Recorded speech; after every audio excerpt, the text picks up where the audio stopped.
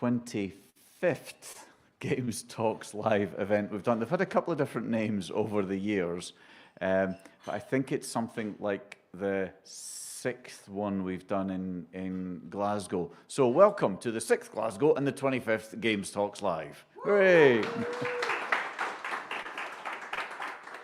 I know we've got a mix of people. Some have been to one of these before, some haven't. Basically, the short story behind this, apologies if you heard this before, but basically I was down in London one time and someone was asking me if there was games events up in Scotland because they'd heard about the amazing Scottish developers, the creativity and the technical prowess and everything. They said, oh, look, is there something we can come up to and meet all these amazing Scottish developers?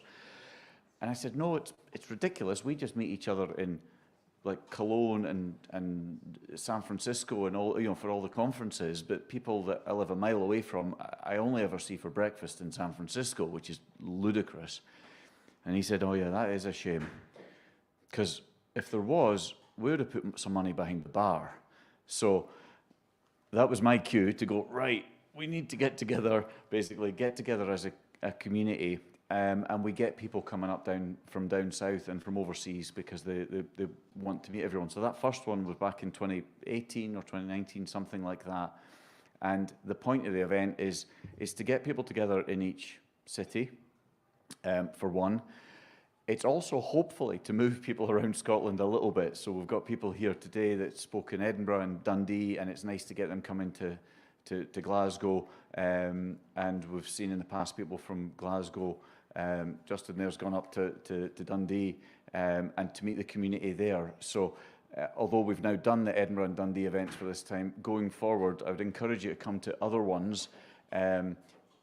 Buy ticket to one that basically gets you into the mall. I don't care about the money. I just like seeing people move around the different cities and getting to know people in the different communities.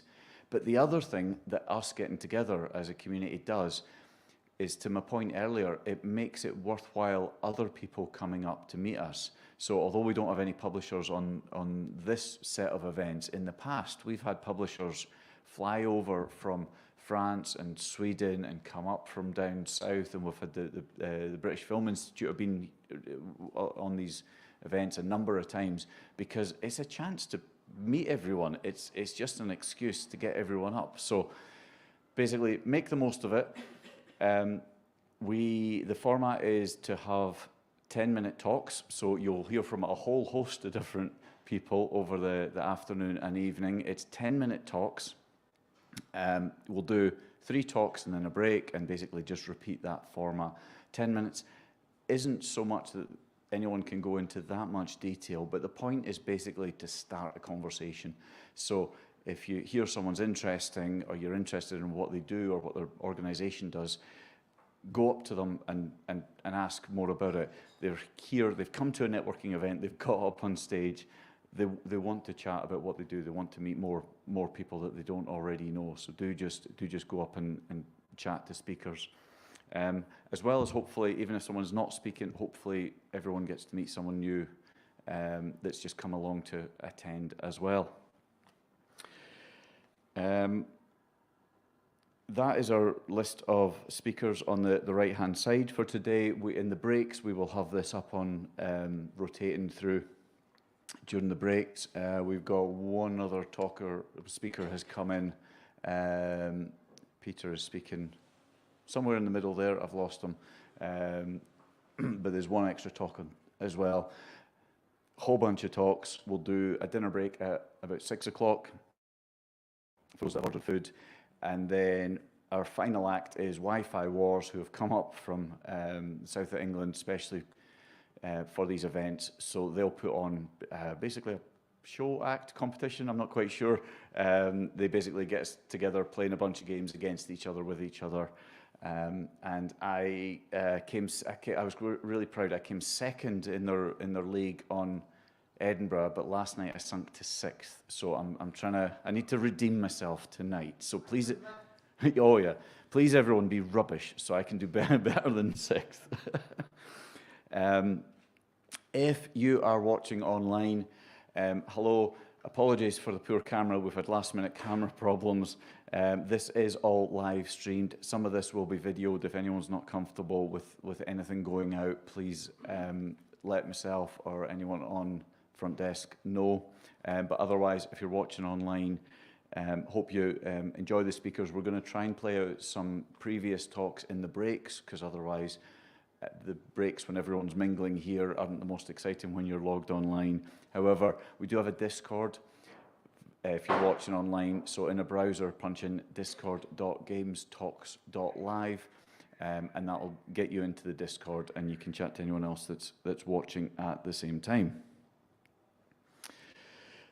These events are basically made possible by sponsorship, because they've grown a little bit. I mean, the very first one was me projecting onto an upturned trestle table with A4 bits of paper, blue tack to it, and that is a true story. That was the first one. We've now had to buy projection screen. We've got a coach that takes the speakers that have come up around the different cities. There's hotels involved and everything. We're trying to keep the ticket price low to keep it affordable and accessible.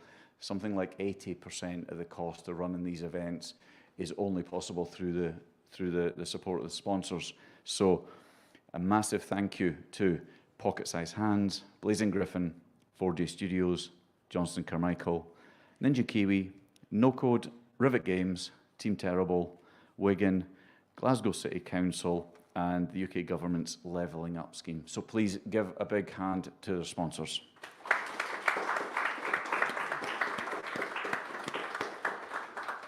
Hopefully everyone, as they came in, got a couple of drinks vouchers. I see a bunch of those have been spent already, so that's great. The drinks vouchers have all of our sponsors' logo on them, so when you're exchanging one of those for a drink, remember it's basically the sponsors that are buying you a drink. So if any of them are here tonight, say thank you and get chatting to them, because again, they're here because they see the value in the event and they want to chat to more people. So thank you very much again to all of these lovely folks.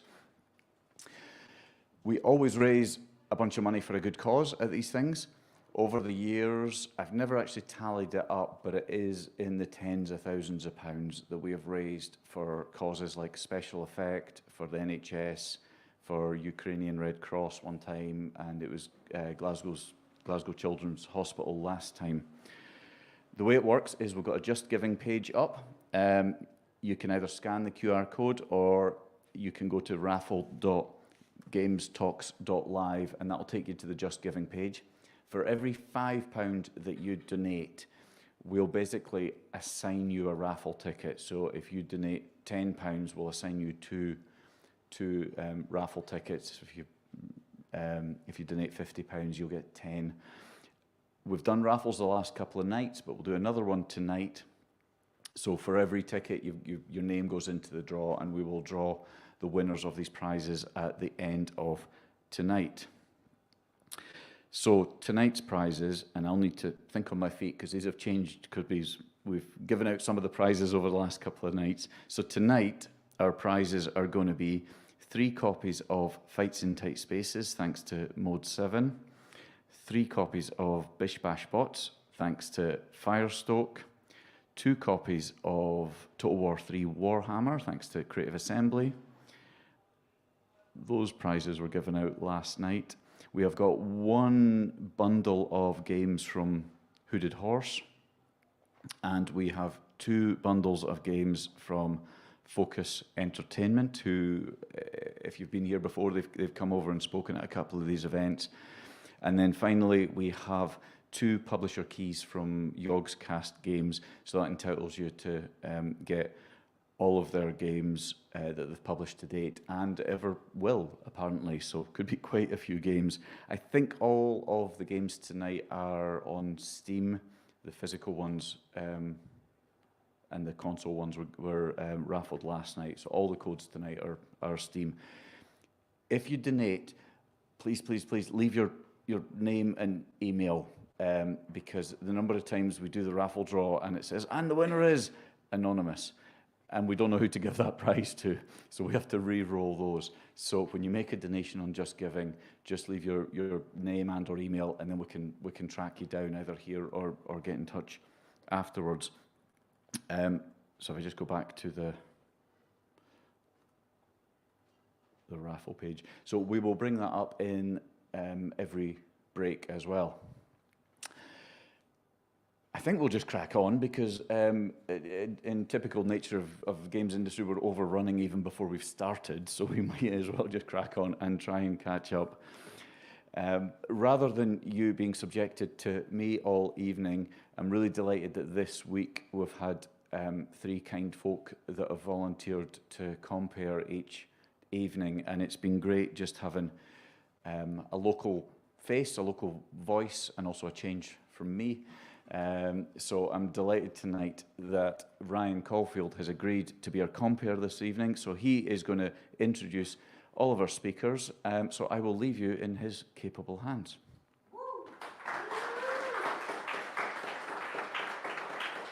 Hiya, how are we doing?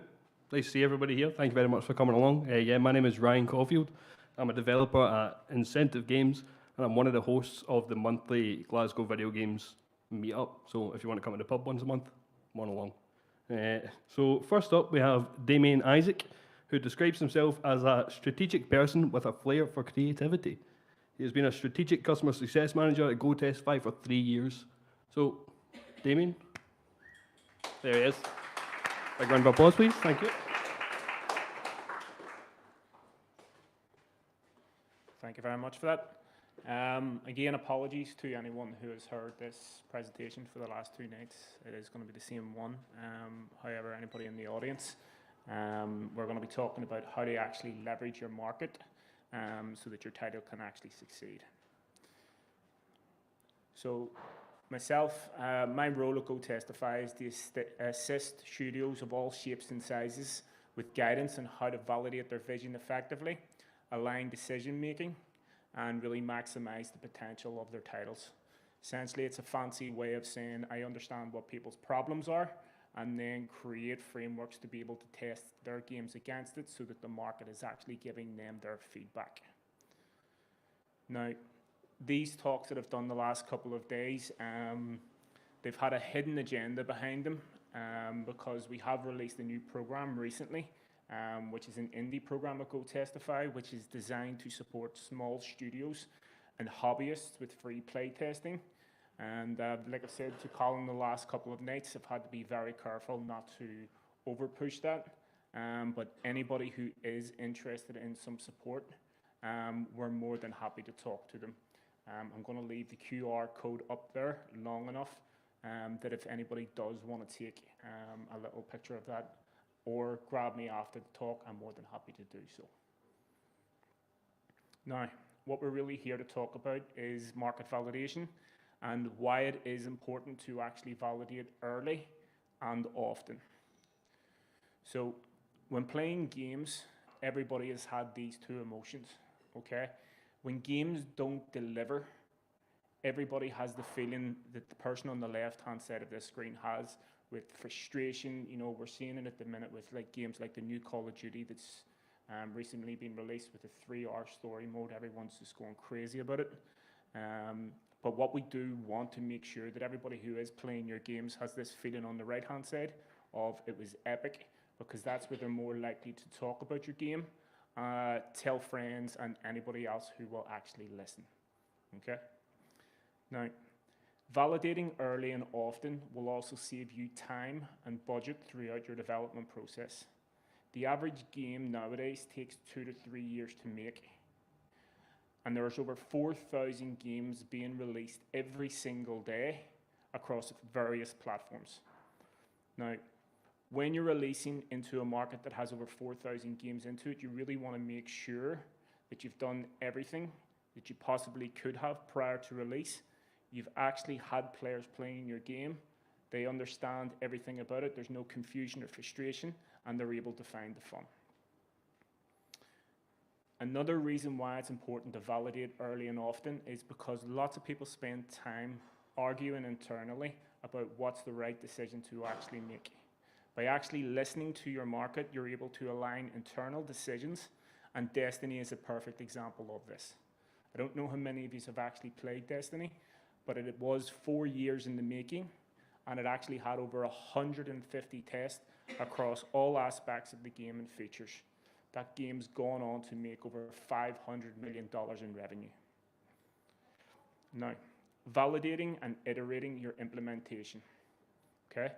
God of War is a perfect example of this. God of War is a game known specifically for action and always has been.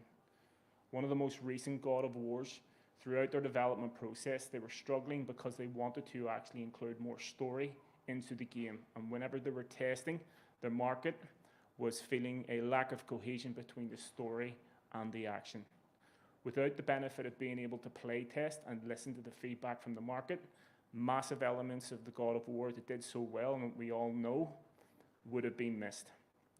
So the next slide that I'm going to show you, and I hope it works, is it's a talk from GDC in 2019, just after the game's release, where the God of War team is actually talking about the benefits of playtesting and what they were able to get from it. So let's hope it does work.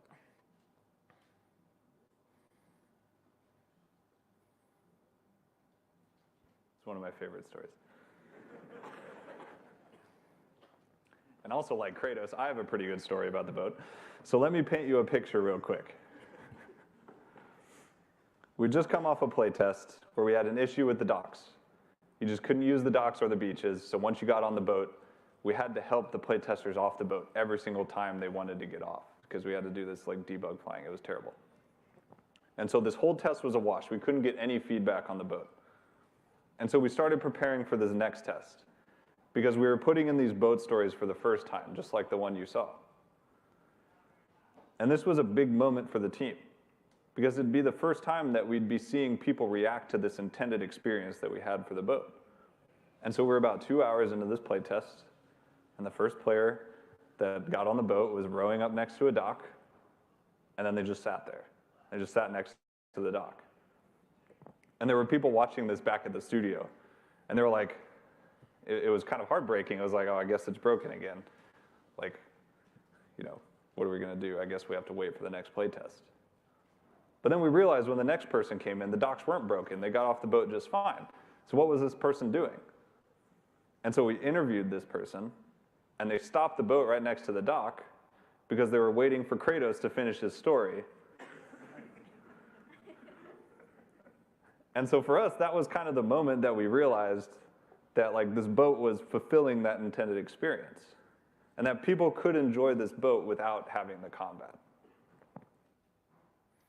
So there's a few things that I take from this, especially as game developers and small studios. Whenever you're creating games, it's like it's your baby at the end of the day.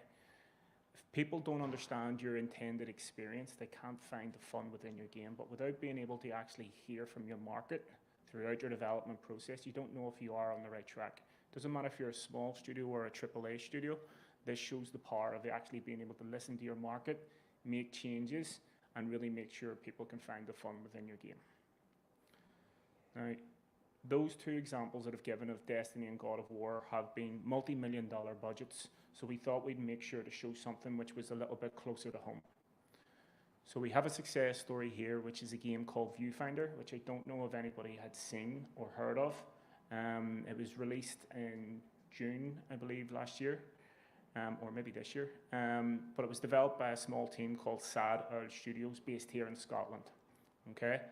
Whenever Sad Owl Studios came to go testify, they really wanted to make sure that they were putting players at the heart of their decision-making process.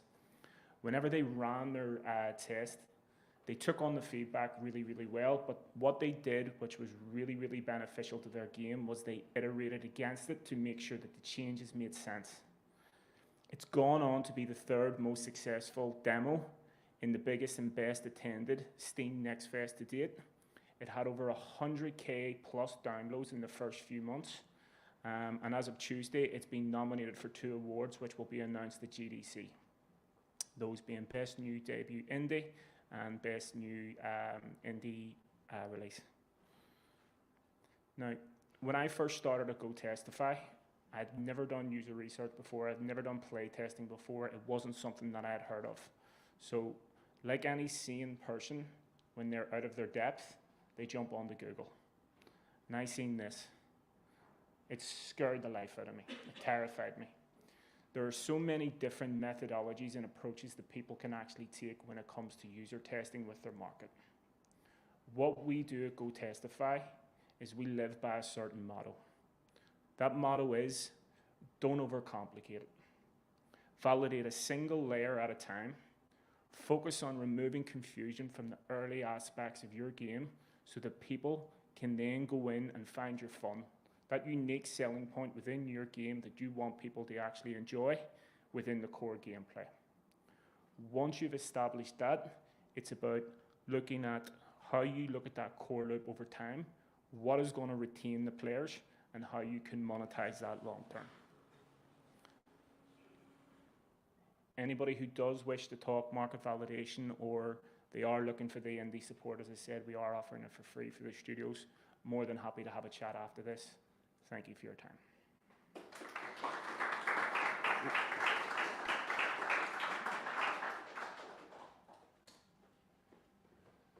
Thank you very much, Damien. Next up, we have Peter Lemon, who is a video games lawyer and partner at Wigan with over a decade of experience in the video games and entertainment industry. He's going to be talking to us about games, deal pitfalls, and war stories, a lawyer's retro. Big round of applause, please.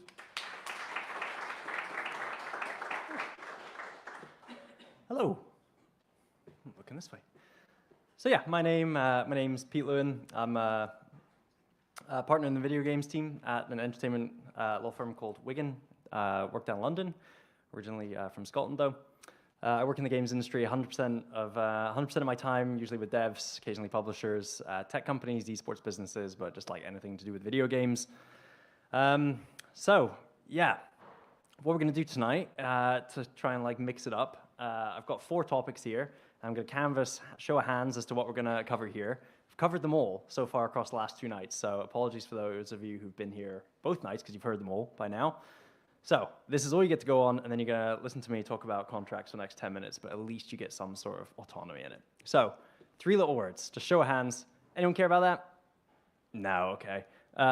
You've got to vote for 2. If there's no hands, that sucks. Problematic ports. Okay. Not so convenient termination rights. Okay. And financial waterfalls. Okay, so it sounds like the last 2 that we've got going on there. All right, well, 3 little words, pay or play. If you ever see that in a contract, be concerned. Ports, make sure your publisher owns them if they say they are, so that they can give it to you. So, not so convenient termination rights. So, termination section of an agreement, really important because a lot of stuff can be snuck in there. You're usually not thinking about that when you're signing a deal, but that's what lawyers love doing. We love thinking about the worst case scenarios, so we'll be focusing on the termination section quite a lot.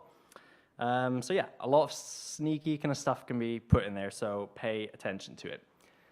There's tons of termination rights that you might come across, material breach, insolvency, force majeure, other stuff. I'm not going to talk about those, but the one I am going to talk about is termination for convenience. Now, what is that? That's exactly what it sounds like. It means that a party in an agreement can terminate it for any reason or no reason whatsoever. It could be the market's changed, maybe they've run out of money, maybe the game isn't going well, or maybe they just don't like working with you anymore. They can terminate for any reason, and they don't really have to justify it.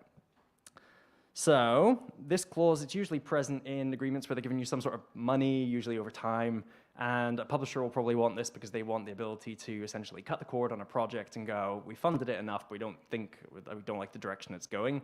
So it's like an emergency parachute. And you can kind of get why they'd want that, because games are expensive, they're risky, they take ages to develop, and they might have been signed off the back of like just a demo or a pitch deck or something. So tons of stuff can go wrong, and any kind of responsible company will try to think of ways to be able to mitigate its risk, and this is one of the ways. But as a developer, yeah, you've got this big sword hanging over you that at any time you could kind of have your publisher and your funding pulled from your project. So this is just like a pretty bog standard termination for convenience, right? It says that the publisher can terminate for convenience by giving you some notice. In this case, it'd be 15 days notice, and then you get paid for 15 days, and then you're kind of out. Find a new publisher, find some new funding. So it's understandable why a publisher wants it, but as a developer, it's kind of, it could leave you in the lurch because you've got no more money. So as a developer, you'd usually want to try and take this out of an agreement, but if you can't get it out of an agreement, then there's a bunch of stuff you can do. But the important thing is to look at not just the termination right, but the termination consequences. So what happens if a publisher actually exercises this? So in this case, they get paid for 15 days. But I've seen a bunch of deals where there's a whole bunch of other like wild stuff that can be put in there. So I've seen ones where the developer would have to repay all of the development funding they'd got up to that point, which they wouldn't have anymore. I've seen ones where the developer had the right to buy back the IP. Down here, this is what this is. You can buy back the game, but you've got to buy it back at about 4 times the amount that the publisher paid you for it, so it's not great. I've seen ones where the publisher can keep selling the game, or keep making the game and keep selling the game even though your deal's been terminated. So those are not great. They are legit in some scenarios, but I would say not where your publisher is just terminating for convenience. Where they're terminating for convenience, usually the publisher should be the one taking the hit, not the developer. So you kind of want to make sure that you're not being left too much in the lurch. So what can you do as a dev? You can time box it, time box that termination right. So you go, maybe they've got that right up until 6 months before release, but then in that release window, you don't want someone, you don't want your partner disappearing. Get more notice, so not just 15 days, make it 30, 60, 90 days. Improve the payout, so rather than just getting paid 15 days, get paid your milestone in progress, or your next couple milestones, or your next couple months, and remove the most kind of bonkers stuff that's in there about having to repay the development funding. So cut out the really bad stuff. And that's it. Termination for convenience. Sucks as a developer. Kind of understand why it's in there. Sometimes you have to live with it, but you can definitely usually improve the kind of consequences of it. So that's termination for convenience. All right, last one, the financial waterfalls. So, okay, these are the 2 topics where I've got my notes. They're both important topics. So the financial section, obviously important as well. You want to make sure you understand how any money that kind of like your game makes, how it flows through to all the different parties involved, like how the recoup works, what kind of money goes into the top of the funnel, and how it's paid out to all these different parties. So anyway, you'll have an agreement. I'll have a big boring section with a bunch of defined terms in it like this. So you'd have like gross revenue, and then you'd have your net revenue, and you'd have your deductions. Those are the things that like come out between those two. You'd have publishing costs. Those are all the development and marketing and things like that. Then you'd have your revenue share definition, and that bottom one's the kind of important one. So I could do a whole talk on these definitions, what should be in them, what should not be in them, how you can control crazy stuff happening with them. But I'm not going to talk about that today. I want to talk about recoup, and that's how all these things kind of start blending together. So I'm going to go through 4 worked examples, and we're going to make some assumptions just to make sure all they're kind of consistent across all of them. So we're going to assume that your game cost 150K to make and market and publish. We're going to assume that you made 200K in the first month, and we're going to assume a 70-30 split. So this first option, I call it the 100% recoup model. Surprise, surprise, because all the money that the game makes is going to go towards repaying the publisher at 100%. So you get 200K in, 150K goes to the publisher, and anything left, split between the 2 parties, 70-30. Blue's how much goes in the dev's pocket. Next one is I call the tiered approach. So this might be where you have the publisher might get like a higher split until they recoup, and then once they've recouped, maybe the splits flip. So in this example, let's say rather than getting 30% at the start, the publisher would get 70%. So any money that comes in, the publisher would get 70% until they recoup. So they get 140K here. They've nearly hit their recoup, but not yet. And then the rest goes to the dev. So that's the tiered one. The hybrid, this would be you allocate a portion of your pool of money to going towards recoup, and then you allocate a portion that goes towards the rev split. So say we put 70% towards the recoup, that would be 140K to the pub, and then the 30% that remains, that would be split 70-30, and that would work out like this. So you can already see we've got 3 completely different amounts going to the developer. And then this final one, so this is where the publisher recoups their costs only from the developer's revenue share. And this is one you really want to watch out for. So that would be where 200K would come in, 30% would go to the publisher. Then you'd think this 70% here, this 140K, that would go to the developer. But no, actually it doesn't, because we're saying the publisher has to recoup from the developer's revenue share. So that 140K, instead of going to the developer, it would actually all go to the publisher, and the developer would end up with 0 in their pocket for month 1. So again, this is the least favorable one to the developer, because it can take absolutely ages to get your recoup, and then you might not see any money for a little while. So all these exist, they're legit. I see them in deals. I'd say probably the first 3 are the most common ones. If you're dealing with bigger publishers and partners, they probably veer towards the first one. If you're dealing with kind of more indie, dev kind of friendly folks, then you probably get one of these second 2 here. None are right or wrong, but just make sure you understand what money, like whatever money your game makes, how it goes into the top of the funnel. Oh my God. Night's over. So yeah, well, that's my time. Yeah, make sure you make sure you understand how any money comes in, how it gets divvied up, how it goes back to a publisher, and just make sure you're not bottlenecking your studio so that like you think money's going to come in on day 1. It's not going to come in on day 1, because even if your game makes a profit, your publisher's going to take a while to get paid, and then they're going to take a while to pay you. So understand money. That's me. Thank you very much.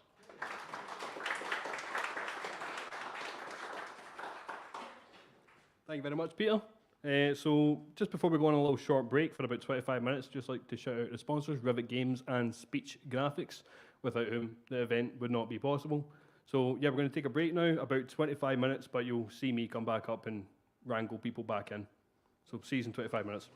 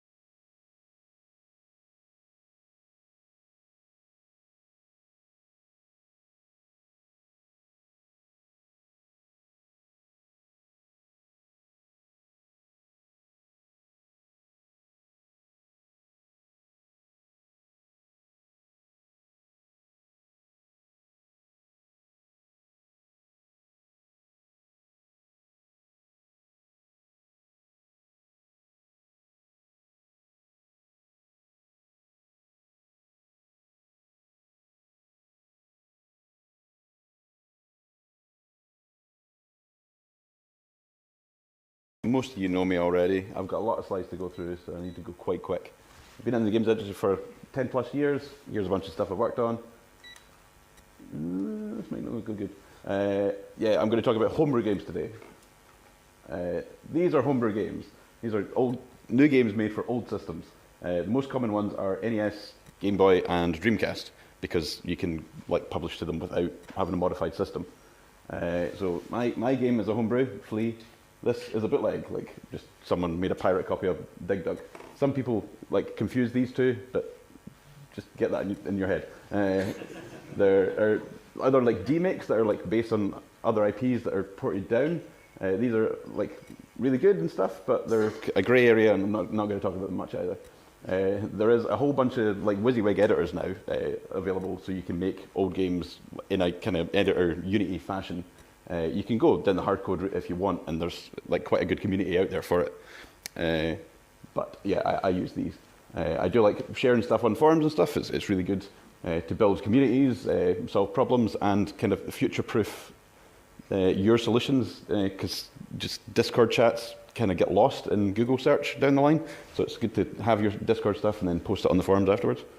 Hey, okay. And then, I'll look at this instead. And then, yeah, go into the all those things. You build communities, and then you can go to events and meet really cool people.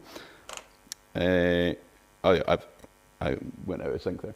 I'm going the wrong direction. Yeah, so most people start off with a demo, and then I wish I would have adjusted this earlier, and then they make sure the game is good. So show it off at play parties. Not every game does need a release in this community. There's a whole bunch of tech demos just to see if it works, and yeah, some people can't get that in their heads either. But once you realize your game is good, people want to go down the funding route. Most people go Kickstarter. We did have a chat from Kickstarter, and there was a homebrew in the first presentation as well for those who were there. It's good to start off with a press kit, just any project in general, but if you're doing a Kickstarter, it's good to have stuff that you can copy-paste, just images and stuff, build up a bank of screenshots and stuff. If you learn anything from me today, it's when you release your game, send your press release to this email address, and it'll get sent to all of the press people, and it makes your life a lot easier. This goes out every day to just press. So yeah, I ran 2 successful Kickstarter campaigns for new NES games. People ask me, how do you manufacture an NES game now? AliExpress is really, really good. They've got some really good molds for some new shells and stuff, so shells are easy enough. Then you'll need a cart flasher. They come in for all the different types of systems, and it's all usually command line software to flash the stuff, which is a bit annoying. Then you get the actual boards. The boards are, you can make them yourself, and you can make really cool stuff like the slow-mo one, but I would recommend against it, because unless you know exactly what you're doing, it can be a big rabbit hole. So there's some off-the-shelf options now that work. This one was the only one available when I started Flea, but then that one became available, and it's just much better. I realize I'm really looking away from the screen.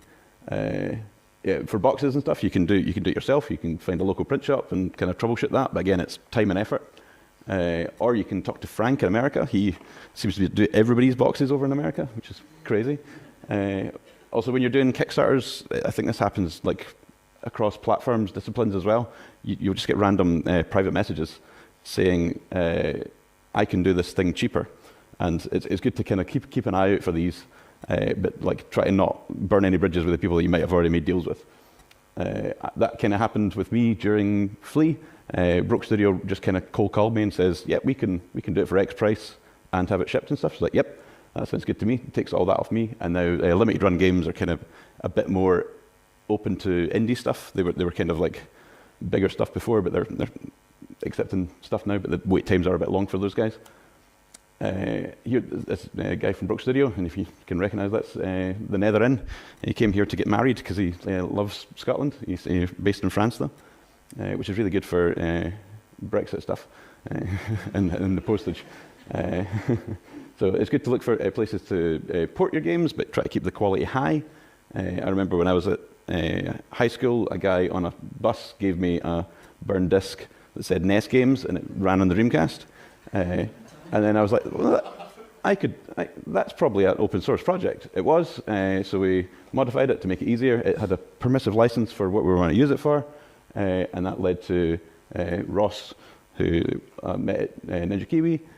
We made this thing that makes it easy to port your NES game to Dreamcast, and then because of the license, it had to stay open source, and now there's been many other people used it to port it as well. Then that goes down the rabbit hole of actually getting CDs manufactured. There's duplication versus replication. You can read these better than I can, and I'll have a little rest. But yeah, well, there we go. Burned ones. These collectors don't really want these that much, even though they're the kind of more like homebrew style. They want the pressed version, which is much more costly and needs like a much larger print run. Other people were thinking, why don't you go to like companies like JoshProd? They were doing a whole bunch of Dreamcast stuff. They wouldn't touch anything less than 16-bit. So I did it myself for the first run just to test the market, and sold it pretty quick. Numbered them all myself and stuff. Then I met the guys at Wave at a convention, and they helped do a press release. And they're also pretty good at marketing. They like working with other people is really, really good when you're kind of on your own to help boost your stuff, and then you can shout about them as well. We did the same with bringing stuff to Steam, but it had a weird license, so we can't do any like Steam SDK stuff. It gets it out there, but at the same time, the Steam community, it's not for retro games. So itch is much better than Steam in this area. And they do have like actual tags for NES game, Game Boy game, and as the other ones grow up, they'll be there too. The prices for this kind of stuff is around like $10 per game. They're constantly on sale and stuff. That's the kind of prices for physical versions. We did also port Playdate, Tapeworm over to Playdate, and we got on catalog, which is pretty good. There's currently no way to emulate NES on Playdate. There is this online, but it doesn't work, and he can't send you it. But we did have this amazing guy, Valdir Salguero. He was the guy who programmed the game, and he managed to get the game working like in an evening from the NES code to the Playdate. The Playdate has the same vertical resolution as the NES, which is really cool. So we can just get away with adding bars to the side, and yeah, it means we can just do one-to-one on the images, so there's no like weird dithered patterns. You've got complete control over what to do. If anybody wants to do a NES to Playdate port, I recommend you do this, but that's highly unlikely that that's going to happen. Modern console porting, I just went through Ratalaika Games. Is this on like an auto thing or something? I'd seen their back catalogue, quite like their stuff, and I had heard whispers that they had an emulator kind of ready to go. There's also this company, I'm not going to even try to pronounce it, but they've got a nice like Unity-based thing and they've got some nice front-end menus. Also can lead to like spin-off things in HD universes and stuff.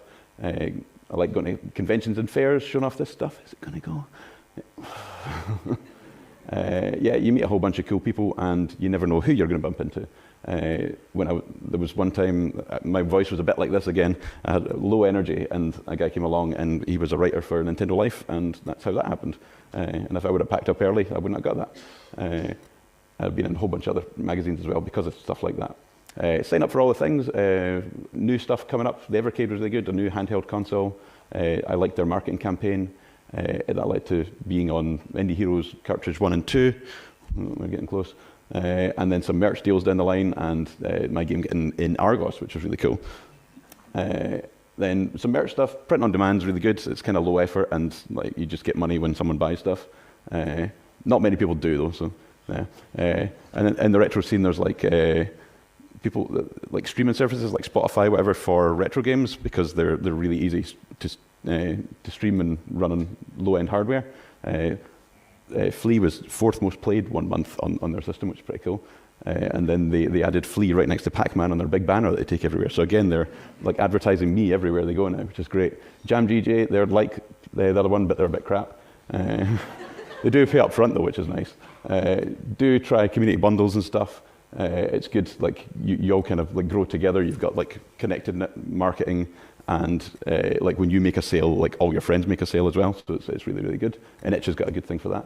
So now Tapeworm is on 9 platforms, 2 streaming platforms, and it's coming to these 3 things as well. For contracts, I've got only a couple more slides, come on. They can be a bit scary and stuff. I'm not a lawyer, and sometimes it's not worth hiring a lawyer for the amount of money you might be getting. But in the case of like Evercade, it's sometimes worth it just for the free marketing that you get from it. Like I would have happily paid them the money that they gave me to get the amount of marketing I did. But get friends and stuff to look over your stuff. Don't sign an exclusive deal. And make sure there's a clear opt-out clause in case anything goes wrong. Thanks. And I do have the pop-up book with me if anybody's welcome, and I'll try to set it up at the back of the room.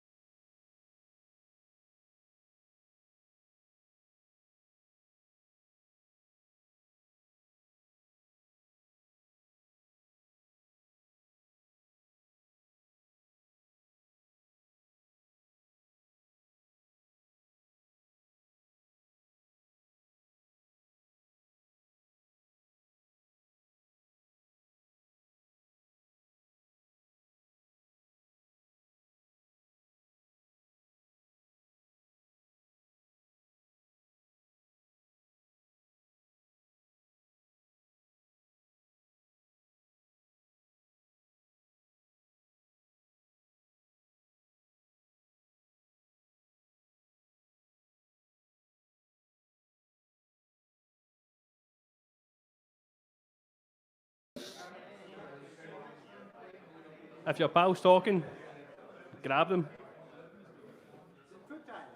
It's not food time, no. It's the end of the break time. We're back with more talks. I'll give everybody a wee second. Get back to seats and that.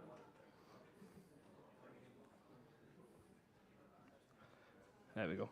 If you want to stay standing, that's fine. No one's going to force you. So next up, we have Stephen Oates, who's the tax director for Johnson Carmichael. And he's going to talk to us about what you need to know about investor tax reliefs. Big round of applause for Stephen, please.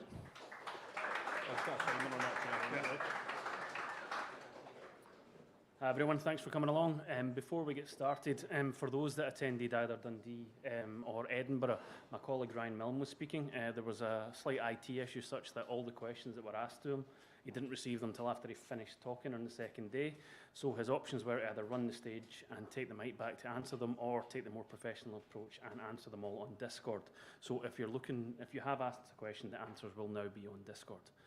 So enough about Ryan, because he's not here. My name's Stephen Oates. I'm head of the Entrepreneurial Taxes Department at Johnson Carmichael. I attended the event on Tuesday and all the talks were very interesting. So I can really only apologise that I'm going to talk to you about tax for 10 minutes. If you can stay awake for the next 10 minutes, my hope is that you can take one thing from this that will kind of help you benefit in your journey towards the next stage. So, I've pushed the wrong button. There we go. What tax reliefs are available? So the two main ones that we deal with are the Seed Enterprise Investment Scheme, SEIS, or the Enterprise Investment Scheme, EIS.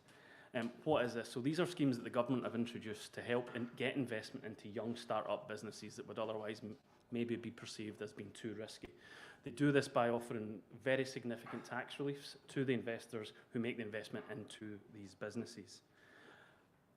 How do you get the investors to invest? Now, I was at the talk on Tuesday, and Rachel McPherson discussed SEO. Now, I would tell you I didn't have a clue what that was at the time, because clearly I'm not IT literate, but it rang true in terms of, from a tax perspective, in terms of, the correct narrative, the correct wording is what you need to get that investment in. You need to have a clear plan of where you are now, where you're going to go to, and what you need to get there. Now, what you need to get there in a large portion of time is going to be investment. So you need to understand how you're going to use that investment and be able to clearly articulate that to the investors to have the best chance of getting them to put money into your business. Now, as you can see from the screen, for SEIS, the maximum relief you can get is 50% of the qualifying investment, but that is as a tax reducer. So the investor himself needs to have the liability to set that relief against. SEIS, very similar circumstances, except the percentage is a little bit lower. Again, if you hold the shares after investment for 3 years, they will be capital gains tax exempt as well, which is another massive benefit for the investors. Obviously, the revenue are not going to give away significant tax benefits like that without a caveat. The caveat is that the legislation is extremely complex and very exhaustive. I was at the talk on Tuesday, and Peter talked about 3 little words and the effect that they can have, and it is so true. They can be so detrimental, both in legal contracts and in tax. The legislation itself is so prescriptive that the smallest thing can make you not qualify, and that's why it's important that you have a plan, you talk to the right people, and essentially you know what's happening before you do that.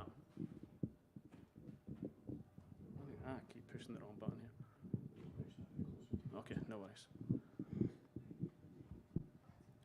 So, on the screen, there's a list of kind of some of the key qualifying conditions that we talk about. Before we get into any of them, which are kind of what we would view as a lot of the kind of key tax ones, the 2 main qualifying conditions that you must essentially meet are that the company must have essentially growth ambitions, and there must be a risk to the investment. If there is not a risk to the investment, the revenue will not allow the investor to obtain those tax reliefs.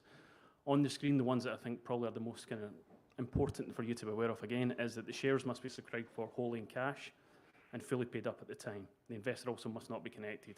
The way that the revenue view connection is either holding greater than 30% of the shares in the company or being an employee of the company.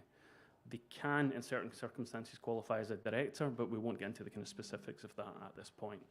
Another key point in terms of SEIS is that the maximum the company can raise is $250,000. Obviously, that is much less than the EIS investment. That's because of the increased 50% investment. Additionally, SEIS needs to be a new qualifying trade, no greater than 3 years old. With EIS, it extends that limit up to 7 years. The process itself. So it is important to be aware of this process, as boring as this sounds, because by understanding the process, you'll stop yourself slipping and up. So HMRC do offer a service where you can apply for advance assurance, and essentially that's just to get the stamp of approval from HMRC that your company does qualify. Where you're looking to get investment in, because of the significant tax reliefs that go with it, in most cases, a third-party investor is going to require an advance assurance to be in place so that they know they are going to get the investment when they put it in. HMRC, for some reason, will not allow speculative submissions. My opinion on that is really just to cut down their workload, but it gives that kind of awkward balance where you must be speaking to investors and have a reasonable expectation that they will be investing before we can start the process. If you've issued shares, you can't get an advance assurance after that. The next stage is once the advance assurance essentially is agreed, the investment received, shares are issued, we deal with the compliance statement. So that's more to do with the investment qualifying and the investor qualifying. Next stage after that is more to do with the investor themselves and their tax relief, and that would be the final completion of the SEIS 3 and the EIS 3 forms. Common pitfalls. So we've been dealing with this for a long time, and we see a lot of issues where clients have come to us after the fact, and after the fact, unfortunately, in most cases, it's too late to fix it. We've had numerous cases where clients will contact us and say somebody's essentially loaned money into the business, they're going to convert it to shares, they want that to qualify for the relief. That will not qualify. Conversion of a debt will not be seen as kind of growth of the company, and again, it won't meet the requirement of the shares being issued solely for cash. Investor protections. We often see investors wanting to put some sort of preferential right against their shares. Again, that's not possible. If you're trying to protect your investment, you will not get the relief. One thing that, again, it seems extremely pernickety with HMRC, but it comes back to kind of how prescriptive the legislation is. We do often see where investment is going to be SEIS and EIS, and that's mainly because the investment will go over the 250k limit. If the shares for both are issued on the same date, then they will not qualify for SEIS, and that is a painful thing to have to explain to your investors, that because essentially of a timing issue of issuing the shares, you've just lost them 20% relief. All these things are just things that essentially just keep the relationship strong with investors, because the last thing you want to do is really frustrate them.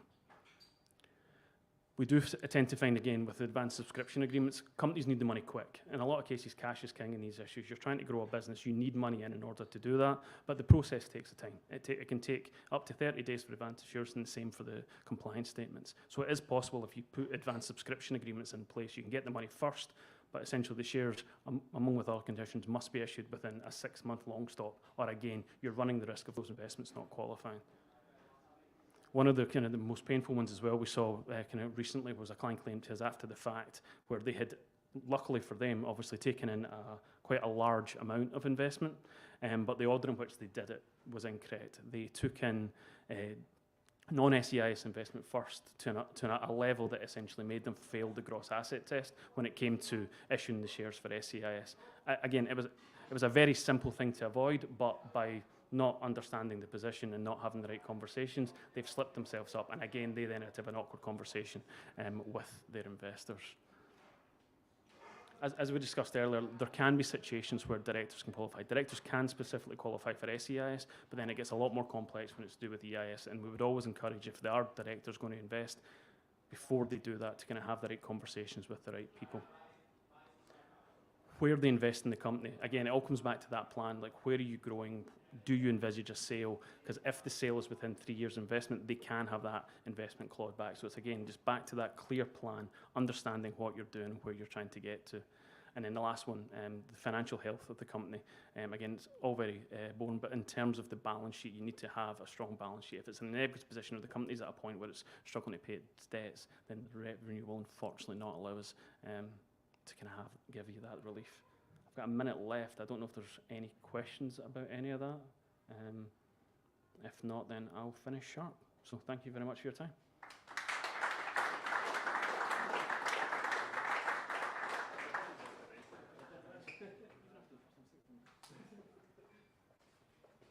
Thank you very much, Stephen. Next up, we have Peter Jan Gussen.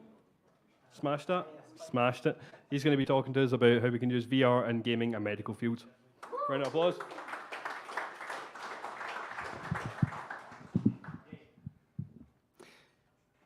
So use the laptop, right?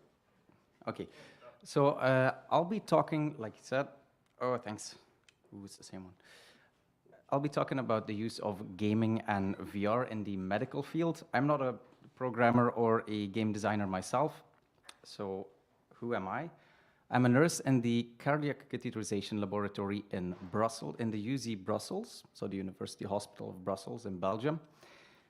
And just a little bit about the setting I work. So the catheterization laboratory, or cath lab for short, is a place where they do various procedures that are minimally invasive to do diagnostic tests on the heart. So basically everything we can do to do tests of the heart without cutting someone open. They're all done under local anesthesia in wide-awake patients. I'm also a final year's master's student, and in that context, I'm writing my thesis about VR distraction therapy in the setting that I work in. These are my colleagues who I am very thankful for that they support me in all my escapades in the cath lab. So what we'll go over: why is it useful to have gaming and VR in medical field for pain and anxiety in particular? How does it affect pain perception? How do you use it, and how do we use it in a cath lab?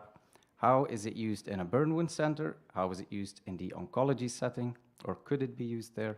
And some considerations when you would be designing such tools.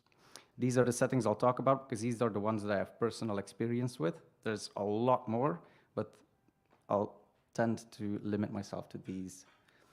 So why is it useful? A lot of patients that come into a hospital are anxious. That anxiety does not just affect the comfort, but it also has a lot of physical consequences. And those physical consequences have relevant medical outcomes as well linked to them.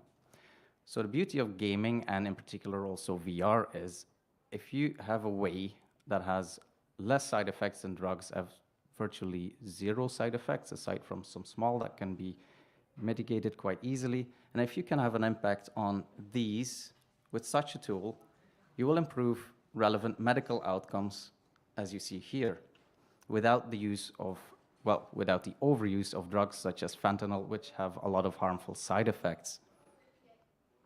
So how do they affect pain perception?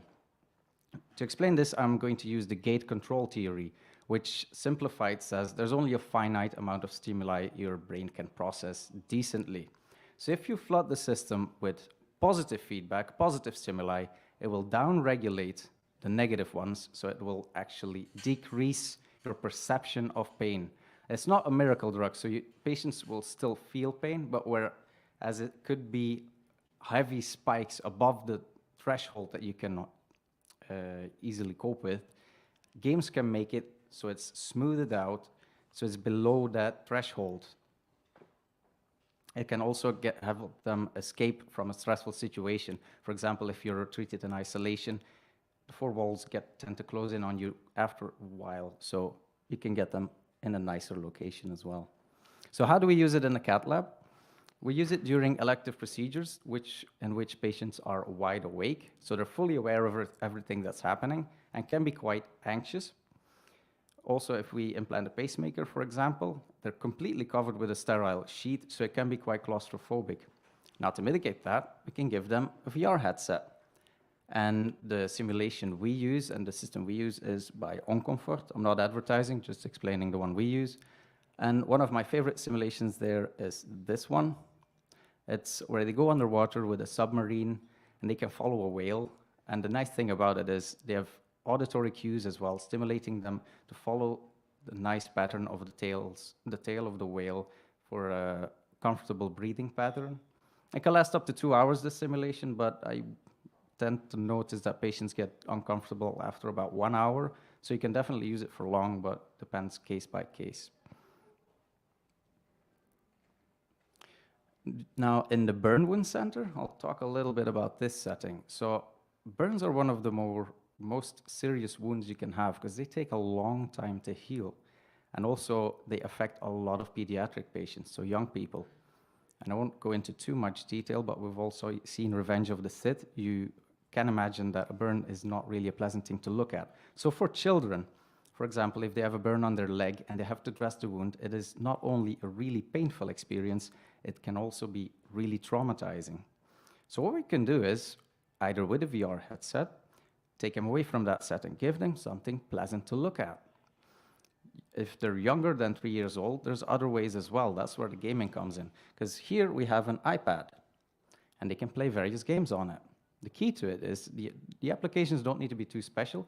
They just need to activate as much senses as possible and be as interactive as possible to kind of fully give them as much stimuli as possible in order to flood the system that the pain gets down-regulated.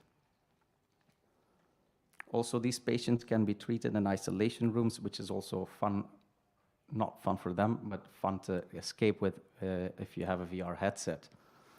Here we can see a projector that's also used in this setting. You can alter the setting with this, it's quite nice, but the problem is you tend to see as soon as you're starting to change the dressing, they lose focus because it's quite painful and they tend to focus on what's in front of them because there's no interaction there. So the key here is really engage them in it. In the oncology setting or hematology, which is a subset, I'll talk about leukemia in particular, because their patients get treated in reversed isolation because their immune system is completely shot. This means that they have to be there for up to 6 weeks or longer. And you can imagine if you have a 17-year-old in the hospital, he's admitted and he's treated for leukemia in the prime of his social development, and he gets completely isolated, it will have a detrimental impact on his social development later in life as well. So how can you help them? You can get them out of the room without getting them out of the room. Give them a headset, they can go anywhere they want. And we have the technology with the 360 cameras, so what if you give a 360 camera to one of his friends, they go to a festival and he can tag along with the VR headset, all from the safety of that room. So here are some considerations when you would be designing a game-based distraction therapy. Know your target group, because every patient population is different, and procedures that need to be performed during his treatment, or her or other, can be quite different as well. So you also need to take into account the needs of the operating staff as well. Because, for example, in our setting, if you have someone that needs to be completely still on an operating table, you don't want them playing Doom, the VFR edition, because that could be quite problematic, quite fast for everyone's safety involved.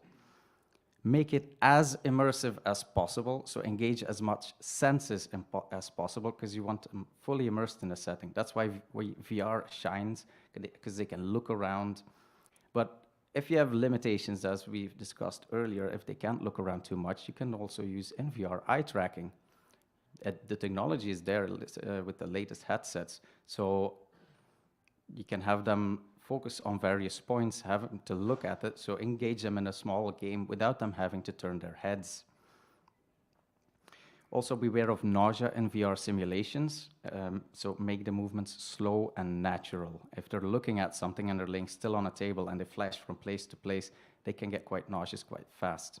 And we're dealing with a population that is ill or sick, so they can be a lot more vulnerable than the regular gaming population.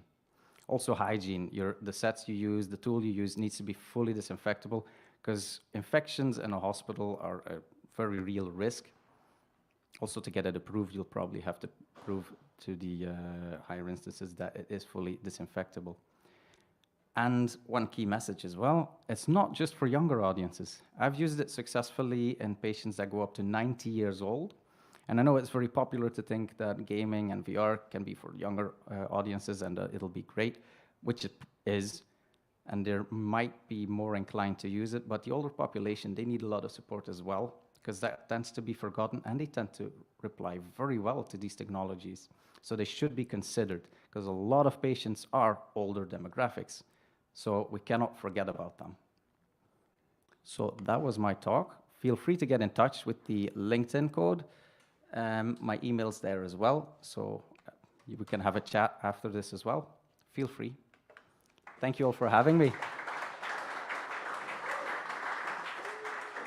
Thank you very much, Peter Jan. So just another wee opportunity to shout out the raffle. If we could have that here, please. We're going for it. Yeah, so it's the raffle. Yeah, there was loads of different prizes. You heard about them all at the start. If you didn't hear about them, I don't remember them. There's a lot of games. So I'd recommend checking it out. Other than that, special thanks again to Wigan and 4J Studios, some of our sponsors. Without them, you wouldn't get drink vouchers coming in, you wouldn't be here because we wouldn't have the event. Outside of that, there's food up the back. For those that have bought the food-related tickets, batter in, it's food time. Other than that, we'll see you in about half an hour. We're going to have another break. Cheers, guys.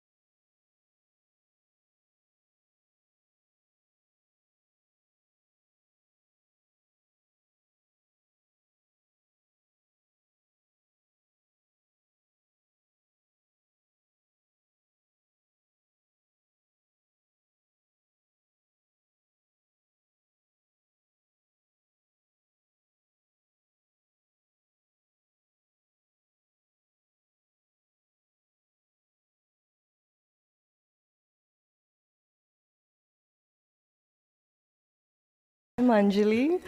I've been in the games industry for exactly a year, and oh look, that's me. Yes. Okay. So now that we're on track, I've been in the games industry for exactly 1 year and 2 weeks, which is crazy to think about. And I remember when I first attempted to join the industry, one of the questions I consistently got asked was, "So how did you get here?" And I was like, it's a strange question. I mean, I did my master's at Abertay. That was in games development, excuse me. And then before that, I was a digital marketer and social media manager for 2 years. I hated that job. Oh, okay, right. Fair enough. Okay, but before that, right, I did my undergraduate in animation for 4 years, 2D and 3D. Also not games, okay? You know what, I see your point. Point was, I ended up in the industry probably because of a 2-week course in the 3rd year of my undergraduate degree. Made games for the rest of my projects, didn't learn from that. And I was like, oh no, animation, I wanted to be like the next big thing in Disney. I don't like people telling me what to do, so that didn't happen. And then I was like, oh, I don't know what to do, so I ended up in digital marketing. Hated it, still made games, still did game jams and all that sort of stuff. And finally, when it came to Abertay, I was like, you know what, I'm gonna give games a go, and if I really like it, that's what I'm gonna do. And voila, here I am. So when it came down to it, I was like, what should I talk about? So I was like, things I wish I knew better before I joined the industry. There's a few odd ones here, so just to gauge the room a bit, can I have a show of hands for the designers in the room? Designers? Okay. I'm gonna have a slightly tough crowd then. Okay, all right. How many of you were from like the Edinburgh crowd? Any hands? No? Okay, all right, we're good. My jokes aren't old then. This is the first thing. For those of you not laughing, this is a very serious thing. Designers, production, everybody in the industry uses Excel, and it's one of those things that's never talked about. And I personally found it really strange because when I first came in, I was like, I know Excel. You can do like the auto summation and the clicky thing, and then the numbers happen and then stuff, and then you click in a box and more stuff happens, and then I was told all of this, and there's more Excel can do. Can you believe that? Like every day that I go into the studio, like I'm like, oh, I wish there was an easier way to do this, and like my colleague will look over and be like, yeah, that's easy. You just do like, and they'll like push a bunch of buttons and magically it happens. I'm like, wow, okay. So, short story long, learn Excel, do better. Game designers especially will use Excel a lot, and it's one of the tools that we use to balance a lot of things, be it characters, classes, anything you can think of that has numbers, economies, crunching, anything of that sort, you will end up in an Excel sheet. And I can't tell you how many times there have been different reasons why you use an Excel sheet. A not so well-known practice, especially with narrative design, because I specialize in that. This is a terrible example. Don't do this. This is very bad. This is too wordy. It should have been single sentences all there around. The reason why I say this is a bad example in practice, but as an example, this is a great way for narrative designers to know if different aspects on what you're trying to do for a campaign has been touched on and has been completed. Do all the characters have dialogues for this? Do you need more dialogues for certain characters? Have they all gone through the tutorialization stage?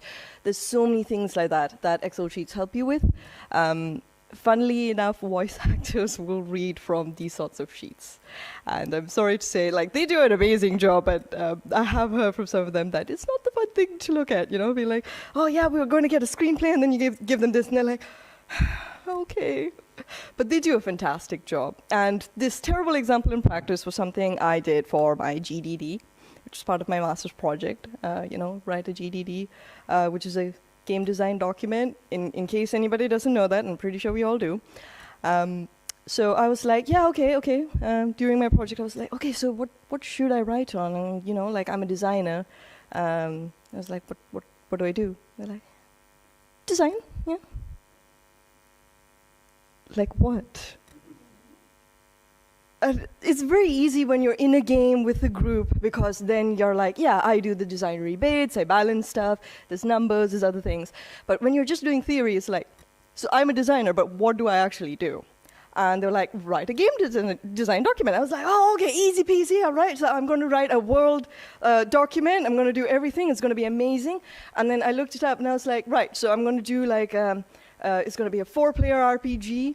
It's going to be like multiplayer, local co-op sort of situation. The lead characters are all going to be female. They're going to be different races, different classes. They're going to have several different skills. And obviously, I never finished writing any of that. Surprisingly, I don't know why I thought I was going to finish it.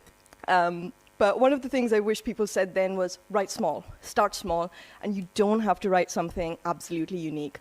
One of the best practices that you find for designers today who are in the industry is you will look at competitors and you will break down their designs. And that's one of the things that I should have been doing when I was in university. Instead of trying to figure out this 4-player, I'll stop waffling. Anyway, one-pagers are things you can write. Feature designs are things you can write. Obviously, it's a very difficult subject to grasp when you've never been anywhere near the industry. Being in the industry now, it's very different, my outlook on it, and I could very easily write something like that. But at the time, I wish somebody had said, write a character sheet, or, write something like a functional script. Those things, I would have immediately gotten, I would have been like, yeah, okay, that's easy. And obviously, it doesn't have to be a new idea, guys. So one of the other things going forward was just this, be versatile. It's a given in the industry. And I think it's something less spoken about outside the industry because it's so expected, especially for design. A design needs to be fluid. One of the best designs is not something that's restrictive in nature. It's something that's able to grow and evolve through the stages of production. And of course, as it says there, no engine should slow you down. The reason why I've said that is because when you join a AAA studio or even an indie studio, invariably you will find an in-house tool. If you've not used several different engines and tools before, you will really struggle picking up that in-house tool because it will have its quirks, it will have its things, and you'll just be like, oh my god, I don't know what I'm doing. Why did you make this? I mean, it's great, but why did you make this? Yeah. So, yes, make, do. I've used things like Unity, Unreal, Blender, Maya, to name a few, RPG Maker, MV, Twine, RenPy, did I mention that? Okay, anyway, point is be versatile. Finally, now that I've spoken about everything that designers possibly touch on that, people aren't that aware of, what is and what do? What is a gameplay designer? If we look at the layout of this room and we take this room as an example and say, okay, we're going to split this across the company. Level design is the one that's going to decide how much space is there between the chairs, how people are going to move around this space. Engineers are going to decide on the AI, are they going to sit, are crowds going to stand, when will they move, what do they react to, do they react to loud sounds? And then art will come in, they'll be like, right, we want these particular kind of looking seats, maybe we want a more grungy look, we want a more like contemporary look, they'll decide all of that. As a gameplay designer, you will give the overall direction, so you'll be like, right, we're going to plan this stage, maybe it's a Hitman game, we're going to plan this stage, to be in a theater, there's a target somewhere in the group over there, the player's perspective is they're going to have to like stand around over here and, like talk to a crowd that's making absolutely no sound, looking at you very seriously. They're going to enjoy this experience, I promise you. That was the gameplay. And that's what we do. We design interaction. We decide whether the crowd is able to talk back to you, what information you get. Do you interact with seats? Do you find clues there? How long does it take you to find stuff? That's generally what designers do. So now that you know that, the job hunt was one of the really interesting parts in the games industry because, especially for design, titles change a lot. So I was like, I was going on LinkedIn, I was like, tap, tap, tap, tap, yeah, gameplay designer, yeah, okay, 200 positions, all right, okay, cool. Junior designers, 0. Oh, I did something wrong. Wait, I'll just adjust my things. Yeah, no, there's 0. Hard to find. Nonetheless, if you scroll through and look through a lot of these job descriptions, you'll find design manager, product manager, design something else. And these are sometimes junior positions, which they don't advertise themselves as. But when you take a closer look at them, you're like, these are junior positions, cool. It needs 2+ years experience. Okay, I mean, I would assume you'd want a graduate who has some project experience, fine. AAA experience preferred if you're in a AAA studio. If I had 2 years experience and I was AAA, I'd be a designer at this point, full-fledged, just saying. So sometimes these things you do have to overlook in the job hunt. But I'll bring this talk to a close. Ooh, I'm going to be over time. I'll bring this talk to a close on generalists versus specialists. The age-old truth of everything universities taught you is, oh my god, you need to be a specialist, you need to find a specialization, and how do you not find one? Narrative design is my specialization, but a gameplay designer is a generalist, because typically you'll find that gameplay designers have to interact with art, with engineering, with so many different people, audio, tech, everything else, that you have to be a generalist. You have to know what everybody's good at, what they're doing, how long they take. Can you do it yourself? If you had to do it, how long would you take? How would you do it? And all of those things. And you have to be a generalist. So technically, you could specialize and say, I'm a gameplay designer who's also a generalist. Yay! Fun times. So I will end on that note. Thank you very much for being a lovely crowd. If you want to, keep in touch. There's a QR code there. It takes you right to my LinkedIn page. You can add me. I am done, guys. Thank you.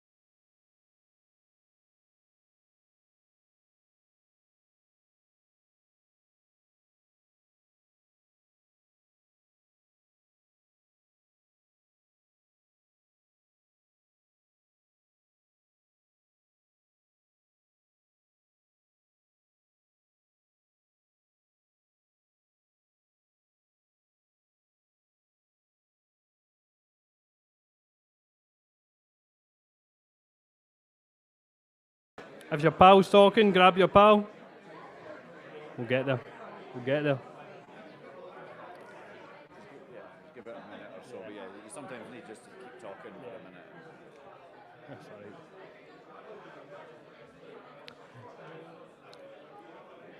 right. Right, folks, that's the break done.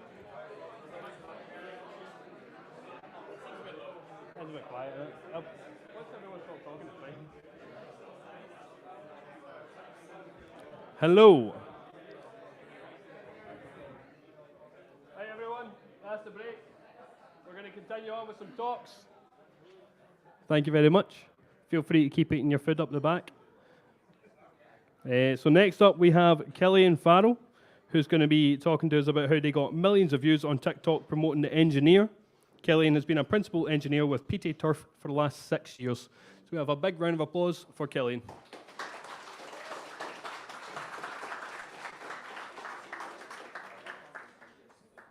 Hi everyone, so as was introduced there, I'm going to be presenting on how we got millions of views promoting our game on TikTok. So just for a bit of context, I hope a video plays here. Yep. So The Engineer is a physics building game. It's completely gridless, it's fully in 3D, and it has some platforming elements to it. A lot of people have been describing it, or players have been describing it as a game like Human Fall Flat meets Polybridge, only in 3D. And although obviously that's very flattering, there are some subtle differences, but ultimately it's a good starting point at describing the game. The smaller differences are that the game is a completely physics driven, so every single structural member in the game has physics simulated, and the character himself doesn't use any animations. He's completely ragdoll physics, basically not animated, but controlled. It's a very sandboxy game, very creative game. It's a game that was designed this way so that there's, marketing-wise, there's infinite ways of solving every problem, and we have a kind of a full-on sandbox mode as well, which is unlimited. So ultimately, given the players the ability to build anything they want.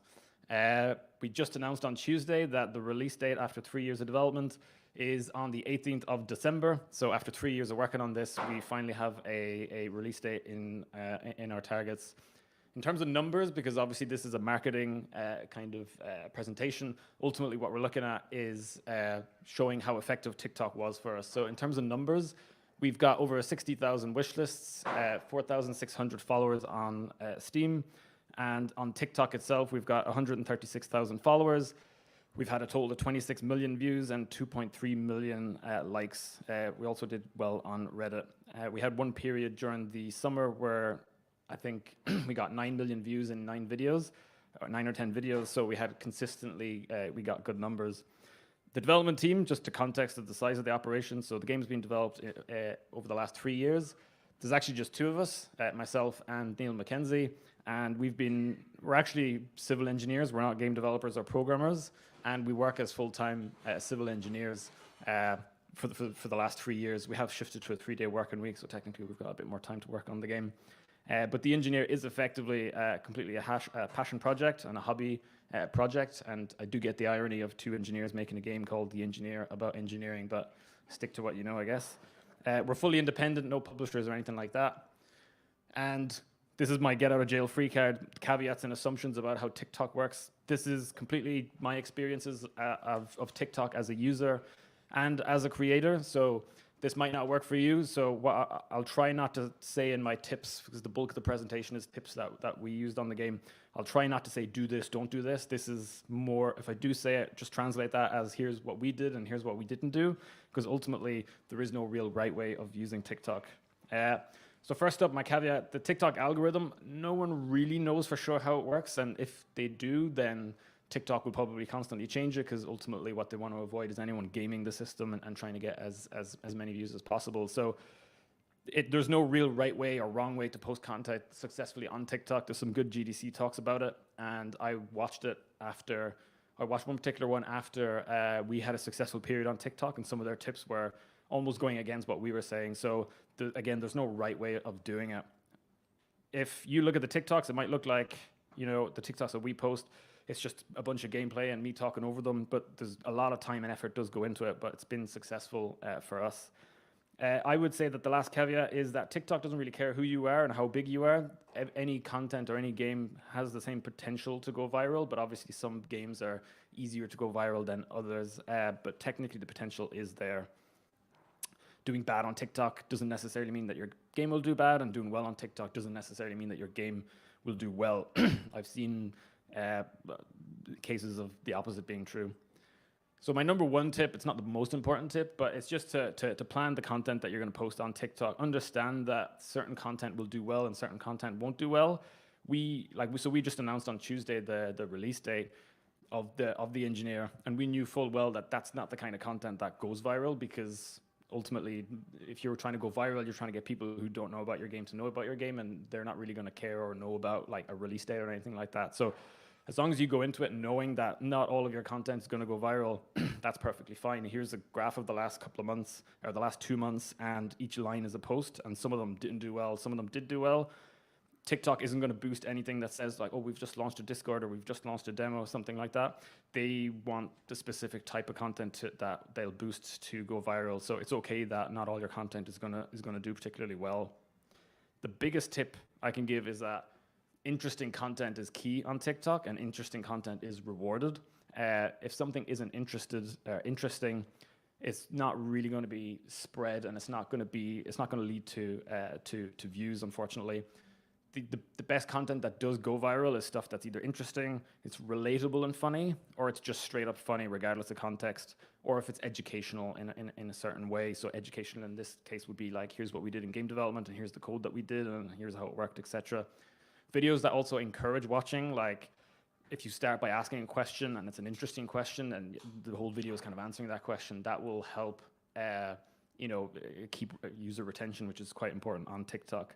So basically, the biggest tip is that your content needs to be good and it needs to be interesting, and it needs to be interesting from the start. So the first 2 seconds of any TikTok are probably the most important. The TikTok, well, basically humanity, I guess, at this point, or TikTok users are absolutely brutal. If it's not interesting within the first 1 or 2 seconds, they'll just scroll away. So on the left is a video that didn't do well, which we lost, I don't know, 50% of our users, our viewers within the first 1 or 2 seconds, and then the second one, which did really well, got a couple of million views. Obviously, we've managed to keep people hooked until the very end. So the first 2 seconds are the most important, and try to have minimal build-up if possible. If you're targeting trying to go viral, that's kind of important. Similarly, outros. I know it's good to have a call to action, etc., but the second the users realize that your video, your message, your joke, whatever the point of the video is over, instantly will swipe away. If you're saying, oh, you should wish to check us out on Steam and check out our, they'll just swipe away. So that will affect your user retention and, how long people watch the video. So you can see, you can probably guess looking at that graph when the call to action popped up and when people started to drop off. So good editing, as I said, the videos probably look like they've just been thrown together and I'm just voicing them over, and we've happened to have gone viral on certain videos, but every video, I've spent quite a lot of time making these videos. They're all recorded specifically for the TikTok, or a lot of them are recorded specifically. If you see a structure falling in a funny way, I've probably recorded it 50 times until it's fallen in the funniest way that I wanted it to fall. So in terms of editing, all of our TikToks are edited to the beat of the music. The transitions are all kind of coordinated, and it's kind of meticulously planned that way. My workflow, if you're interested, is doing it in Adobe, uploading it to Google Drive, downloading it to my phone, uploading it to TikTok. I don't do any editing on TikTok as well because I've got fat fingers and it's just impossible to edit that way. I do see some people do it, but I wouldn't recommend it. We did get the voiceover artist that is working on our game, or that features in our game. We used him on some early TikToks, and that was great. And then everyone basically expected that from now on, and then we realized how expensive it started to be when you're paying £25, or was it £10 for every 25 words? So that starts to add up. So don't feel afraid to record your own voice. I would say if you're doing that, buy an okay mic. That's the one I have. Is not particularly amazing, but it's a decent microphone, and it definitely makes the difference that the audio quality is quite good. In terms of what's trending, definitely check what other developers are doing and see what's working, what isn't. What worked for developers a few months ago, and what content they're doing now, just so you can kind of compare. You definitely will notice trends specifically around game development. That definitely will help. Hopping on every TikTok trend that happens hasn't really been that useful in my experience, because if chances are if you're seeing the trend, you're probably already too late and the wave has kind of already gone. Hashtags, I'm not really sure how important they are. TikTok basically just TikTok knows who will want to see your video fairly quickly. I get videos that get promoted to me with no hashtags. I get some with like 50 hashtags, and content gets promoted to me that I do like, and then I check what hashtags did they use, and they didn't have any. So I think I wouldn't abuse and use too many. I would try and use a mixture. We use a mixture of popular ones and niche ones, and we have our own ones so we can track how many views get posted. A nice little tip is, even if your game doesn't support it, recording in vertical. So I flip my monitor sometimes, record it in vertical so that I don't have to have the black bars in the top and the bottom of the TikToks or blur them, which is a little bit annoying. And we've had good success with that. It's a bit annoying with the UI when stuff doesn't appear where it's supposed to, but ultimately that's a nice tip.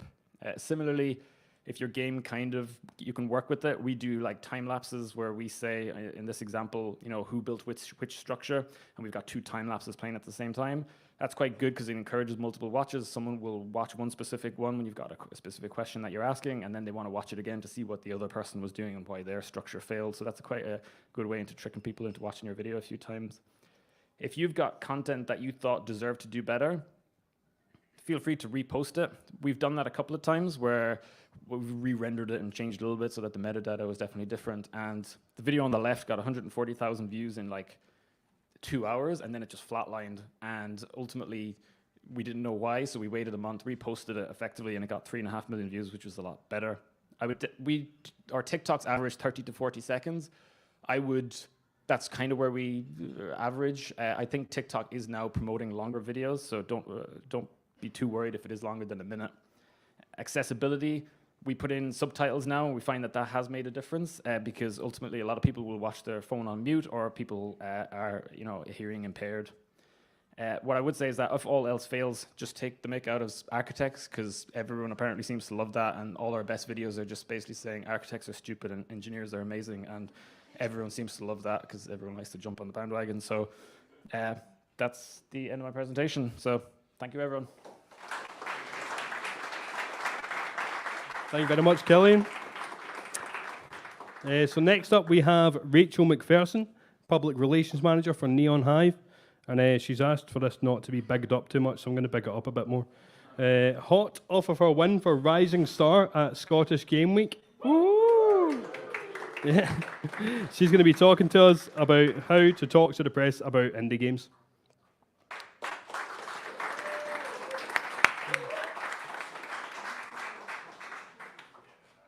Hello. I got distracted by my own gifts while doing this presentation earlier this week, so let's pray I don't do that again today. But hi, I'm Rachel McPherson. I'm the PR manager for Neon Hive. Neon Hive is a boutique PR and marketing agency with over 50 years of games industry experience based in Glasgow. We've worked with the likes of Bessel, Modern Wolf, Revolution.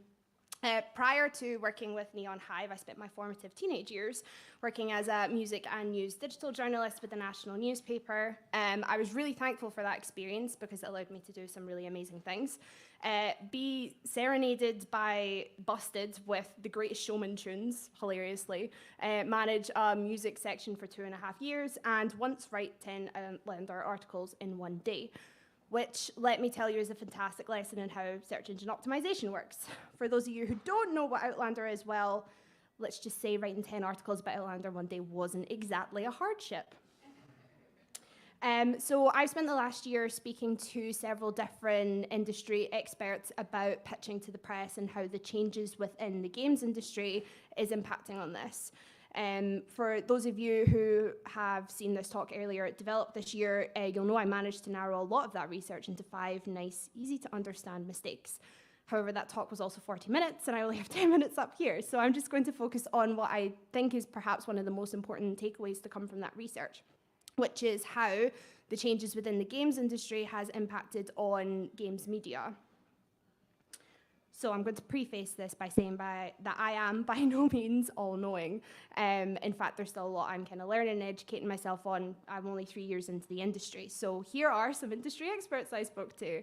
Aaron Potter is a journalist who's worked for print and online with Wireframe and Push Square previously. Lauren Bergen is the news editor at PC Games N, formerly the features editor at Dexterto, and Marie Delisandre found her home in games in 2016 and is now the deputy editor at GI Biz. So I've spent the last year kind of speaking to these guys about the changes they've seen, what I've seen, and how this kind of impacts on the work we do. So how do the changes within the games industry impact on the games media and how we pitch indie games in particular to press? Well, what we're finding increasingly over the last couple months is mass redundancies, cuts, and shelving of video games desks amidst a background of people wanting to invest more money in the industry. We've seen the success of the TV show of The Last of Us earlier this year. Then just last week it was announced that Zelda's getting a live action movie. It means that the games media is in the midst of a brutal paradoxical contraction, as Winky says in his fantastic article. The world's power brokers are investing desperately in the games industry, but games media itself is another story entirely. As I'm sure a lot of PR, creator, and marketing agencies will tell you, we're kind of having a bit of a heck of an uphill battle trying to get indie games covered by press who would have previously covered indie games naturally. So what does that mean? That means that, unfortunately, the articles that would have been good to have for campaigns or are deemed important to have for campaigns if you're pitching an indie game are much harder to pitch and secure to press. The immediacy of web means that there's less time to deliver ideas in meaningful and novel ways sometimes, which, coupled with the fact that there are more and more games, means it's difficult to find space for in-depth coverage of a lot of titles. Unfortunately, indie games seem to get the short end of the stick when it comes to that. On top of that, you have to contend with the fact that most outlets are operating with smaller teams these days and generally have limited time to cover indies over the bigger titles that either drive site traffic or already have a great track record and are being targeted. It sometimes means that the strategies that would have worked in the past don't always work as well nowadays. So what do you do, or what have we done over the last couple months to try and deal with the shift towards SEO focuses and this drive towards focusing on AAAs? Well, there's kind of two distinct things I found that kind of worked over the last couple of months. As Lauren says, the SEO world is a beast to navigate. If you know how to play it, you can sell pretty much anything without being clickbait or boring. Means that thinking about the keywords and comparison to other well-performing titles when you're pitching games is important to press. I didn't just mention Outlander earlier because the cast are really pretty. I mentioned them because those articles I wrote had hundreds of thousands of hits in them in days, because the way they were built were to attract the audiences that were looking for that kind of content, and they performed well on Google and search engine optimization. So when you're thinking about pitching indie games to the press, we're starting to have to think a little bit more about what those games have that make it more SEO friendly. A fantastic example is a game we're working on that just launched last week. It's called Doomsday Paradise. When we pitched it to PC Games N, as I just said, Lauren Bergen took one look at the game and went, "That's Slay the Spire if it was a dating sim," which was actually the headline she used when writing about the game. It's a fantastic way of instantly communicating what the game's vibes sort of are, and also drawing in people who are maybe Googling about Slay the Spire or looking into that game particularly. We don't usually recommend comparing other products to other products because it can be a little bit tricky at times. However, from an audience education point of view, as well as using games as a good jump-off point to instantly try and communicate the game you're working on to press that have limited time, it's a fantastic tool. Also, to boost that, you can use searchable events like summer showcases or Steam events. People Googling for these things are more likely to come across your game if they're included in roundups or listicles. But also just generally, if you're included next to a bigger name or a AAA release that's maybe included in a Steam Next Fest or something of equal import, you might be able to find it more easily on Google because it's featured next to that thing that everybody's looking for. Secondly, and it might seem a bit silly to be stating this, is empathy. Just remembering that we're all human beings and we all have really busy workloads is really important, and increasingly having a bit more thought when it comes to pitching to press who are becoming much busier nowadays and having to deal with constantly shifting AAA releases is really important, because at the end of the day, they only have as much time as you have. So giving them as much time to understand your game and also to play it and then to write about it is really important. And previously, we would have recommended anywhere between 2 to 4 weeks to give press time to have a look at your game. However, we're increasingly finding that that time actually needs to be extended because there's so much going on, and particularly if you get a surprise GTA 6 announcement out of nowhere on a Thursday. Also, it's important to make sure that you give the press everything they need to write the articles as quickly as they can without wasting their time. As Aaron says, giving the press and players at least one thing they won't be able to get out of their heads after seeing it once is a great benefit to how you're pitching. So if it's a flashy GIF, a great piece of key art, a YouTube video, a trailer, anything that will kind of grasp their attention that they can then put in the article to grasp the attention of the readers that they're trying to get to stop, take a moment and read what it is they're saying.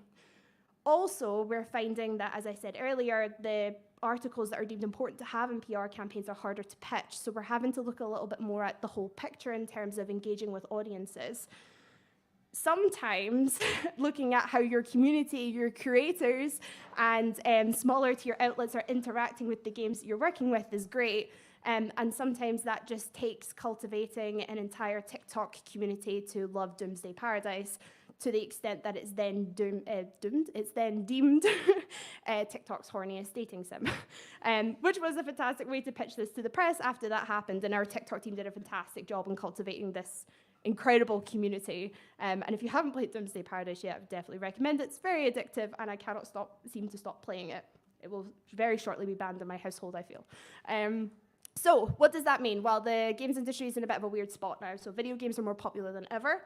The news agenda is shifting towards focusing on games that deliver consistent traffic and perform well in SEO. And at the same time, indie games are growing in popularity. It means that we're having to think a little bit more out of the box when we're pitching. The things that would have been important in the past still remain relevant: strategy, timing, relationships, how you speak to people. But also thinking about how SEO, these bigger AAAs are being pitched and are taking up more time, and how you might have to think around not having reviews in order to get players' attention is also equally important. The biggest thing I can say to you is trial and error. Have a shot at pitching something. If it doesn't work, go back, have a think about it. What resonated, what didn't work, and then try again.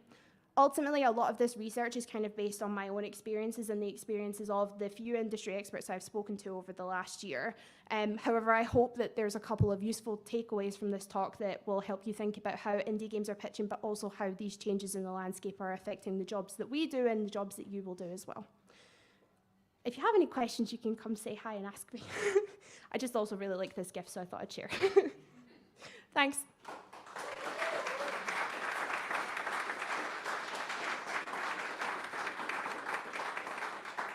Thank you very much, Rachel. Hot offer win for Rising Star at Scottish Games Week.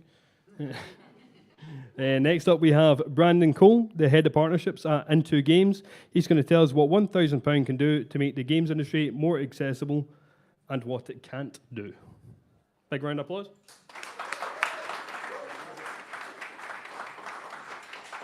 Hello everybody, nice to be here. For anyone that doesn't know, Scotland managed to pull back a last-minute equaliser in the 92nd minute to make it 2-2. Brilliant news. Hey.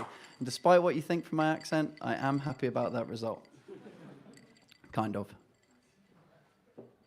So I'm here today to talk to you about why £1,000 is a lot of money. And there's two reasons that I want to talk about that. The first is we're in an industry that normalizes talking about $68.7 billion as a normal merger between two companies, where we talk about $500 million production budgets. And I think it's really important when we have a conversation like this to talk about the significance of £1,000 to an individual.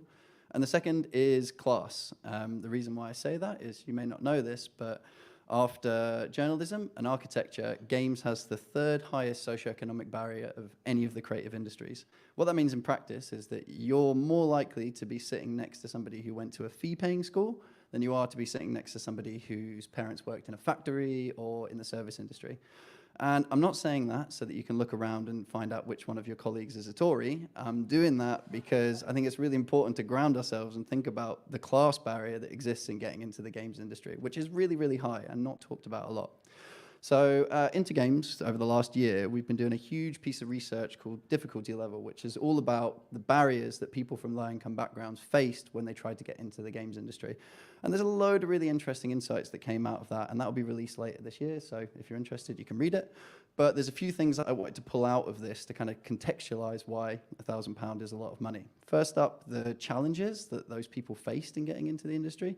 And second up, the solutions that they thought may be able to exist to better help people like them to get into the games industry. So first up, the challenges.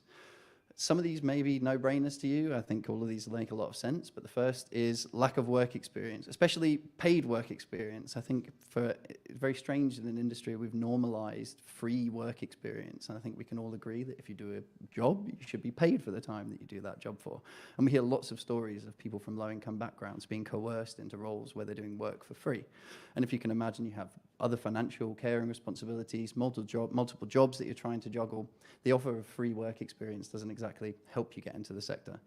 As well as that, not knowing that games was an option. If you come from a low-income area that doesn't have access to funding, it doesn't have the right computers or the right teachers, you have the time, the ability to be able to teach young people that games is even an option as a career, those young people are going to miss out on the opportunity to get excited and inspired by the possibility of working in games. As well as that, access to networking and events, and ultimately we're all really privileged to be able to be here today, to be able to afford the ticket, afford the train travel, to get here today, to come to this event. There's many people who wouldn't be able to do that. And finally, access to equipment. This is a bit of a no-brainer, but you can't make games unless you have something to make games with, and that includes both at home or in school. If you don't have a computer at home that can make games, then you're probably not going to be able to make them in your own time or in school or any other place. And finally, financial security. Again, one of the things that people often say when they're giving people advice about getting into games is, just make games in your free time, and actually, if you've got a young child, you've got multiple jobs, various other different responsibilities, you don't actually have a lot of free time to be able to make games. So these are the kind of some of the main challenges that people are facing. And when we asked those people what they think might solve those things, they came up with a few really interesting ideas. First, naturally, paid work experience. I think this all makes sense. If you're offering somebody the opportunity to be able to work in games, which is a highly skilled, competitive industry, those people should be paid for their time. Next up, early stage career guidance and planning. So the ability to be able to, for people who work in industry, to go into schools and be able to guide young people in the right direction, to get them excited and inspired about the huge plethora of roles that exist in games inside and outside of development. Equipment, events, software bursary, again, this is a no-brainer. Giving people the actual, what they need is the cash to be able to do the sorts of things that we're all able to do now, like come to events, get equipment that we need to be able to make games with, and all the other stuff that comes with having a bit of spare cash in your pocket.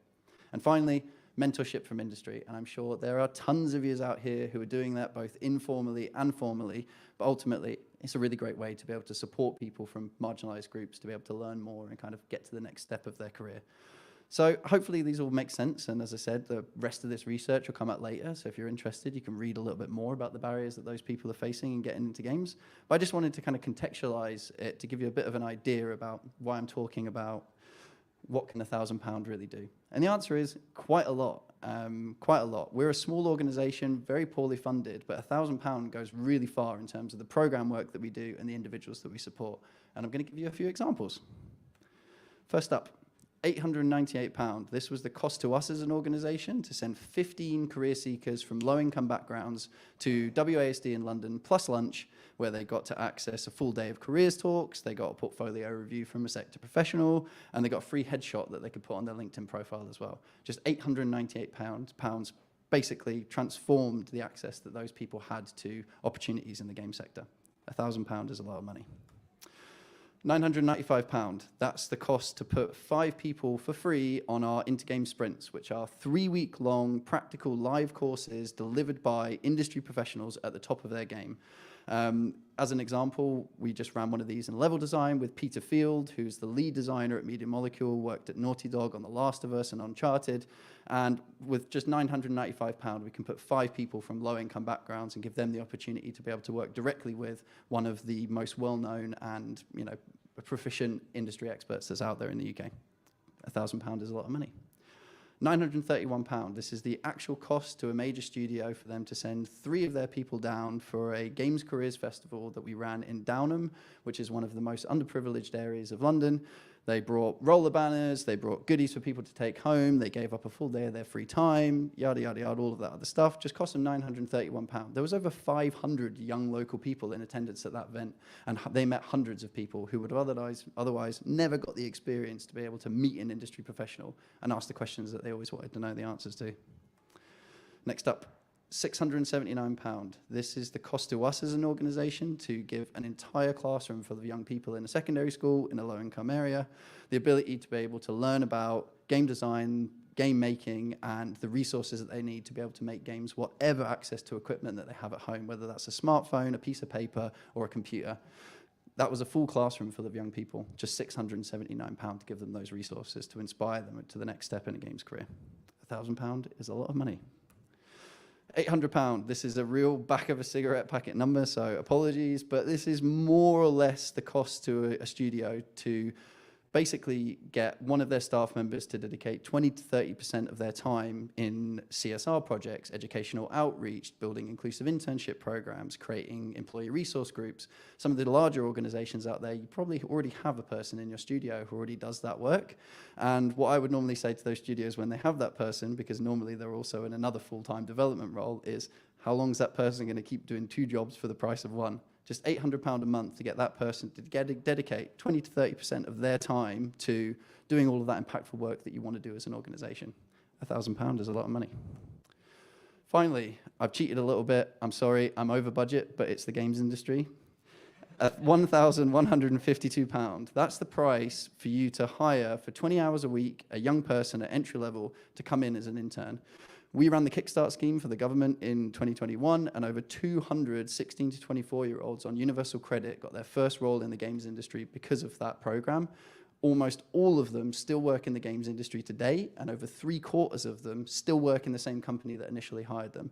And I think that just really goes to show that you do a little bit of the risk mitigation for organizations, and they go, wow, this person's actually really amazing. It doesn't matter that they're 16 to 24 on universal credit. There's a lot of hungry young people out there, super talented, that just need the opportunity. That's my last example to give you, and hopefully after this you're thinking, wow, actually £1,000 is a lot of money, because it is. Wouldn't you all like to have £1,000 right now? I know I would. I'm in my overdraft right now. I'd love to have £1,000. That's a personal plea for £1,000, by the way, so if anyone's got any money, please do let me know. But I just want to leave you with this. So when you go back to work on Monday and you're thinking about, wow, what significance do we have as a small organization? What can we really do? How can we have an impact in our local community? Just remember, £1,000 is a lot of money. Huge thanks, guys. Much appreciated.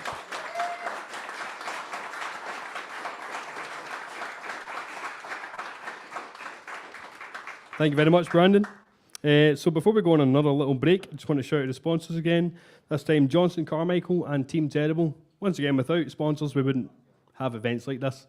And if you wouldn't mind, join the raffle. Loads of games that you can win. A lot of fun. That'll be up throughout the break, so feel free to scan the QR code and join that. We'll rendezvous in about 20 minutes, and I'll shout at people again to bring us all back. Cheers.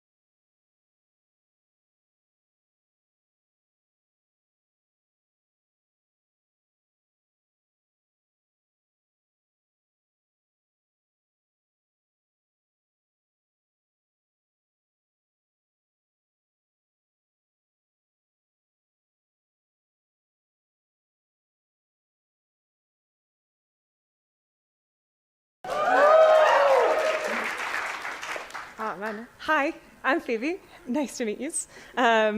Bit of backstory about me. I've been in the industry for just under 3 years now. I actually didn't come from a traditional games background.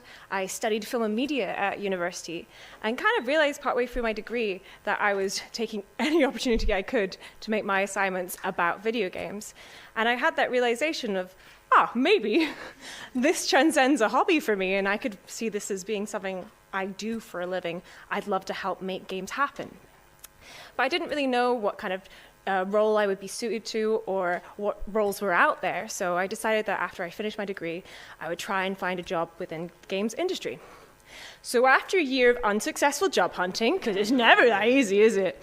I found a job as a QA, and I was just so ecstatic to be there. I was so happy to be included in the industry and to have finally made it. And then about just over a year ago, I was asked if I would like to do some design work for a game I was testing. And I was like, sure, yeah, I'd love to try. And I did a dry run, and that went well. And then I got offered a position.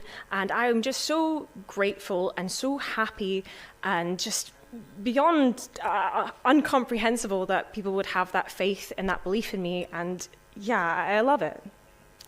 I'd said I'm worried. I'm really worried that I am not learning fast enough, that there's too many gaps in my knowledge, I am not doing good enough, and that I will eventually, inevitably, let down those people that put their faith in me. And I thought that maybe this imposter syndrome would get better over time and I would not be so worried. But actually what happened was I just had ammunition to feed it. And it would be like, do you remember that thing you did 6 months ago?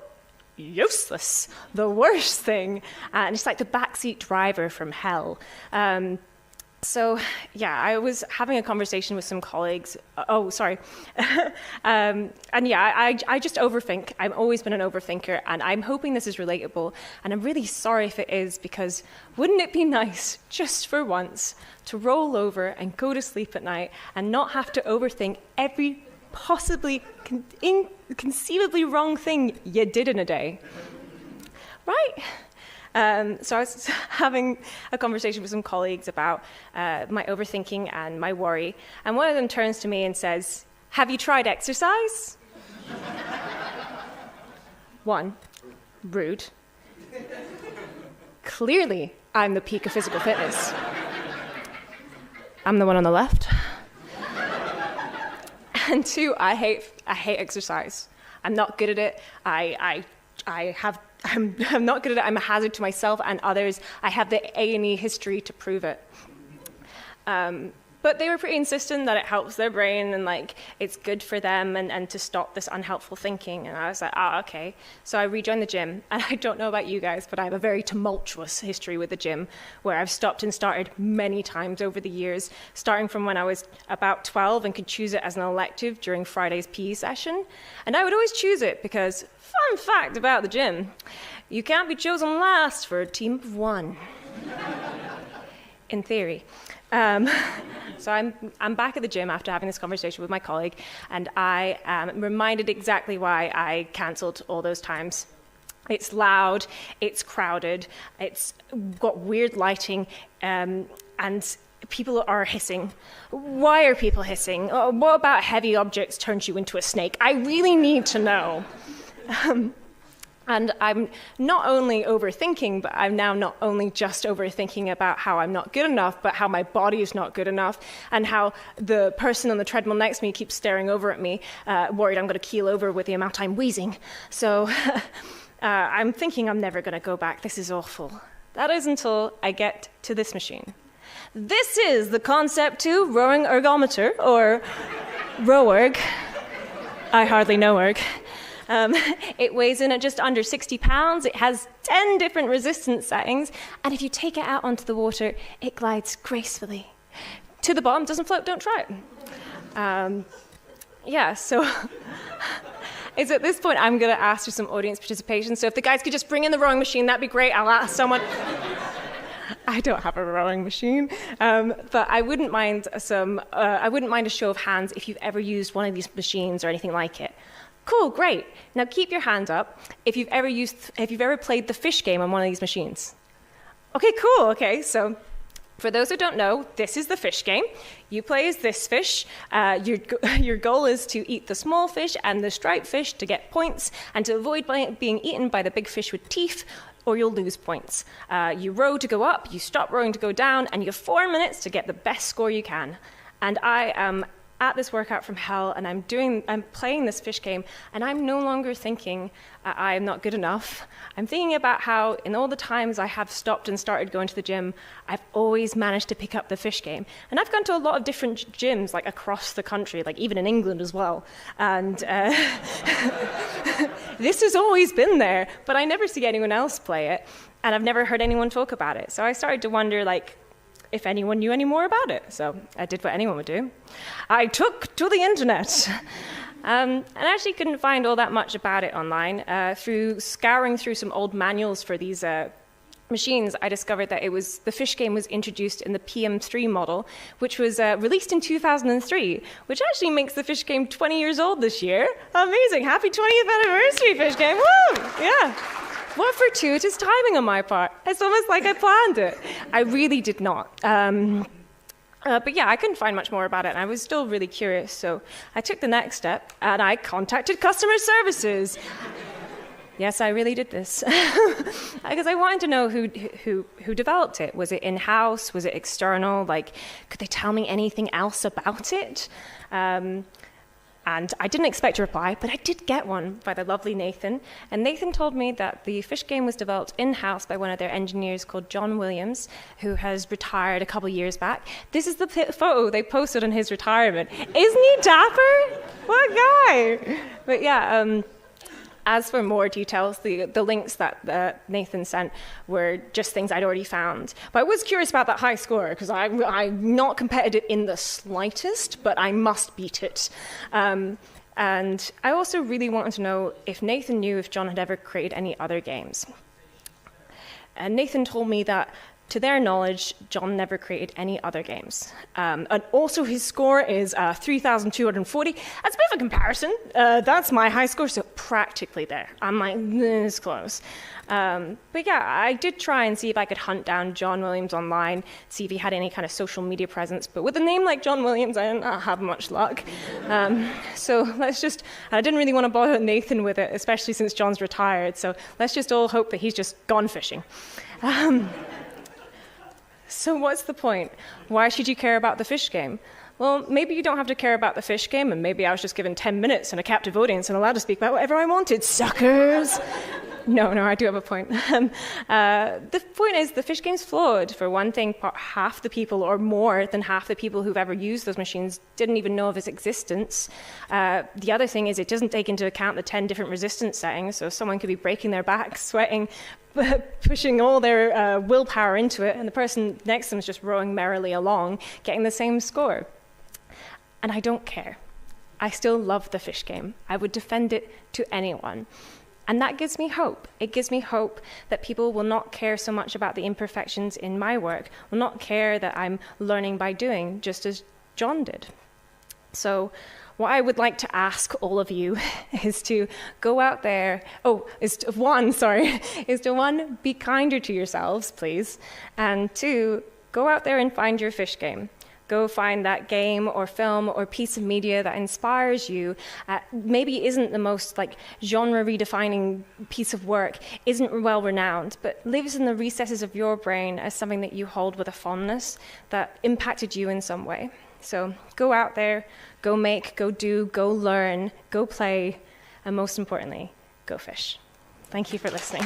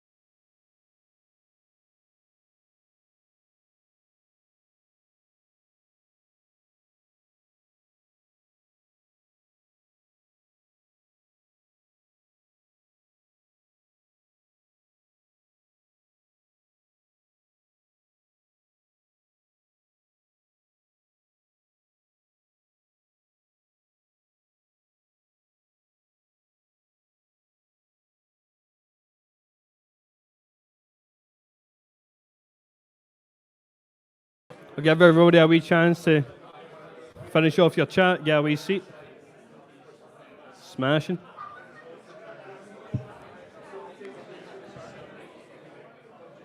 Right, folks, that's the end of the break. Going to continue on with some more talks.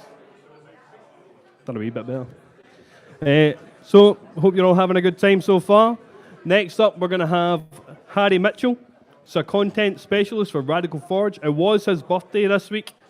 We're not going to sing happy birthday, but give him an extra woo because of that. And he's going to be talking to us about your first steps to content greatness. Where is he? Harry Mitchell. Here he is. Move this down, it's fucking offensive. Hello, everyone. My name's Harry Mitchell. Today I'm talking about content. If the word content kind of makes you cringe, and it's something that you think is kind of a late-stage capitalism catalyst to the end of the world, then sorry. It's going to be rough for 10 minutes.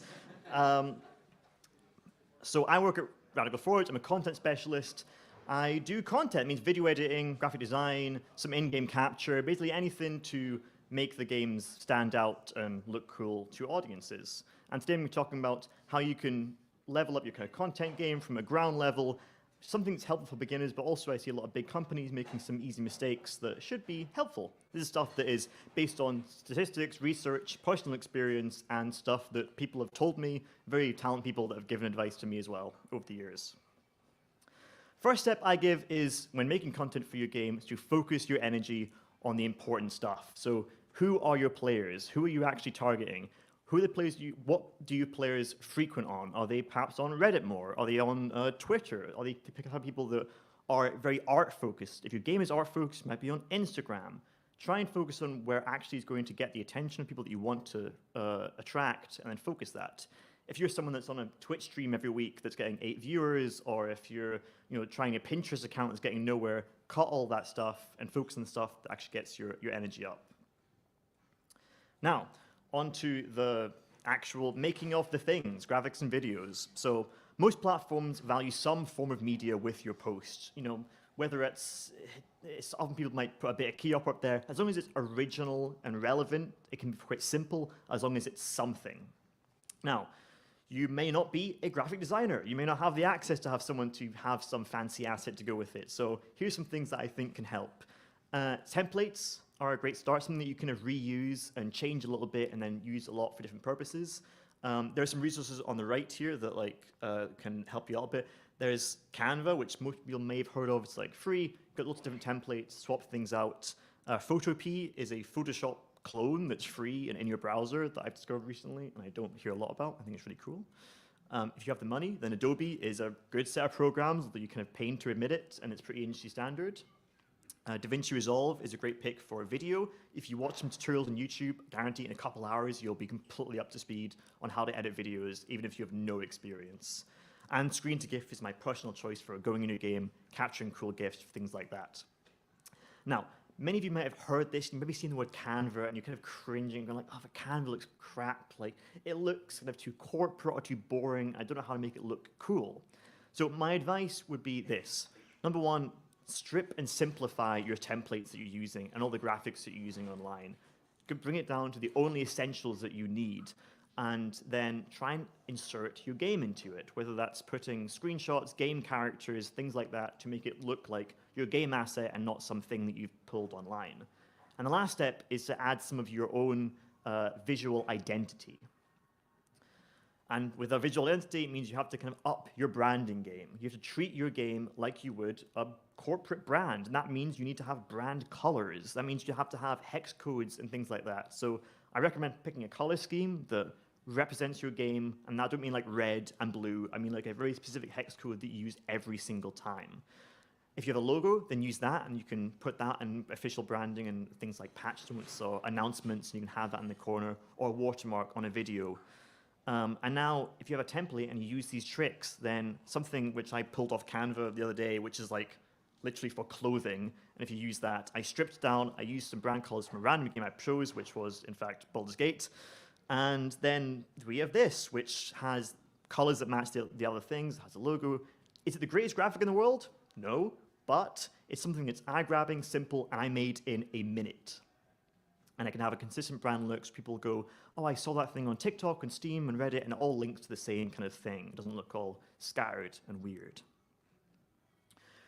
Also, congratulations, if you've done that, then you've also accidentally upped your pitching game. So if you're working on things internally, if you use the tools at your disposal that you've done here, then now if you're trying to pitch that publisher for a new game, you're trying to pitch for funding, if you're trying to do all things like that, then your slide decks and your videos are all going to look way better and way more real. A lot of what I do in my job isn't all external. A lot of it is internal, just to make our prototyping and our pitching look like a real, authentic product and have that edge of professionalism. And if you have the tools here, then all the stuff, your chances early on to get stuff accepted and stuff funded is going to go way up. And thinking about this early on is super important. It's not something that happens post-launch. You go, okay, now it's time to think about kind of marketing and content. If you think about how this game is going to play on TikTok, how this stuff is going to look online, how your trailer is going to act like, if you think about that early on, it's going to impress people when you think about that early on. And when you think about it in development, it's going to be helpful. On the preparation to launch, it's going to be easier, and it's going to result in more sales. The other thing I want to say is share your game. This is a thing that I think is kind of shake people by the shoulders by when they're unsure about what to do for content online. If you choose the same kind of screenshots you take all the time on Steam and posting that to your updates, do more. Always be jumping into your game, capturing screenshots, capturing GIFs, capturing video content on every aspect of your mechanic. And when you post with that mechanic, you'll have something to show, which is eye-grabbing and immediate, and isn't just kind of boring and textural. That means you can maybe make videos explaining your game, showing here's this cool thing that I made, here's this cool element of our game. And if the thing about something like recently is that visuals and visual hooks, stuff that looks very pretty, does very well on TikTok and on Twitter.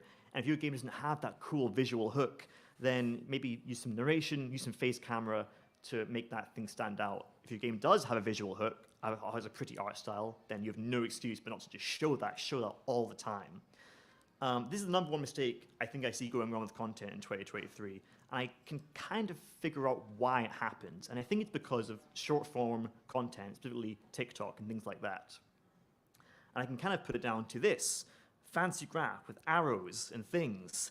So if you're on short-form content, and by that I mean TikTok, but also Instagram Reels, YouTube Shorts, algorithmic content, things like that, you probably should be posting these three things in games. You have on the left, you have inform, which is show your game. What is your game? What's cool about it? What are the elements of the game?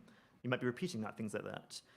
You have educate, which is how is it made? Show about the people that made it. You might be showing them how to work on it, how to participate, how to do the call to action, how to take part. This should be very authentic, this part. And entertain, which is the part with your trends, stuff that makes people laugh, makes people think about relevant topics, and engages with viewers and community and things like that. Now, problem is, I think you should be starting on the left and not on the right. Because I think the reason is that people see the entertain part going very well on TikTok. They look at all the best, most successful, better performing TikTok accounts, and they're all doing this stuff on the right. They're doing trends, they're working with the community. The difference is those people are already successful, which means they already have an audience, which means that audience cares about their content and their game. Nobody cares about your game. So if you do a trend or a thing that latches onto some relevant, 2-day-long trend, no one's going to care. Instead, start over here on the left. Just show your game. Don't be afraid to repost. A great example of this is Killian's talk earlier with the engineer, who you don't see things in this on the right here. You saw them doing great inform and great educate and great success because of that. I think that is the main reason where things are going wrong, where you can just do post and post. And I think people are hesitant to do that for this final reason, which is that they have a little bit of a crush on their audience, which is something you've got to get over. You're kind of twirling your hair, you're kicking your feet, you're going like, oh my God, what if I repost and they don't like it? What if they unfollow me? I have to post stuff that everyone likes. They care way less than you think they do. The worst case scenario is it gets forgotten about and lost in the swathes of time like TikTok does. And the best case scenario is your game gets success and seen. So post those repeats, repost on loads of platforms, make weird stuff, make terrible stuff. It doesn't matter. The more rules and barriers you create for yourself, going like, oh, but I can't do this, I can't do that, I can't do that, I can't do that, the more you go by approvals to perhaps a marketing manager, a brand manager, your CEO, the less chance you get to have that viral moment. So try and keep all those barriers and rules to a minimum. And it's maybe a hot take, but I think working faster and less expectations doesn't mean your stuff is going to be low quality or less creative. In fact, if you just work fast and just try different stuff, I guarantee you're going to have more fun and you're going to end up doing more interesting stuff than if you try and overthink it. That's everything. You can follow me there, and then I think Matt Kurok released my LinkedIn, and thank you for listening.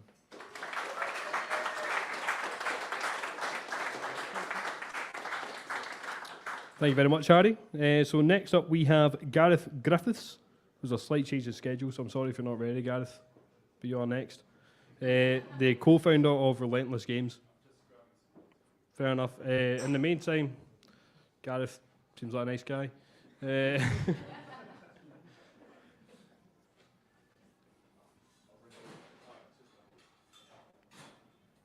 Big round of applause for Gareth, please.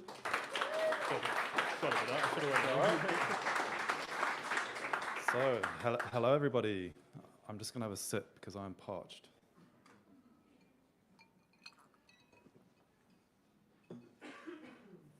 See, I emailed Colin because I've been recently looking into VR. I got a Meta Quest, and I just thought I would give my first impressions. I've been using it for about 3 weeks. I've also recently started a company called Relentless Games with Mike. Where's Mike? There he is. There's the man. So yeah, if you guys want to chat to either of us about Relentless Games, feel free to come on and have a chat. But this talk is about VR and my first impressions. So I'd quite like to give you a bit of a background about me. I've worked on a lot of various projects, but nothing VR. So when I came to VR, it was really my sort of first impressions. But I just wanted to give you a little bit of a background. So here it goes. Does it just play? Nope. There we go.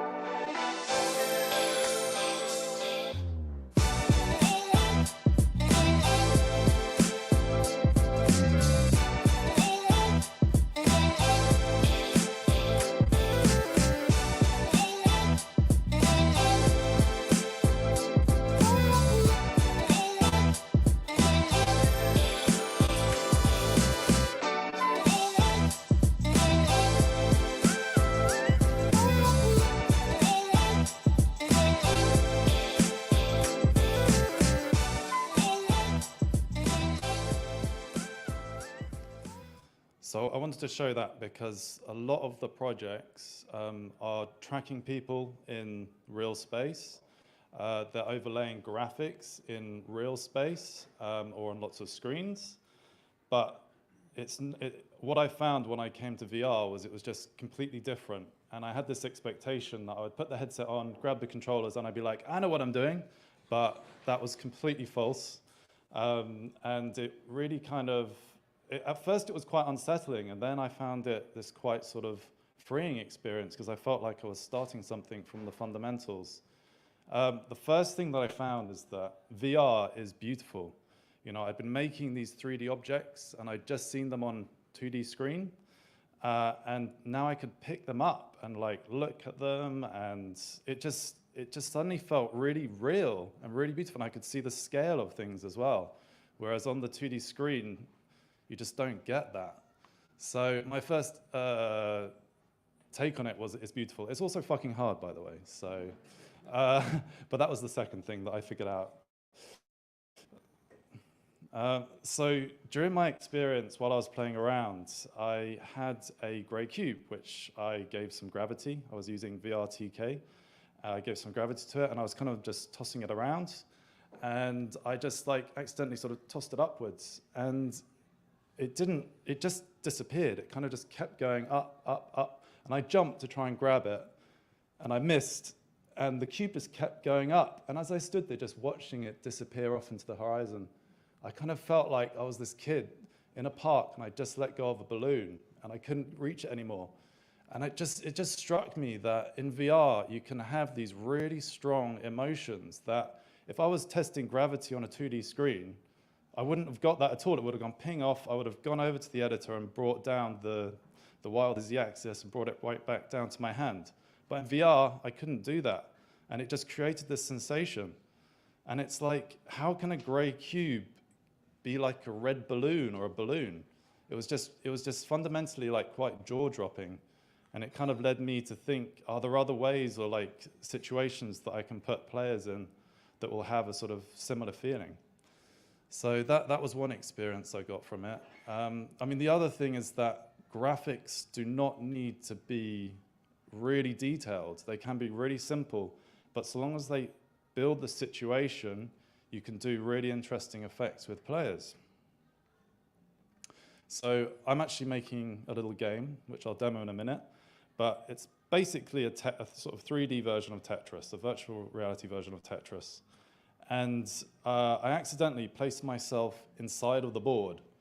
Normally it would be in front of you and you could control the pieces, but in this image, I was suddenly inside of the board, and the pieces were just coming down, smashing into my head. And again, it was a very surreal experience. One minute I was expecting the board to be in front of me, nice and small. Next thing, I'm inside this game. And I just love how these little accidents can happen that can completely change the project. Maybe I'm suddenly, instead of controlling the pieces, I'm actually having to physically move them or move them with a team. So that was something else that just grabbed me and made me love VR even more. Just these little accidents can suddenly completely change your perception. Oh, spelling mistake, oops.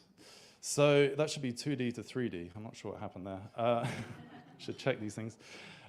So one of my sort of theories while I've been developing inside VR is that there's a lot of low-hanging fruit. You know, we can take sort of 2D games applications and turn them into 3D ready for VR. So I think if you take like an app that you think is really popular and think, how are people going to be interacting with this in a few years' time? Then there's a lot of opportunities there for creating the next set of apps. So with that line of thinking, one of my all-time favorite games is Tetris, and I just wanted something which I thought would be fairly simple to create to start off with, would be to make Tetris have a third dimension. I know there's Tetris Effect, but in my mind that doesn't really count, although that is quite a good example of 2D to 3D, because they've done it in quite a simple way. I wanted to add the extra dimension and figure out how those controls could work. So here is a little demo, video play. Hey Siri, video, there we go. So yeah, this just gives a little sort of demonstration of how this is working. So my initial plan for it was there were going to be these levers which you would use to control and move the pieces. And within like half an hour of trying that out, I realized very quickly that really you want to be like going in and grabbing the pieces and twisting them around. But again, that didn't really work because the pieces are constantly moving. So I kind of made the piece appear wherever the controller is. You can also pick up the board and move it around to check. So that was something else I found in VR, like everything that is in front of you, you need to be able to grab and manipulate. And that just made all the difference. So that just about wraps up my initial experience of VR. Thank you.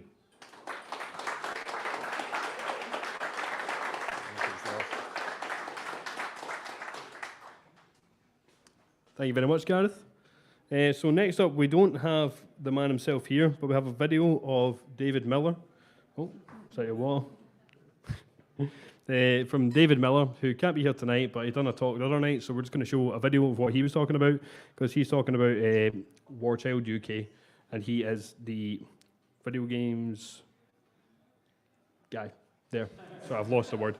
I've lost the exact word. Important guy working with War Child UK, so we're going to be showing a bit of a video on that. Evening, and hi everybody. Thank you very much for inviting me to come and talk today. I'm not sure if all of you have heard of War Child, but I think there's some people in the room who have already supported us at some point over the last few years. So thank you very much if you have. Also, I know some of you have contributed to the raffle, which is going to be in aid of War Child this week. So thank you very much to everyone who has supported us, and thank you in advance to anybody who may be inspired to support us in the future. What I want to do today is just to spend a few minutes to, I'm not going to go into a huge amount of detail about what Warchild does. I don't really have the time to do that. Really just like to give you an overview of the different ways that you could potentially work with Warchild if you were that way inclined. We do lots of different gaming partnerships. We've been doing it for over 20 years. And I'm just going to give you a really quick whirlwind tour through some of the activations that we've done, big and small, and give you kind of a checklist of ideas that might just plant a seed. And that's really all I'm trying to do today. What do? We work with children in war zones around the world. We go to some of the most dangerous places in the world. Right now we're in Gaza, we're in Ukraine. We stick around after the media bandwagon has rolled on. There's terrible things happening right now in Gaza, but there's really bad things still happening in Yemen and Afghanistan and in places like the DRC. We don't just do emergency relief. We really focus on education and mental health and rehabilitating children who have been victims of war. That's our speciality. And I can tell you much more about that if you'd like to later on. But really what I want to focus on for the next few minutes is how we work with games companies. And I've got some different case studies. Some are really big and expensive in terms of time and cost, and some are really kind of quick and dirty from a development point of view. But the thing that I'd like to stress most of all is that we're really flexible. We've got a team of people that have worked in and around games. I've worked for games companies for over 20 years before I came to Warchild, and I've got a team of people who have worked as creators, who have worked in tech and have worked in the charity space. If you've ever played Football Manager, you've probably heard of Warchild, and actually millions of people know us because of this incredible game. They're our foundational gaming partner. It's been almost 20 years since Football Manager, Miles and the Colliers decided that they wanted a percentage of every copy of FM that's sold to go to Warchild. It's raised a huge amount of money for us, and it has really brought us into the space. So we're eternally grateful to those guys. As well as being in the game, as well as getting a royalty, we're also in the game, and that gives us a lot of opportunities as well. So, you can support us in soft ways. It doesn't just have to be money. I don't expect you to read all the words on this, but I wanted to also draw attention to the amazing guys in Poland at 11-Bit Studios. They have a game called This War of Mine. You may have played it. It's an incredible game that seeks to tell the experience of what it's like to be a person in a war. It's not an action game, it's more of a resource management game.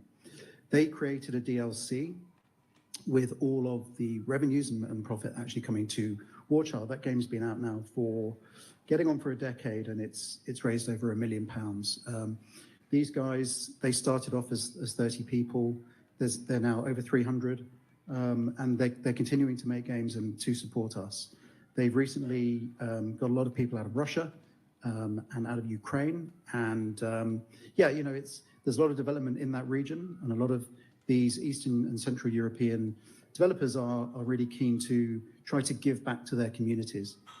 Another example of that is wargaming. This might look like a weird bedfellow for Warchild, but it's not, because we both have the same principle, which is that tanks should only really be in a video game or maybe a museum, not in the real world. And by putting in-game purchases, in-game items, medikits and branded packs inside the games for the last 6 or 7 years, they've been able to raise, I think should now be well over £250,000. Easy, heavy lift for the studio. But as well as really big games, we've also worked with smaller games, with mobile games. This is a relatively recent example of the War and Peace game. These guys wanted to do something to support us. They created a medikit that was sold just over a weekend, just made a one-off event for a weekend. We jointly promoted it, and it raised a really nice amount of money for us. It doesn't have to be millions. It can be a few hundred or a few £1,000s. No idea is kind of too big or too small. We're really happy to have the conversation. If you guys have an idea, if you guys have a game, if you'd like to work with us in some way, we'll figure a way out to do that. As well as putting stuff in games, we do a lot of stuff with streaming, which is obviously a huge part of the gaming landscape today. Game Action is a kind of sub-brand that we launched a couple of years ago, which we think is a clever pun because it speaks to the action of the actual work that we do, the action in the field, but also game action when you play or when you watch. So this is a kind of a sub-brand that you might see popping up. It's been the name for sales and it's been the name for streaming events.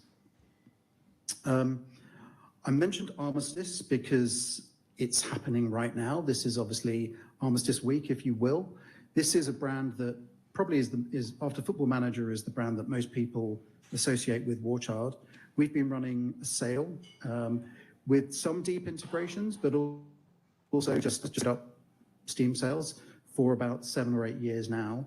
And this is actually live today. So the screenshot on the left I took on Wednesday night. You can see, and I'm just gonna leave this up for a moment, you can see right in the bottom in the middle, that's actually, you know, the homepage of Steam. Steam, we have a very good relationship with Steam. We've worked with them for many years, and they really like to promote the sale. The significance of this is that as a developer that has got a game, it may be through its launch window, you may have spent all your marketing budget, it might be in its long tail. By partnering in one of our sales, it gives you a chance to get involved with a daily deal. It gives you a chance to get on the front page. You won't be the only game. This is the sale that's actually live right now until tomorrow night. We've been really blessed this year. We have about 100 games in the sale, but for 24 hours, it was daily deal, and we had an absolutely crazy amount of traffic for the first 24 hours. Anecdotally, we often get feedback from indies especially that even with a significant rev share to Warchild for that sale week, they might still significantly outperform the sales that they would get in a week, even on the net. So even let's say we do a 50-50 rev share on the sale, because of the volume that we're going to drive through Daily Deal and through all of the marketing that we do, you may still earn 2, 3, or 6 times what you may have earned in that week if you hadn't been in the sale. So it's a slightly technical point, one I'm happy to talk about later on, but I'm really proud of that statistic because it means that we can give some value back to you. We're very happy for you to support us, but we're equally happy for you guys to get some kind of win out of this too. We were particularly blessed. It coincided with the Football Manager launch, so we were really all over the front page, as you can see. We do a lot of marketing around all of our sales. We have a good social media team. Within a few hours of launching the sale, we had 8,000 views. That's now up to about 20. That was just for one tweet. We do a whole range. We have a whole social media team that will push all of our activations really hard. I've missed a slide, but yeah, live streams and events. So this is a streaming event that we did a couple of weeks ago. We had some fantastic creators, some favorites of mine like Geeky Cassie there, who came together. We did a 7-hour live broadcast. It was a hell of a day, playing all different Switch games to raise money for Warchild. So we organize streamathons and we organize big streaming events. If that's something that suits the kind of games that you're making, it's something that we can talk about getting you guys involved with as well. So super quick checklist while I quickly finish. Any way that you want to work with us, we're happy to have a conversation. So you could join a Steam sale, you could create a game or a DLC, you could get involved with live streaming, you can promote us, you can donate a percentage, you can sponsor. If maybe you've got some marketing budget from a launch, we can get you reach, we can get you eyeballs, we can do CSR work, and if you want to just make a donation, we're happy to take your money as well. So thank you for listening, and yeah, please find out more from me if you're interested. Thank you.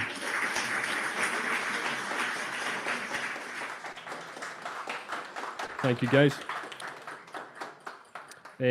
I would just like to properly say his title because it's quite an important cause. So that is David Miller, Head of Gaming Partnerships at Warchild UK. So next we're going to hear from Colin and more about the raffle, which is going towards Warchild UK. Absolutely. Thanks, Ryan. Just to say, for those of you that weren't here from the very start, if you've not been to these events before, we always raise a bit of money for some good causes. I think we'd worked out this is our 25th Games Talk Live event, and we've raised literally tens of thousands of pounds over the years for like Special Effect, NHS, Ukrainian Red Cross, Glasgow Kids Hospital and everything, which is amazing. Tonight, we're raising money for War Child, just with everything that's going on at the moment. War Child helps kids in conflict zones, so it feels a very appropriate charity. We've raised over £1,500 just over the last 2 days, which is amazing. I would love us to get closer to £2,000.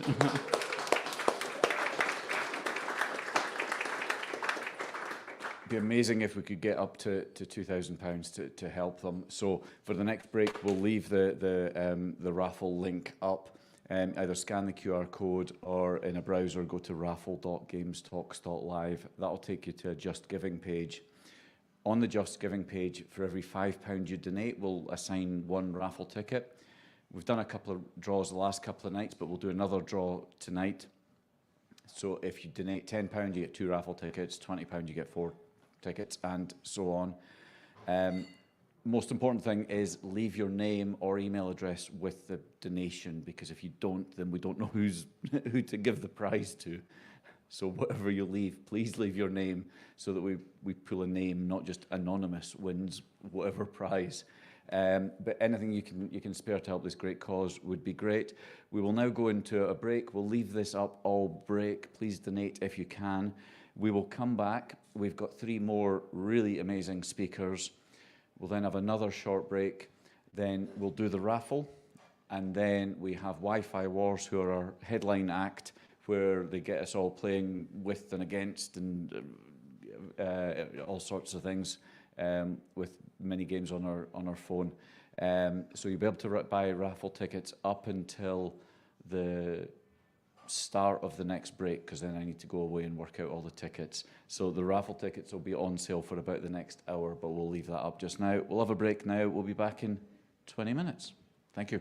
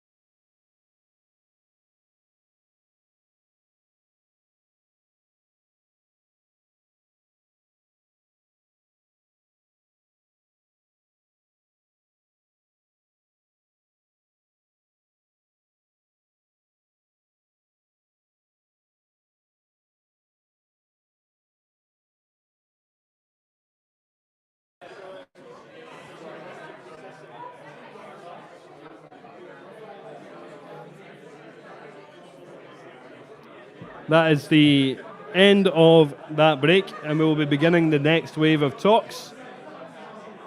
So if anyone can hear, grab your pal, tell your pal to sit down, get ready to listen to some more excellent speaking.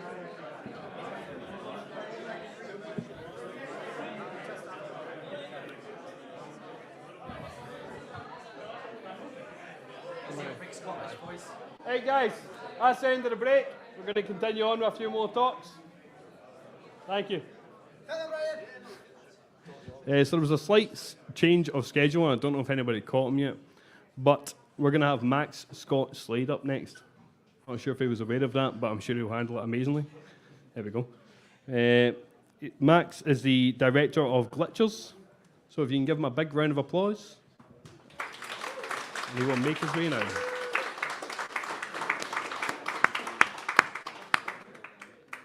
You, Max? Apologies, man. I don't know if I caught you. Thank you.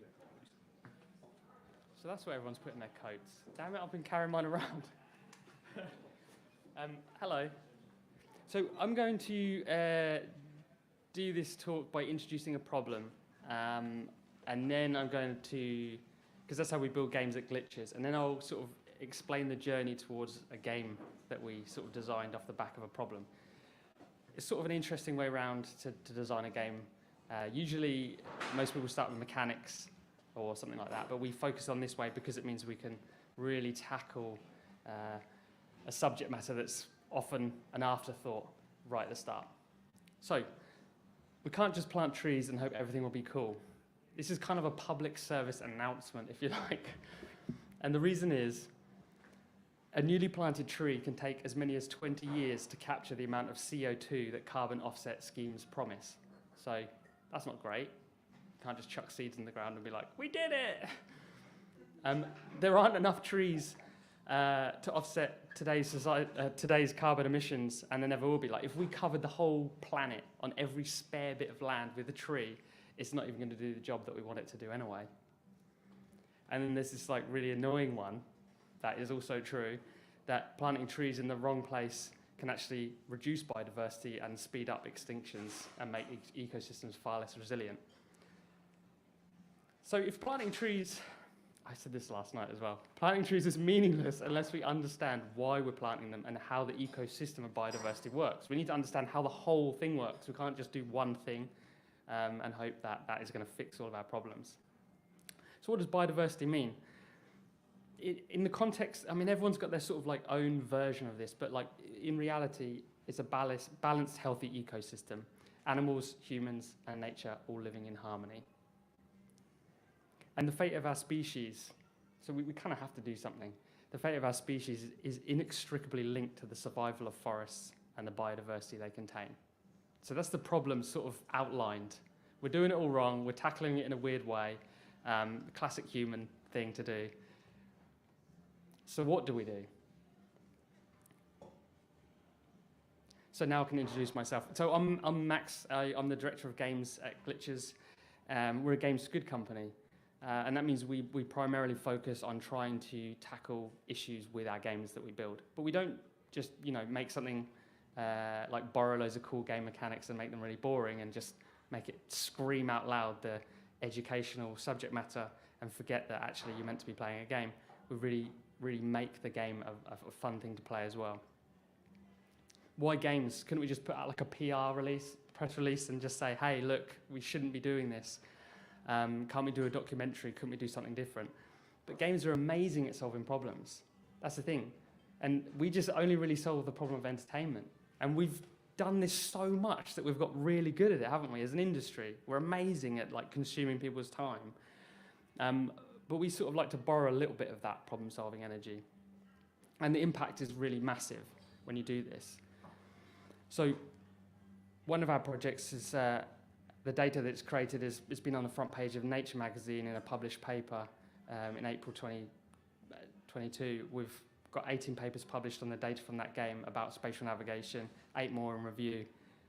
Like, weirdly, as a games company, we've won 9 Cannes Lion Awards. These are usually reserved for like advertising agencies. We're BAFTA nominated, not a win yet, but one day. And We've got 3 D&AD awards, which I'm really proud of. And tons of other stuff, because the way that we tackle things is so different. And I believe that in the future, you'll be able to diagnose things like dementia by playing a game, because they're just so good at spatial navigation tasks. Anyway, back to biodiversity. So we always collaborate with experts, and that's really important. We don't go out there going, we know everything about how the environment works. That's just not what we do. So the collaborators for this project are Oculus, and they're a bunch of scientists that are so awesome. They've got a small team in Stirling in Scotland, and they have a massive team in Gabon in West Africa.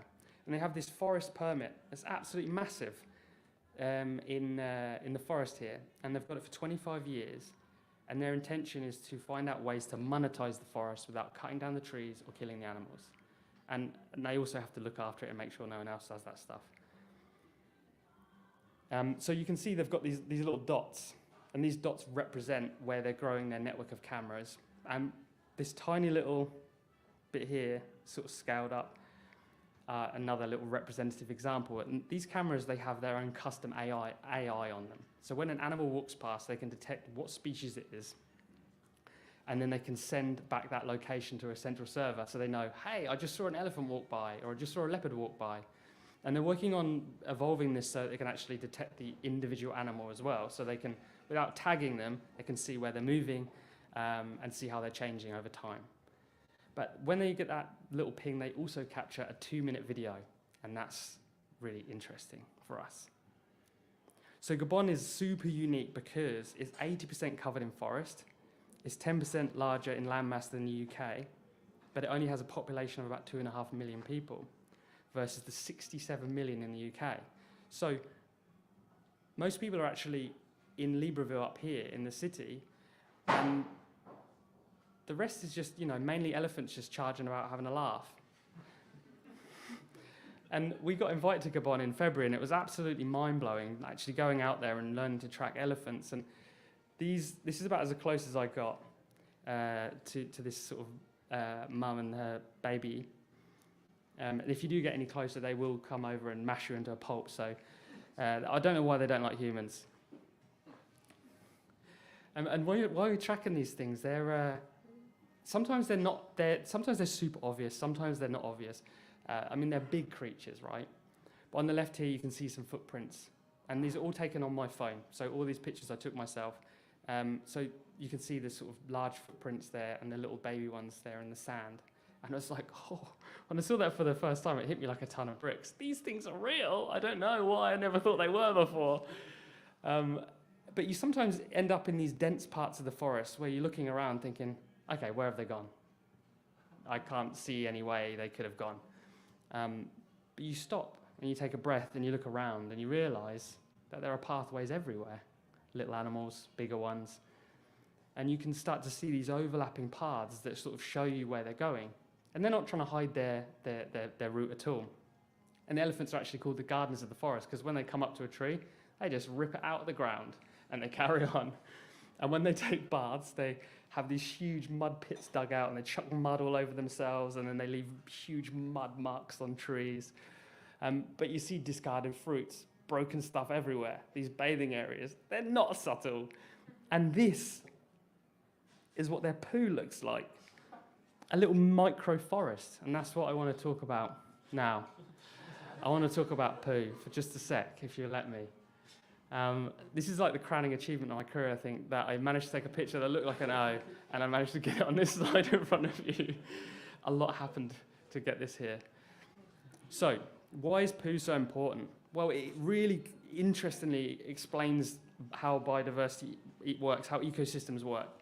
So the elephant eats fruit on the left. The seeds in its gut are getting fermented, and that can only happen inside that elephant. And when they have one of their ginormous poos, those seeds inside are sitting inside a nutrient-rich mud pie. That is the perfect thing to germinate those little seeds. And that's how the forest regrows. So they're not only ripping out the trees, they're also planting them. So when you see that, that is a microforest, and that is going to turn into maybe 10, 20, 30 trees. Elephant poop on the left, gorilla poop on the right. I didn't get there quick enough to see any real poo, but it's all washed away. and what's left are some seeds. And these seeds, again, show that there is another loop. And you take one thing out of that, the whole thing falls apart. So I went to the forest and designed a game about it. What do we do if we can't plant trees and we have to just like basically watch? Well, we are the observer. We are making sure that we don't do the things that we know the forest doesn't need. No cut, no kill. We observe, we watch, we make sure that it's okay. So I wanted to bring this forest to people's living rooms to teach them this, and I want the footage of the forest to be a starting point for missions in a game. And this is some of the footage off the cameras, complete. I've only just trimmed it down. So you get to see these elephants living their life, just chilling. All the cameras have been positioned so they take good pictures. They're not just, curated like afterwards. And we don't get to see animals like this on a documentary or in a zoo. They're not in their natural habitat usually. I know we've got limited time. This is a giant pangolin. That's like really rare footage. Just see it scrambling over a little bit of wood. And we put this camera down with the scientists, and to have that footage come back a couple of weeks later with a gorilla and its baby is amazing. And seeing elephants traverse things like these logs is mad. And when you see the footage of a leopard come off, you're like, oh my God, this is amazing. So this is a first look image of the game that we're building called The Last Eden, which is set in Gabon. You play as a photographer. It's a stealth game. You play as an observer of the forest, and you do photography missions.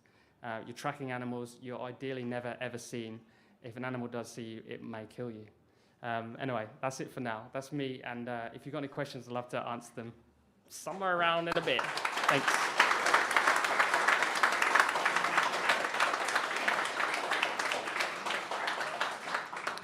Thank you very much, Max, and I mean it when I say that might be the most interesting poo talk I've ever heard. Might be. So next up we have Gabriele Madaloni. I'll give it a go. Gabriel Madaloni? We'll take it. Next up's Gabe, the CEO of Mad Studio. He's going to talk to us a bit about game backends.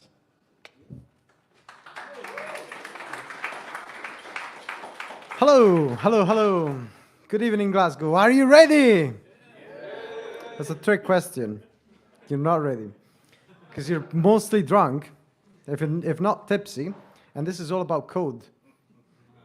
Right, first of all, I need to do a shout out to a friend in Sweden who was watching this live. Hi, Henrik. Eric, actually, not Henrik. No, Henrik, not Eric. Sorry, it's just a bit confused. I'm also quite tipsy. But shout out to him. Thank you for watching. So, what's the talk going to be about? As I said before, it's all about code, but it's interesting code, and we'll see why. It's called Watch Your Back, and it's about designing game backends. So, who am I? I'm Gabriele Maddaloni, also known as Gabe. I am the CEO at Mad Studio, but also the only person at Mad Studio, so I'm most of a freelancer, contract work kind of guy. I started in game dev a few years back, and it's actually nice to see here tonight. I've got my former AI teacher here, lecturer, amazing guy, Hamid, and also some colleagues along the way. But also during COVID, I was struck down in Italy, and there was no game dev scene in Italy. So I transitioned into doing full stack development, doing like back-end, front-end applications, all that kind of stuff. That really, it's not as terrible as people in game dev make it to be, but it's also quite terrible. But coming back, I was like, okay, let's get back into games. You know, Glasgow, whoop whoop. And I came back with some client work that I'd done also for games in Italy, surprisingly so. And one of them was designing a whole like live service integration with a multiplayer backend for a small football mobile game. And that taught me a lot. And some of that is going to be in this talk. So what's a backend, aside from the obvious joke? It's not a multiplayer solution, not necessarily. You can have multiplayer on the backend, but it's stateless and asynchronous, which means it doesn't need to know who your player is when a request is made. And also, it doesn't need to be immediate. You don't have to resolve everything in a few milliseconds. You can take up to, like, I don't know, 10 seconds sometimes if the internet is trash. And that's great because it also makes it incredibly cheaper, massively parallel. You can have like 10,000 requests in a minute and be fine, while on an actual backend for multiplayer, you'll be dead at the same cost, obviously. And they help you in a bunch of stuff that are listed there, like, and I have a laser pointer, look at that, that's beautiful. They help you understand what your player is, what your player does. They can help track data around your player and, you know, for your marketing people, for your sales people and all that stuff. And you'll notice that most of the things that you see here, if you paid attention in the first talk, which was the Go Testify guys, that's a lot of playtesting data as well. Like you'll see a lot of terms here that are also just game playtesting stuff. It's like, what are my players doing? What do they like? What do they don't like? The difference being, usually when you go playtest, you get qualitative data, and this is all quantitative. But the beauty of quantitative, it's so hard to say. The beauty of quantitative data is that it's scalable, massively scalable. You can track a bunch of parameters across thousands of players in an instant. And you know, that's what we're going to be going into in a bit, like in the sense that we're going to talk about that, but like before there's this slide. Sorry, I'm having a blast. It's been great talking here. So we're going to go through anonymous login and player behavior tracking, so what you can learn and improve through data for your game. Then email connection, which is your remarketing, which is incredibly important, because if people love your game enough to give you their email address in game, then chances are they're going to love your next game, right? So you want to get those emails if you can. And again, not for nefarious reasons, but you're getting them the same stuff that they like, and they may give you money for it, which is great. And finally, leaderboards, which is about more retaining of that stuff. This is not all going to be in the talk, only this first part, but there's going to be a freebie at the end of the talk that includes all of that. So we're going to be going about it by defining our backend, which is going to be Strapi. I'm not affiliated with Strapi, but it's a fantastic framework that I use day in and day out through my work, so why not, right? It's a Node.js framework, which means, yes, we're going to be using some JavaScript, and I know how much you guys love that. It's great for quick scaffolding of backends. It takes care of everything. Your CRUD operations, which is your create, read, update, delete, and your access control layer, which is also very useful if you don't want to get hacked. And other stuff as well, of course. And also, we're going to use Unity. Hey! Speaking of things we love. I actually appreciate Unity a lot. It's just that the people that make Unity are, you know. But yeah, we're going to be using that as our API wrapper around their HTTP web requests library, which is also kind of trash. So we're going to have to build upon that. We're going to be using it just to serialize some classes and do some asynchronous operations. Are you ready for some code? I mean, it's as good as it gets, you know, we're talking about this stuff, yeah? Right, so let's track our players, whoop whoop. So, how do you do that? We're gonna go through some code, just a little bit. I know I've been promising a lot, you guys are excited, I can feel it. Right, we're just gonna create our Strapi project, configure the content types, the access control, custom routes, and then we're gonna integrate with Unity. All in 4 minutes and 9 seconds. So, Strapi, I'm not gonna do this. You're going to do this. There's a fantastic quick start guide. It's just too much stuff to do. When you do open Strapi, though, and you configure your admin user, you're going to get access to the content content type builder. And in here, we're going to create an access content type, which is just going to have relationship with the user. Is a many-to-many, I think? No, one-to-many. And it's just going to say, hey, there's going to be some players in this access content type, and it's going to have also a created at. So that's going to track our date when the players are joining in. And in here, you can see this relationship with the user. Then we're going to add a custom route. And this is almost all the code you need. Well, this is all the code you need for anonymous login, but we're also going to track our players in the next slide. In here, we configure our post to the login route. And in here, we just say, OK, we're just going to get the data, the user, going to get the device ID of the user, which you get from Unity, or from whichever engine you want, really. And then we're just going to say, OK, if I don't have a user, I'm just going to create one, an authenticated user. If not, I'm just going to just create it and then return it. And the next slide, we do our tracking. It looks like a lot of code. It is not, believe me. So this one, we just say, okay, there's a new date. We check for today accesses and get all the players in today access. If there isn't a today access, we just create one. And we say, okay, well, let's add this player to the accesses on that day.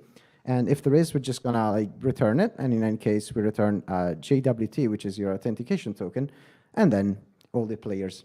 And this is how you track your players. Ta-da, just do it. And then we configure the ACL, which is going to public and say, okay, we open up this post route to log in to the public. So whoever's not logged in yet is gonna have to log in.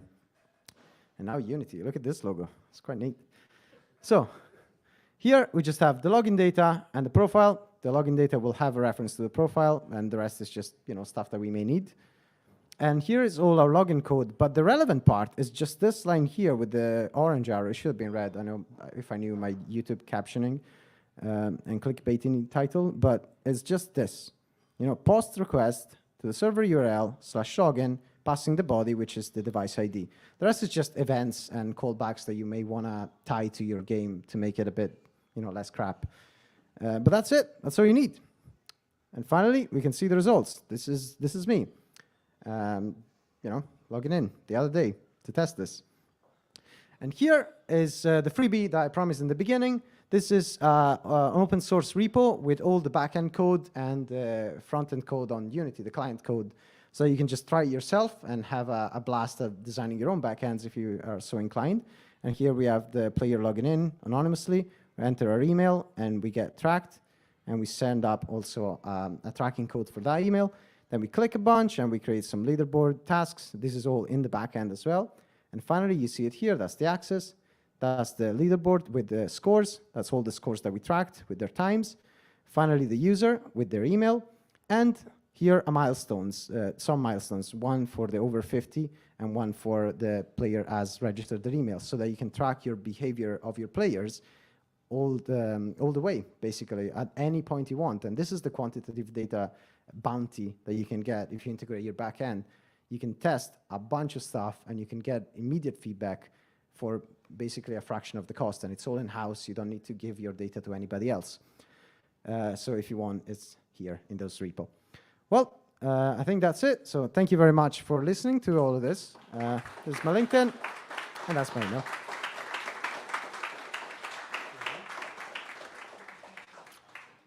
Thank you very much, Gabe. So next up we have Alex, who is the creative director at Polygon Treehouse, and they have been working on the upcoming game Mythret. So if we could please have Alex on stage.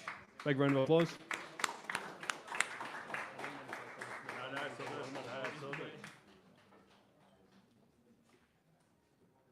Hello everyone, how are you doing? I'm Alex, and this is my talk. It's about game first storycraft for indies. But first, who the hell am I? So I've been making games since 2002, which means that I'm quite old and tired. I worked for PlayStation and for Guerrilla Games across about 15, 16 years. And a couple of years ago, I was named one of the BAFTA Breakthrough People thingies, creatives, whatever you want to call it. I'm the co-founder of Polygon Treehouse. Now, the next question you might be asking is, who the hell are Polygon Treehouse? So we make art-led narrative video games. We founded the company, I think it's 2017 in Cambridge. We've been nominated for the BAFTA and the Game Awards.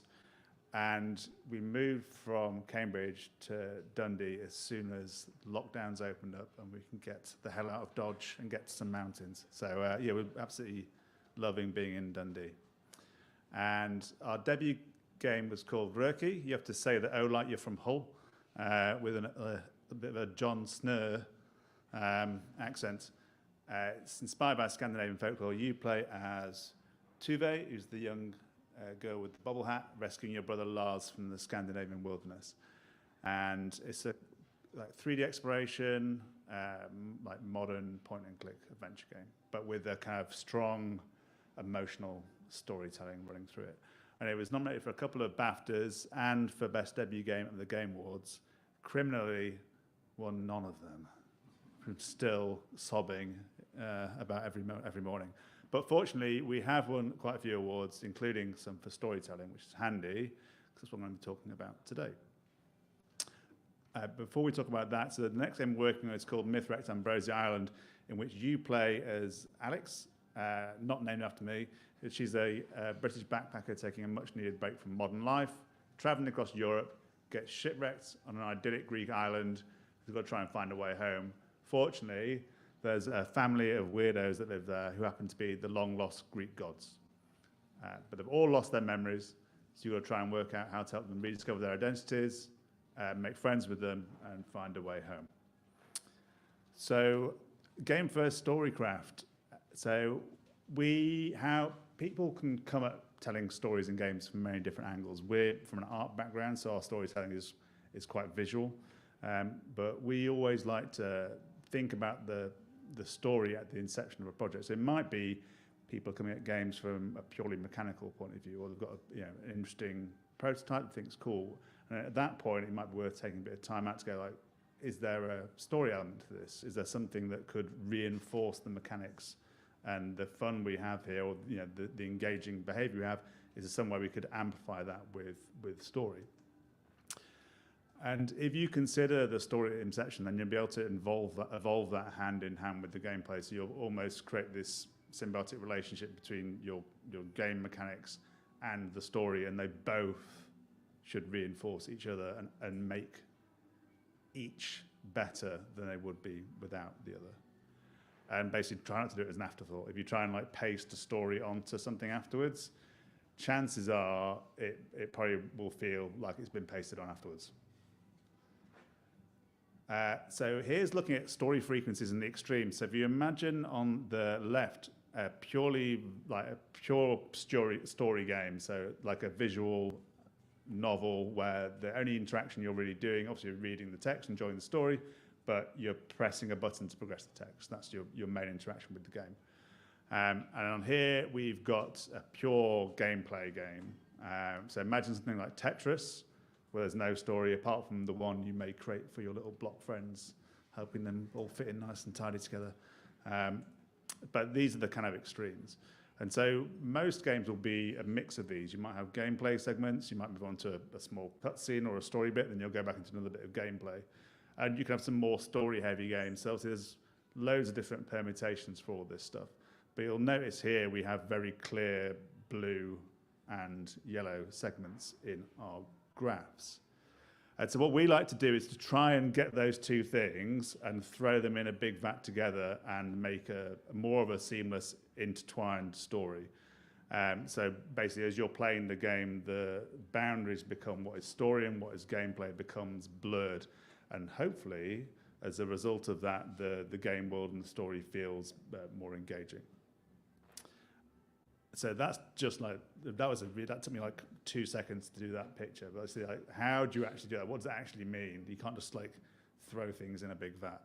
So how do we do it? So what we like to do is to seek out story opportunities within gameplay.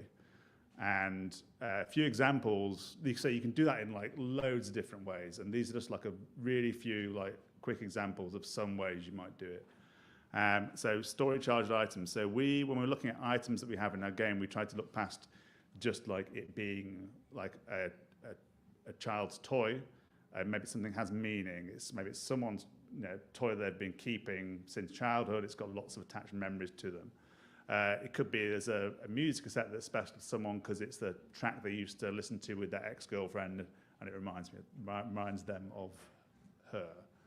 So it's always interesting to look at items and what meaning they could have. I've got a cup of, it's like a Sheffield Wednesday mug I've had since 1996. I drink my tea and coffee out of it every single day. It's worthless. It's a worthless piece of trash. To me, it's if I break that mug, and it will happen one day, I'm going to be devastated. I don't even support Sheffield Wednesday, but that's by the by.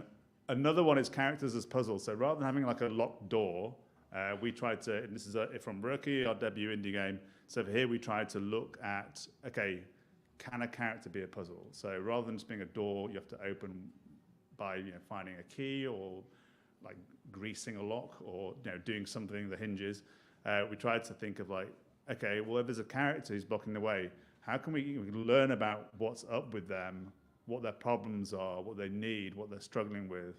And actually, in solving that, you're telling yourself a story and you're solving the puzzle and opening paths deeper into the forest. And with Mythrex, we've carried on that character as a puzzle. So here you can see some of our quite modern take on the Greek gods. So they've been set in the present day, so the gods have been there for a while. So we've got Hermes, Athena, Hades, and Ares, and we try and use mythology and modern takes on mythology to look at problems that people are facing today. So Ares has got quite an anger management problem. He doesn't really have any communication skills, so he's a bit trapped. Hades is quite depressed. We have Hephaestus, who has a really bad work-life balance. So myths, when you look back at myths were something that ancient people used to make sense of the chaos of the world. So in our game, we're trying to use the gods and the things they're struggling with to make sense of our world today. So exploration as narrative, we talked about blurring those boundaries between what is gameplay, what is story. So in Mythrex, when you find things in the world, you can examine them and it will unlock a new topic. You can also unlock topics in the game by speaking to people, in this case, Aura, who's the oracle, a statue on the island you can speak to for advice.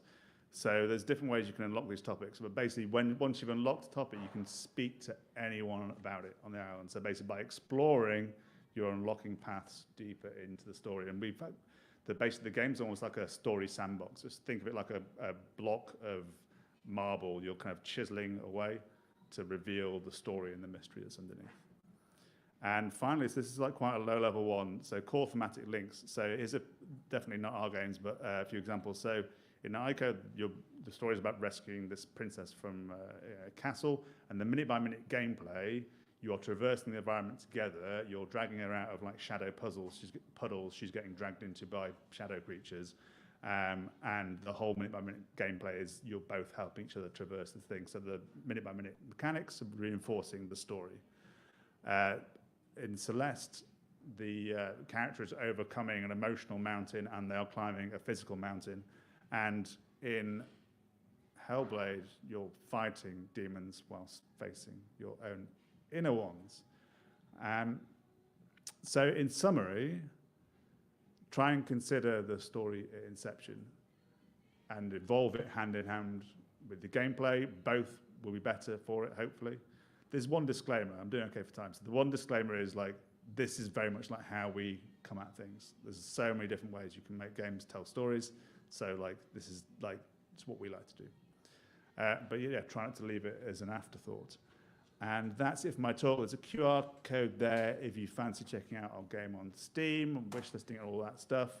This game's going to be out next summer. I've got some like postcards and stuff, and I'm going to be around for a little while. So if anyone wants to ask me questions, feel free. I am very friendly. So, all right. Thank you very much.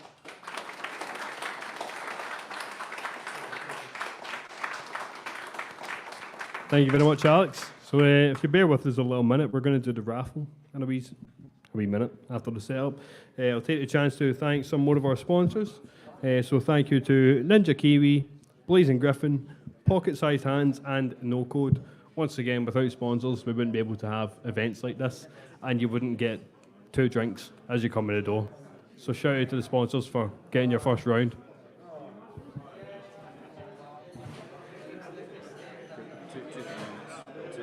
2-3 minutes. It's going to be about 2 or 3 minutes. So we'll catch you in 2-3 minutes with the raffle results. I see you're listening. Cheers. You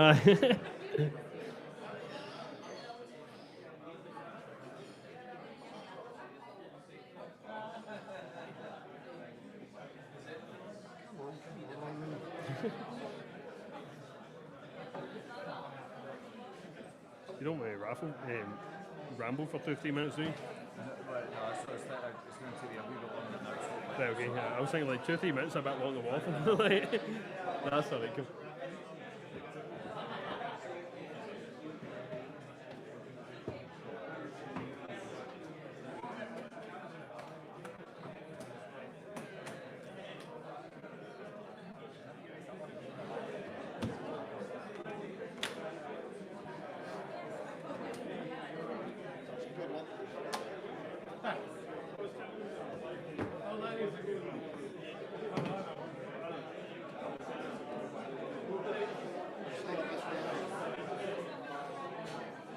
have it ready, and then they'll put these beers.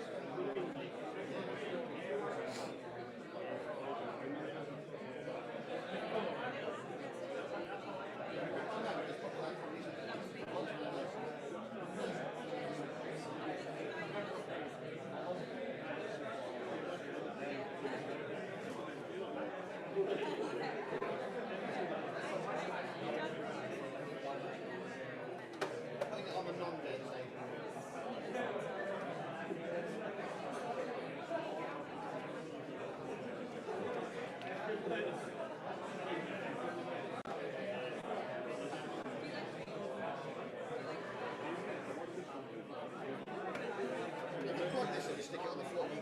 So the other side. You can do a dash, there's nothing on the screen.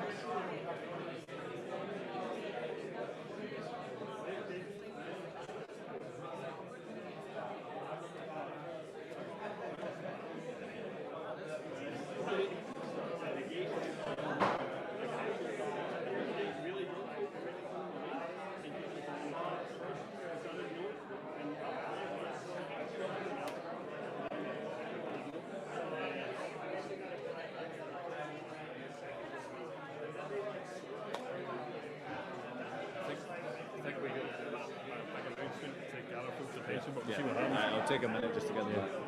All right, folks. Oh. Thank you. All right, folks, so we're going to go ahead with the raffle. If I can get everyone's attention, please. They can get a drink in a minute. You'll be able to get a drink in a wee minute. We're going to have another 5-minute break just after this. So you have plenty of time to get a pint and go for a pee.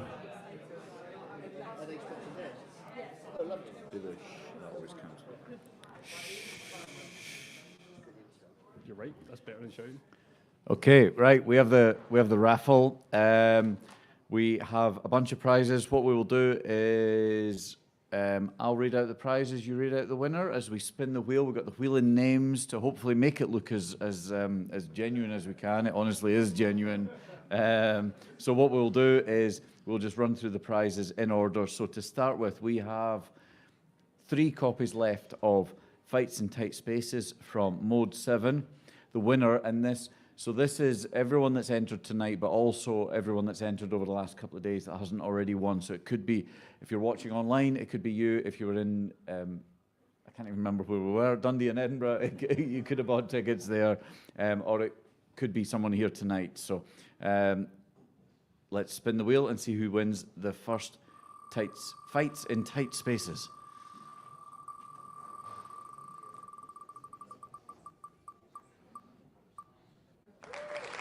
Sam Davidson. Woo!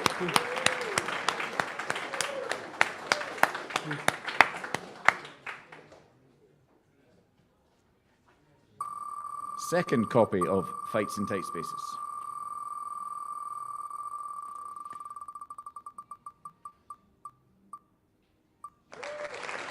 Talia Wilson.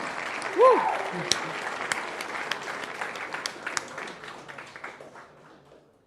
Is Thalia here tonight? No, maybe somewhere else. Oh, Sam's here anyway, isn't he? Third copy of Fights in Tight Spaces.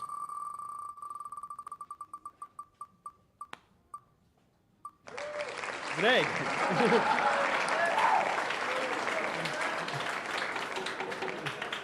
Luckily, I actually know who that is. Right. So, and it's not me. It's me. Next up, we have 3 copies of Bish Bash Bots, thanks to Firestoke.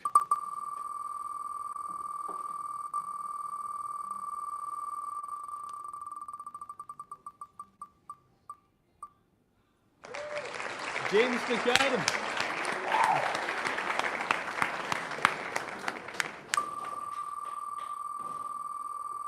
Second copy of Bish Bash Bots.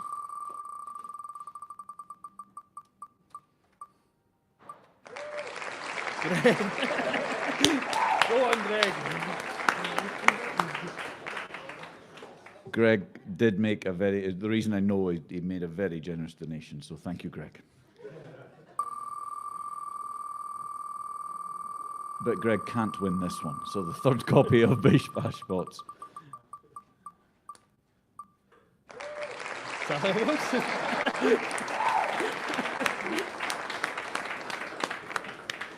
See, if it was fixed, we wouldn't do this. We'd make it look more genuine. Next up, we did those ones last night. So next up, we have one of the Hooded Horse packs of games. So this is Xenonauts 2, Old World, and I've forgotten the word. Was it Against the Storm? Come on, Greg. Chris McLaughlin.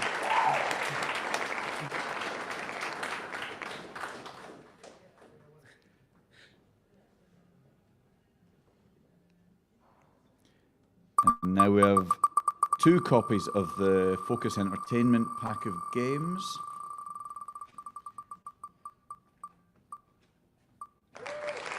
Chloe Coyle.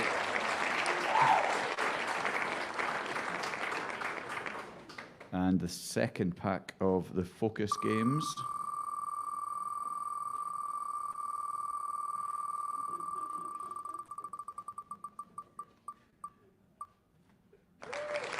OJ David.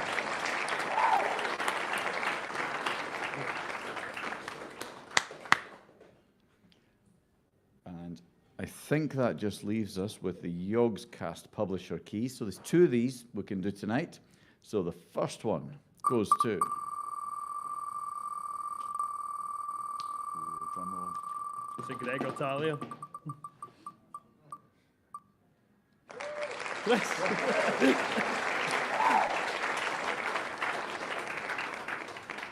I don't think I know who Chris is, so if you think that's you, just send me an email with a just given receipt or something, please. And the final copy of the Yogscast publisher key goes to...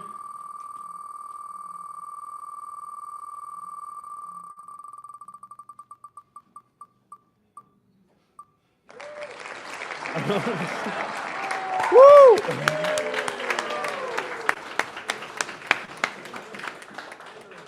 I should claim those for myself, I swear. Sorry, whoever that was. We've got to re-roll that one.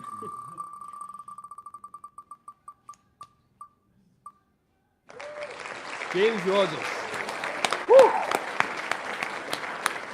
5-minute break. Thank you very much, guys. So we're going to take a 5-minute break while the Wi-Fi wars, guys, get set up. So if you want to get a pint, do it now. If you want to go for a smoke, do it now. If you want to go to the toilet, do it now. You probably can't fit all 3, so pick 1 or 2. Cheers.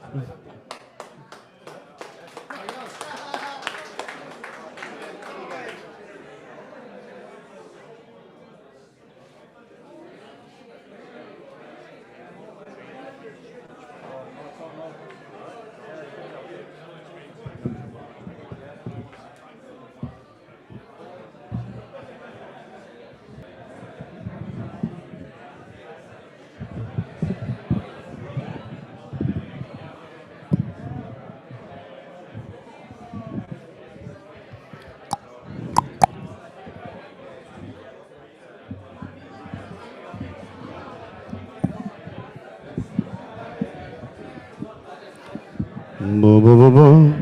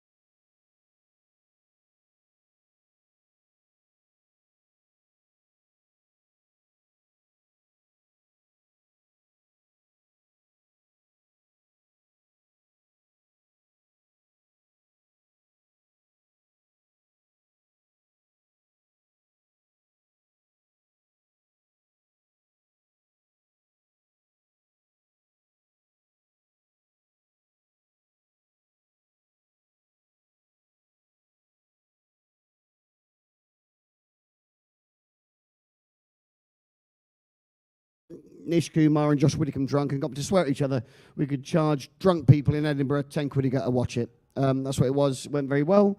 Came a TV show hosted by Dara. I was one of the captains. But the important point is the very sexy genius over there, little Rob Sedgebeer. High, louder than me. Indeed. He invented the technology that got the show commissioned, got Dara on board, and the thing that you're going to play with now. The important distinction is at Go 8-Bit, you just watch comedians play games. That's rubbish. At Wi-Fi Wars, you all play all the games. So the first game you're all going to play, do your best to see the screen. I think you'll know this game. If you do, you'll get excited when I tell you you're all going to play Pong. Is correct. So this is Pong, but let me explain how our version works. In a moment, using his wizard magic, Rob is going to beam 2 buttons into all of your phones. You're going to get an up arrow and a down arrow. All you've got to do is the ball moves towards your team's paddle, press once in the direction you think it needs to go, up or down. If the majority of the people on your team are clever people that make good choices, that will move into place and hit the ball. If your team are bad at games, it won't. That is how it works. So let's find out who the best gamers are. It's first to 5 points wins, and as those who've seen it before know full well, Rob won't let you play with his toys unless you shout the catchphrase, which is, of course, let's do a gaming. It isn't, we're doing it. 1, 2, 3. Beautiful. Good luck. You've got buttons on your phones. Now, if I'm on the red team, I'd be pressing up right now. If you've got a red one, press up. Or don't. It's up to you. It'll be a quick one if you don't. Let's try. You're all glaring at me like it don't work now. It does. You just got it wrong. It's not me. It's the rest of your team. 3B. Rob feels sorry for you. Even your laptop's got that overdrive thing on it now, so something in there. Something. You hear it? Unbelievable. Saw the blue one move though, so it does work, doesn't it? Let's try again, Reg. Let's see if you can hit one. It's been quite one-sided, but that's another freebie for you. You got very, very lucky. I'd say, I don't know where that is. It actually just does this for an hour. That's all it is. It's just this, go between 2 paddles. Yeah, it moved. Maybe it was your fault. That's more like it. If you now you've got your iron. If you know where it needs to go, tell your teammates. Shout up or down. Help the weaker players. Up is correct, but you didn't. So it is 3-0. Commiserations. Reds, don't make it 5-0. It'll be a nightmare. Mountain to climb. Up! Well done. Let's get Blues. If you're on the Blues, try to get it wrong just to make it interesting. Give them some hope. Or don't, of course you don't. Up! Good Lord. Who is on the red team? You are bad at this. 4-0. Even we had a team. I mean, you were so bad, we look bad now. The blue one wouldn't move through. Yeah, we'll go again and give them another go, because I feel like there's doubt in the room now. Like, you're not actually good at your job. But it wasn't your fault, Rob. It was theirs. I know it was. How many you got on the blue team and how many on the reds? All right, it's about even. Right, if you're a red, give me a wave. Right, do me a favour. For this first one, I'm just going to tell you what to press, because I know how the game works. Let's get you a point, and then I'll leave you on your own. But, Rob, if we can go again and have a fresh point, let's see if the Reds can... The gaming community can press the up button on a phone. Up! Oh, it does! It is your fault. I'm not helping anymore. If it's 5-0, it's 5-0, and we'll take it, Rob. I can't do it all day. But hopefully we'll make it more interesting. Yes, a sharper one, that, isn't it? Good luck. You were actually better when it's harder, though, Reds. I don't know why. Up! It's obviously up! Thank you, Rob. Thank you. But if it's 5-0, I'll take it. Good for you, Rob. 1-0 currently for the Blues, and it's 2-0. We'll play a different game in a minute. Don't worry. It's not Pong all the time. We'll find one that Reds are good at. They are doing it, but they're just not very good. Down. Or they've had a few beers. I don't know. When there's a bar in the room, it's a risk, isn't it? Come on, Reds. Get a point. It'll feel like you've won anyway. If you get it. How is that the one you win on? The hardest one, and they get it. They just not interested if it's too easy. Fine. Make it 2-all then, because that's going some. Go on. 2-all. 2-1 currently. First. Yes! All right, we're all right now. They've got the hang of it. As I say, if you do know where it needs to go, shout at your teammates. We always help the weaker players. The stronger players can help the weaker ones, or they can be silent. Like the red team go 3-2 down. Feels like the Blues do deserve a win, but we'll see if that turns out to be the case. Don't worry, not all of these will be on the big screen. If you can't see, by all means move, but we will be beaming some stuff to your phones in a moment. Before that, then, the Blues are going to win this with 5-2. Of course they are. Absolute dog shit, Reds. That's a win for the blue team! We do this to kids and they're better than you, and you're gamers. Nevertheless, Rob, the way the scoring works in Wi-Fi Wars, the winning team get 100 points, the other team get a fraction, so that 5-2 becomes 140. But do not be disheartened if you're on the red team. I know that might sound impossible right now, but there are plenty of other games we're going to play with that will get you back up, catching up with the Blues. And also, it's not just a team sport, it is an individual sport as well. So while we were playing Pong, the computer was watching all of you, and it gave you all an individual score out of 100 based on how well you did. We can take a look at that now, Rob. Right. Andrew, Sam Wayne, and J-Rex, not your fault. You've been stuck with a lot of really dodgy non-gamers, but it's not your fault. Aidan, Giant Peach, Ham, Lewis, and Sam. Perfect game, well done. And the stakes are high, because whoever's at the top of that scoreboard at the end of the show will get a very special prize. For one night only, I've got the Aylesbury to Claydon Junction DVD. Oh, yes. I gather Train Sim are sponsors, so they'll have their eye on it. Rob, we're going to do a quiz now before we play another game. This is going to happen on your phones. You have the buttons on your phones. I've got 5 questions, 4 possible answers. Pick the one you think is right. The faster you get it right, the more points you get. So if you get it right straight away, 20 points. If you dither in debate for 15 seconds, you'll only get 5, even if you get it right. So get it right quick. Which quiz are we going to go for, Rob? You can choose, because I haven't got the set list handy. Thanks, Rob. We're going to go for a books quiz. Don't worry, not literature, just books. We're not posh. 5 questions, the first one of which begins with... Which Winnie the Pooh character made famous by Disney was not in the original books? Was it Gopher, Heffalumps, Rabbit, or Tigger? Those are your options. Gopher, Heffalumps, Rabbit, or Tigger. They were all in the Disney movies. One was not in the original A.A. Milne books, but which one wasn't? If you know, help your team, Reds particularly, work together, share the answers. Either team could get 100%. The answer may surprise you. It was Gopher. No Gopher in the book. Did you know that? Let's find out what percentage of each team got that right. Wow. Right. 25% the Reds, 40% the Blues. So the Reds are in the lead. But before you get cocky, if you all just guess when there's 4 answers, you should get 25% at random. So the Blues just did worse than guessing. That's all that's happened there. Let's see if you know things about the second book. For the grown-ups, Holly is Stephen King's what novel? It's his latest novel. How many's he done? Is it 26, 46, 66, or 86? Holly, Stephen King's latest novel. Is he 26, is 46, 66, or 86? Those are your options. Work as a team. You didn't last time. Some of you knew it, but you didn't share. The Barbara Cartland of horror has written 66 books today. Insane. High fives at the back. Well done. Hopefully you were red. Yes, they are. Blues worse than guessing again. Reds extend their lead to 65 against 28. Question 3, Rob. Blues need to do better. When did the tiger first come to tea? Was it 1958, 1968, 1978, or 1988? When was it first published? When did that tiger first come to tea? 58, 68, 78, or 88? 10 seconds left. Again, I'll tell you, help your teammates. The team that works together wins the quiz. It's that simple. What did you think? Did you say 68? No, it was 68. I heard someone. So, hooray! Blues need this to catch up. Can they do it? Better than guessing for the first time. More than half. You know your Tigers, though. Well done. Reds still in the lead by 42. Question 4, the penultimate question, Rob, is where do the aliens in War of the Worlds come from? Is it Jupiter, Mars, Saturn, or Venus?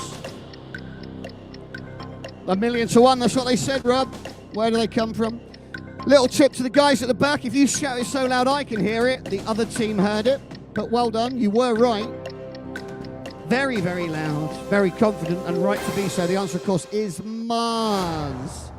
Mars is the answer. They are Martians. Rob, Blues done any better? Blues haven't been better on a single one yet. Do they know they're aliens? They all do.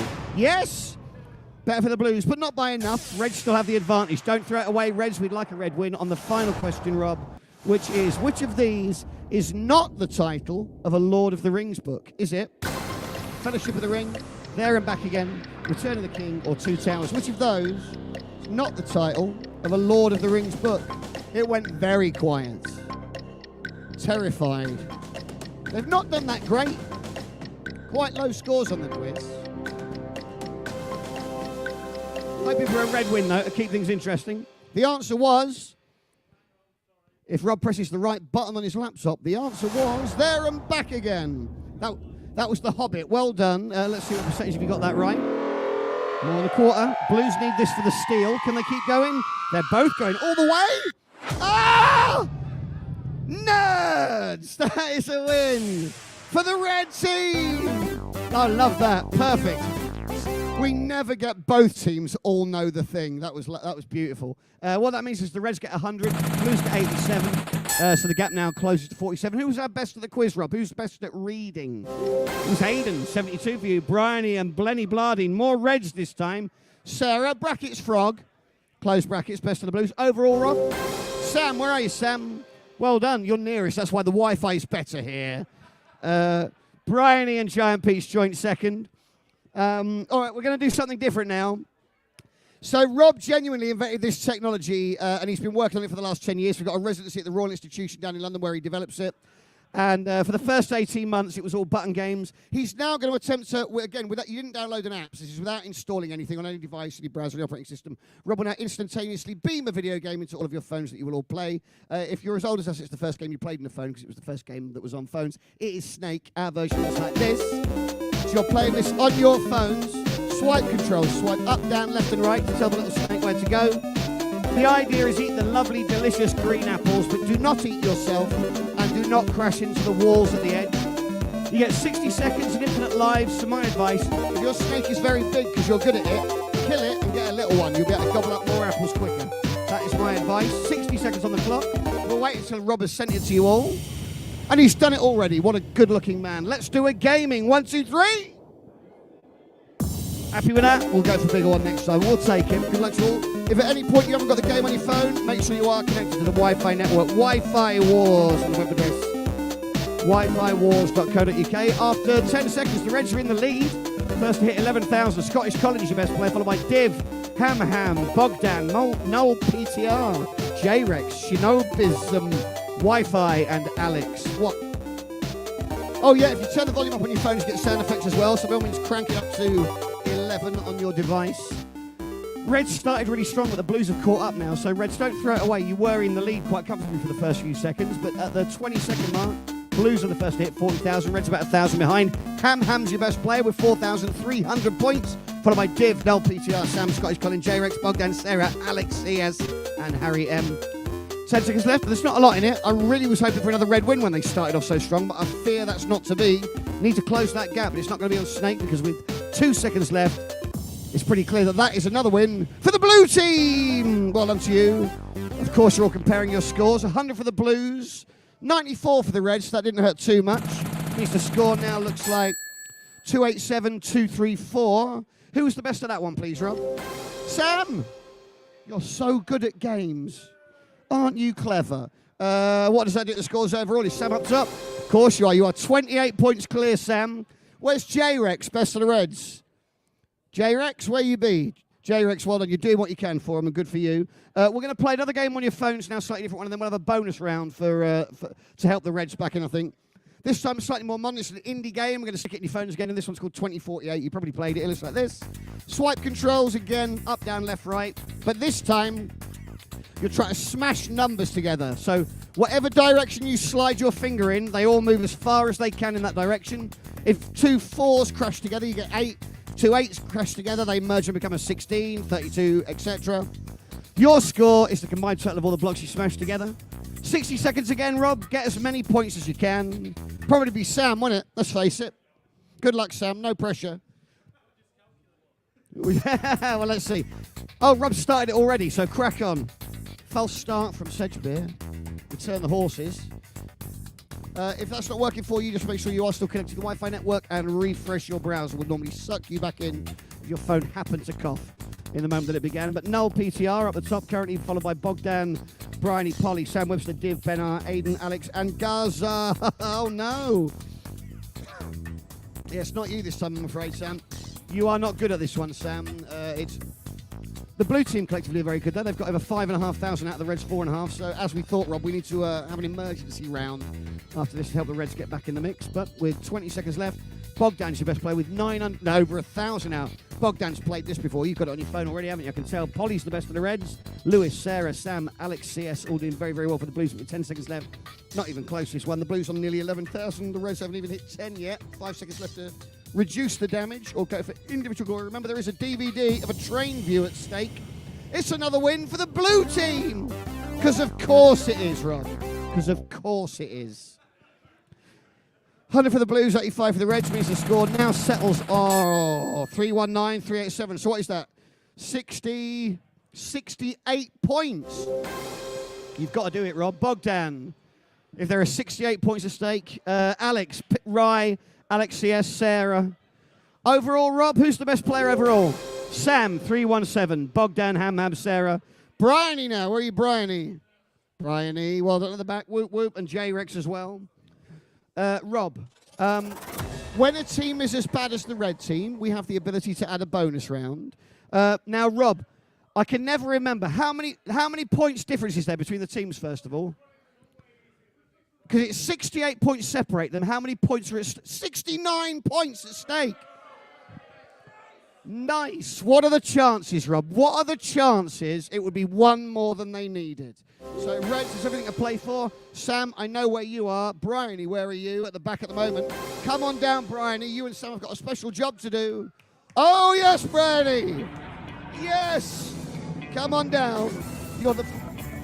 Oh, it's not you. Oh, you're the shit, Sam. Sorry, shit, Sam. It's not you. Good, Sam, Bryony. So sorry, Sam. Don't be sad. We're going to do a version of Pointless where we survey all of you. Sam and Bryony are better than all of you, so they get to be captains. Don't worry. Do you want to go your side? You're red team, aren't you? You go over there with them. I'll take Sam this side, Bryony that side. We're going to survey you all now on your favourite 20 chocolates and sweets. Take a moment to look at the screen. There are 20 options. You will all be picking your favourites from Aero, Cadbury's Dairy Milk, Chocolate Orange, Drumstick, Flake, Freddo, Galaxy, Haribo, Jelly Babies, Licorice All Sorts, Maltesers, Malware, Mini Eggs, Polo, Skittles, Smarties, Starburst, Toblerone, Werther's Originals, and Wine Gums. Please pick your 5 favourites on your phones now. You get 30 seconds. You can pick your favourite 5. We want the yummiest ones. If those were the only ones you could ever eat again, what are the 5 you would pick? First 5 only. You can't change your mind. Lock them in. You've got 20 seconds left to pick your 5 favourite yum-yums. Before our captains, a lot of pressure on your shoulders, Brian. You won't like us. The Reds are doing very badly. You do abysmal under pressure. Well, I'm right here with you. And actually, this couldn't matter less. No, never look at the people. Yeah, quite right. You do what you've got to do, Bryony. But don't be threatened by them. You're better than all of them. We've already proven that with numbers. Bryony, as the red team are rubbish, you're not, but they are. We're going to let you go first because we want to help the Reds if we can. So what we're looking for now, with Pointless obviously, is the least popular treat. So size them up. What sort of things do you think they do or don't like, sweet treat-wise? And we're looking for the ones they don't like from any of those 20. Red team, you obviously need these 69 points. So please scream what you believe to be the least popular treat at Bryony now so they can make a wise choice. Licorice all sorts. Hearing a lot of licorice. Wine gums. Wine gums is coming as well. But Bryony, you don't have to go with them. You are the best. You can choose. What do you believe to be the least popular sweet treat in Glasgow? We're going licorice all sorts, Rob. That is J, please. J. So the way our game works, the 2 least popular in the room will immediately get 0. Pointless. Oh, we're playing. There you go. Well, you're playing it now. The 2 most popular will get 100. So that's bad. Obviously, the lower the score, the better. Rob, the first thing you want to find out is, are licorice all sorts one of the 2 most popular sweet treats anywhere? I wouldn't have thought so, but let's see. Good luck to you, Bryony. As I say, the 2 least popular will get a 0. Good luck to you, Bryony, for a much-needed red win. Thank you, Rob. Moving at pace. I don't know if that means anything, but you're on your way. That 30-20. We're going all the way. Yeah, you are! Don't worry, Sam. There are at least 2 pointless ones in there, so there's 1 for you as well, if the Blues can work it out. Blues, scream sweets at them now. Dairy milk? That's a rogue red if ever I saw one. By all means, shout the wrong ones to make it harder. But you get to choose, good Sam. What do you believe to be the least yummy thing on that list? We know they don't like licorice. Maybe that'll steer you in a certain direction. I think Polo's the only mint on the list. You like them, but do you love them?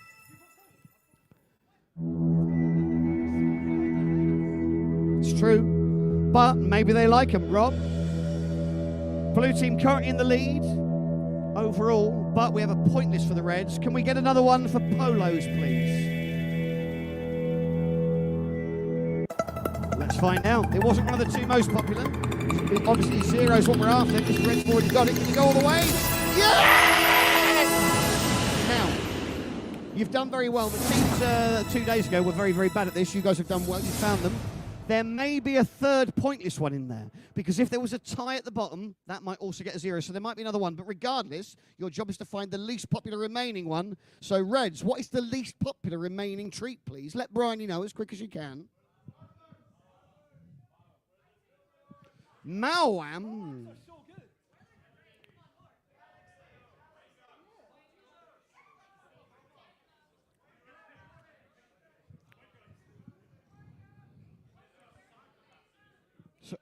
There's a lot of psychopaths in this room. Bryony, you're better than them. Choose your second choice, please. Between Jelly Babies and Wine Gums.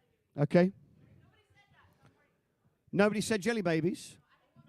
Okay. Are you going Wine Gums, Bryony? I have to hurry you, or Rob will pick Dairy Milk. We're going Jelly Babies. She's overruling the Reds. No, you've been better than them at everything else. You're right to. She's ignored your wine gum screams and gone for yummy little Jelly Babies. Rob, I'd like to keep the Reds in the lead to help them. Jelly Babies, please. The yummy, the most delicious of the babies, Rob. But is it pointless? Good luck to you, Bryony. And may I say, I love how much you've blossomed in confidence since you first arrived on the stage. It's wonderful. Good luck to you. I hope it's pointless. Press the button. Sorry. He likes to build tension. Give him a moment.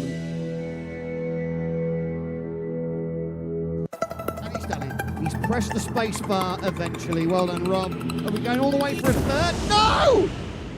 Bad captain. Oh, man. Now, the funny thing to do now is pick Wine Gums. But it's up to you, Sam, and the Blues. Blues, what do you believe to be the least popular treats that remain on that list? You might want to step over so they can see the left list. Just make sure they can see those as well. I'd hate for them to not have the full options. These answers are all bad. They're all bad. She went against the team and I think regrets it, though, so be careful. You want Flake? Flake?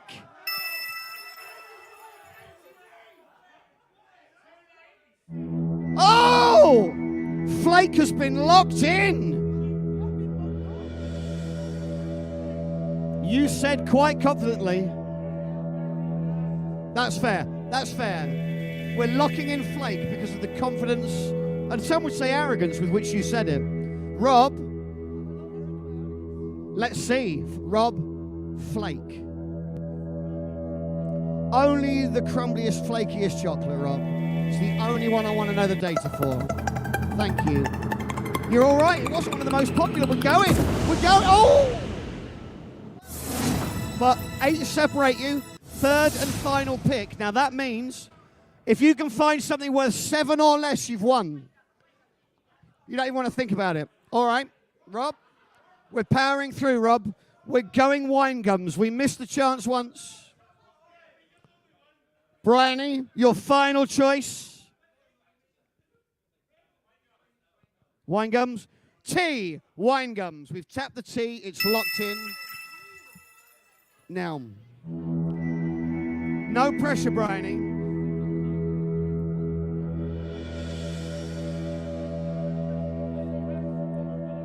Have some decorum. Quite right, Rob. Bryony, we're going to now add the target line to the board. There it is. Most people won't see that from the back. Very low. If you can find that Wine Gums are worth 7 or less, that is an instant win for the red team. If not, Captain Flake will have a chance to steal. Before that, though, Rob, for Bryony's dignity and the game, very well, me neither. Wine Gums, Rob. Sweet Jesus. And it's a lot, it's a lot. We're off. 7 or less will do it.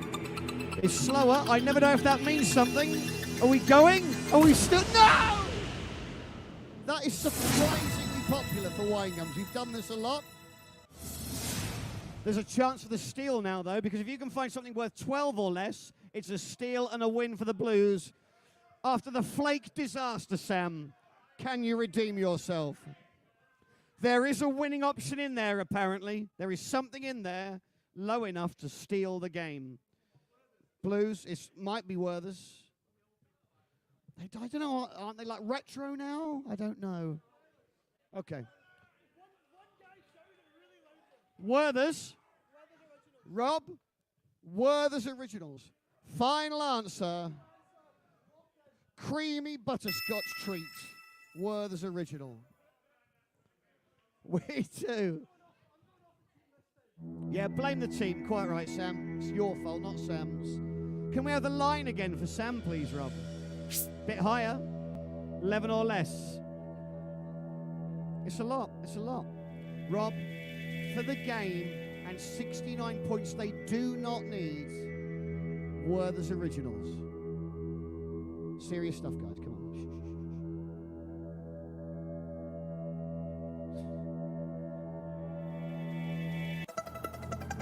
Here we go, 11 or less the target. If it's a tie, we will get a sudden death. If your blood pressure can handle it, Werther's Originals. Can we? Ah!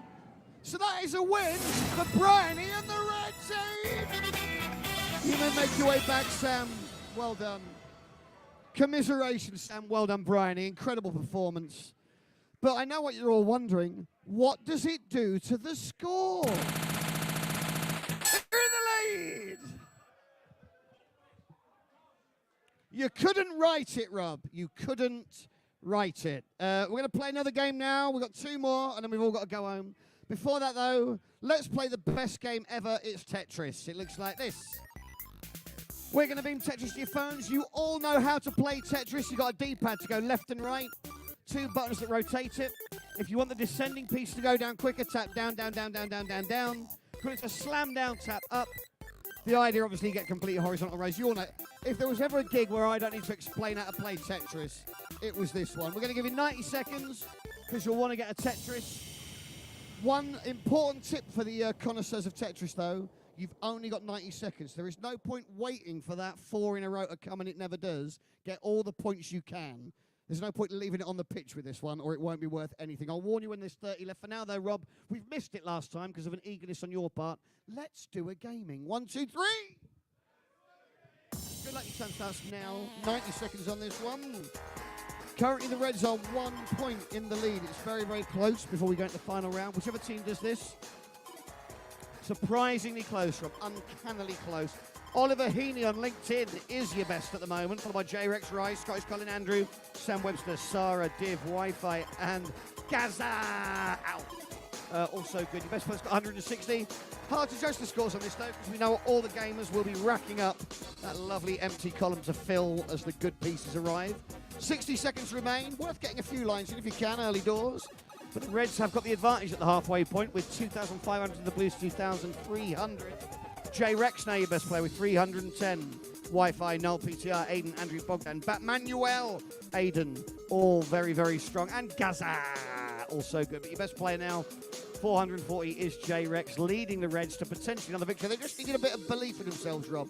And maybe that 69 points has given them it. Well, only time will tell. 30 seconds left now. If the piece you want hasn't turned up, it might not. So you're worth just trying to get whatever points you can, because every point will count. There is only a few hundred points separating the Blues and Reds with 20 seconds left.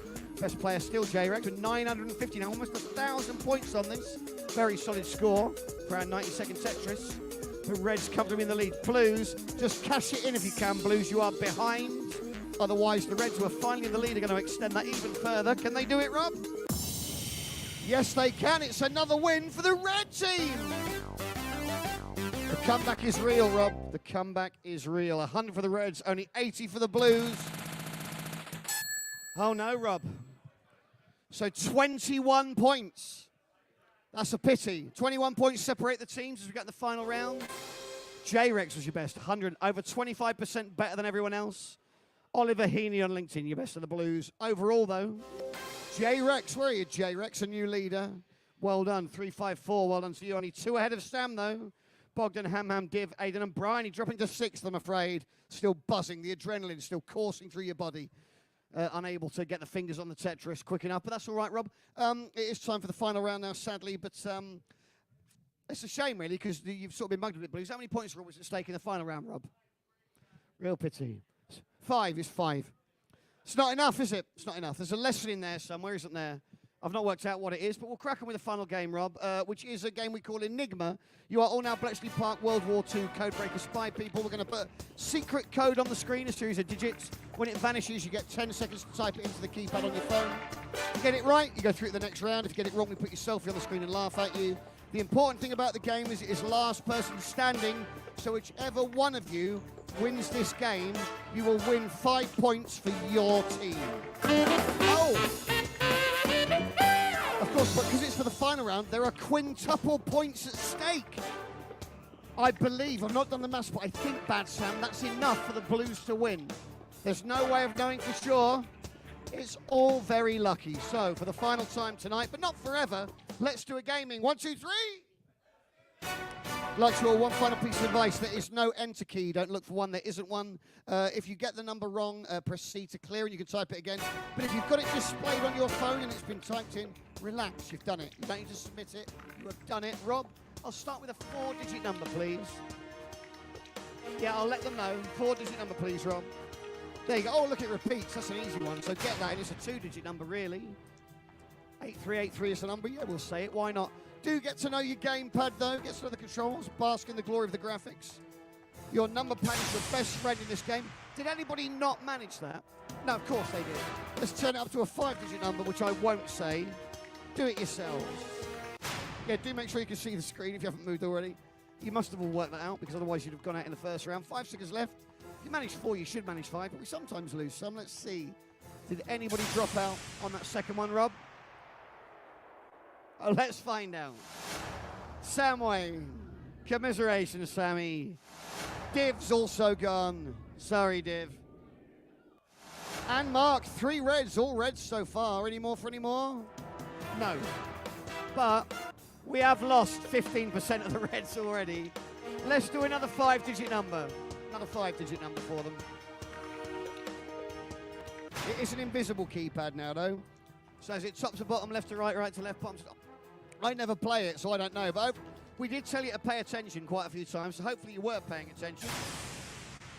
You were not paying attention. They never do.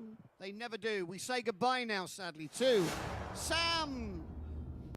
Wi-Fi also goes. Oh, that's horrid. Bogdan's gone. Sorry, Bogdan. Any more for any more? Yeah, J-Rex goes, oh no! Might have lost that DVD. Blenny Blardine goes. So does Gaza. Ow. Any more for any more, Rob? Yes, Ham for the Blues. Goodbye. And Oliver Heaney on LinkedIn. Aidan goes with a lovely forehead. Chicken Garbage also. These are great nicknames. And Harry M. Is anyone left? Not many. Sam, what is it about noses and you lot? Gordon goes, it's foreheads, noses, and nothing else. Rye for a normal selfie. Well done. Alexius goes as well, as does Charlie. There can't be many left. CEVA, Bryony goes. Giant Peach as well. Good God, Batman well. Shinobism. Is anyone left? Ooh. 3 blues, 4 reds. Where are you? Hands in the air if you're one of the 4 or 3 remaining. 3 blues, 4 reds. We'll put the numbers back on the keypad. Help the people that are near you. Your next numbers coming back, is 5 digits again there. It is a shuffled keypad this time, though, so you've got the numbers back, but they're not where they used to be. The 2's where the 6 was, 4's where the 9 was. Different on every phone as well. So you now have to find the numbers and type in the number whilst not forgetting it.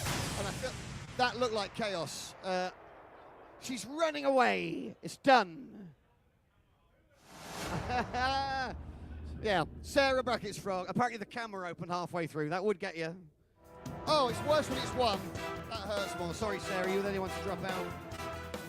2 blues, 4 reds. All right.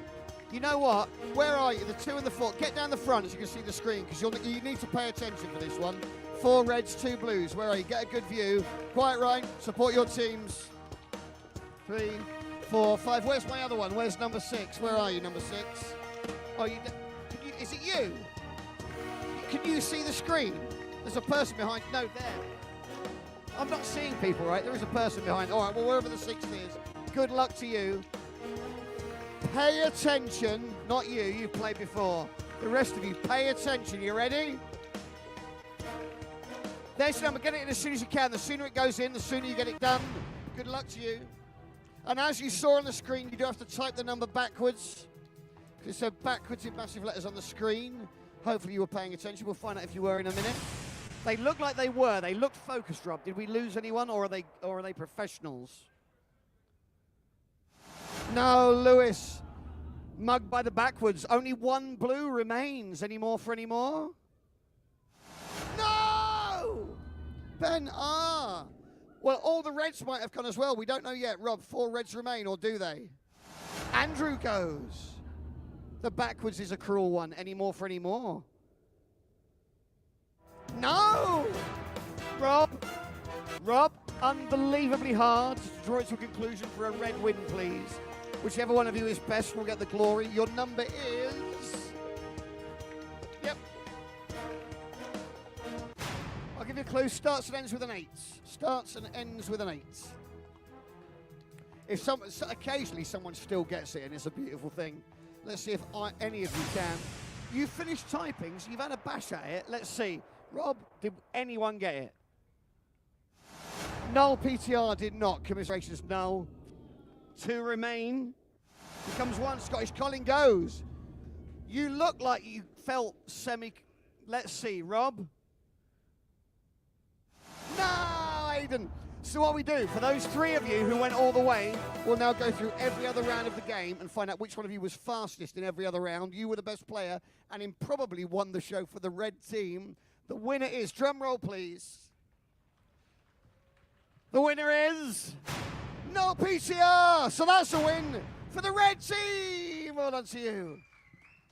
But what does it do to the scores?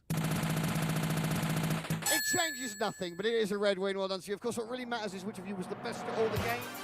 To find that out, we got the show's top 10. Put your hands together for your top 10 players. At number 10, Bryony. Joint 9th, in fact, with Aiden. Also 9th on the Blues. Coming in at number 8, the wonderful Andrew with those lovely eyes. And at 7, the incredible Scottish Colin. Joint 6th with Ham with a lovely stall. The Blues in your top 5 begin with Aiden after a strong last round. At 4, just missing out on the podium, is Null PTR after a very strong last round. At 3, it's the wonderful Bogdan. At 2, just missing out on a prize, is Sam. But at number 1, come on down, it's J-Rex. Driver's View, number 1, Aylesbury to Claydon Junction and back is yours. Your champion, J-Rex. Well done. One final thing to do, go back into your phones, please, back into your browsers. In a few moments, Rob will put a form in your phone if you would like to. You don't have to. If you'd like to, put your email address in there, and then later on tonight, he'll send you a transcript of your scores out of 100 for every game and quiz, so you can see exactly how you got on, compare with each other. Little certificate as a souvenir, because we overthought it. For now, we are done. Thank you so much to Colin for having us at Games Talks Live. Hopefully we'll see you again. But for now, clap Rob, because he's very clever, and hopefully we'll see you again. Goodbye!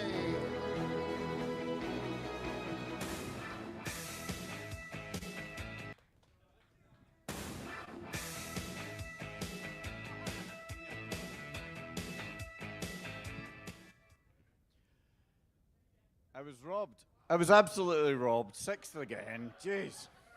You could have done worse. Come on, to help me boost the rankings. Jeez, that was shocking. That was so much fun. Thank you so much to Steve and Rob for doing that. Give them a big round of applause, please.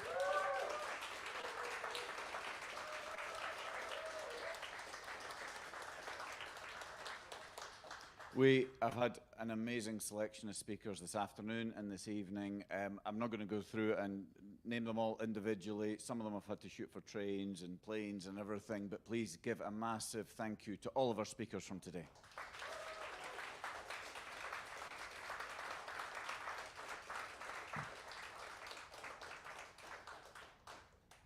As we mentioned before, the majority of the cost of doing this, getting speakers up, paying for hotels, coaches, drinks vouchers, all this stuff, most of it comes from the sponsors. So I'd like to thank again our sponsors who were Pocket Sized Hands, Blazing Griffin, 4J Studios, Johnston Carmichael, Team Terrible, Ninja Kiwi, No Code, Rivet Games, Speech Graphics, Wigan, Glasgow City Council, and Levelling Up by the UK government. Thank you.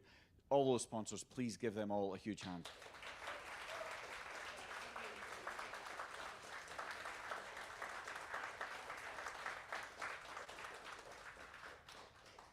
As we all came in today, we had a fantastic team checking us in, so thank you so much to Jamie, Mark. Got drinks tokens.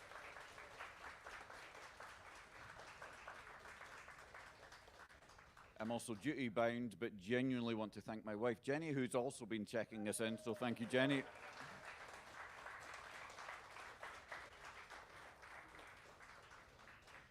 We need an extra big hand for Lucy up at engineering, who's been making everything run smoothly. Thank you, Lucy.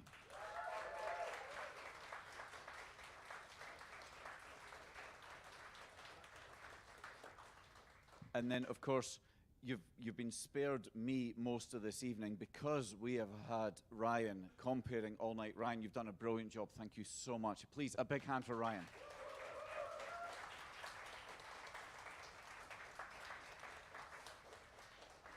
We've done this 25 times already. We generally do it about every 6 months.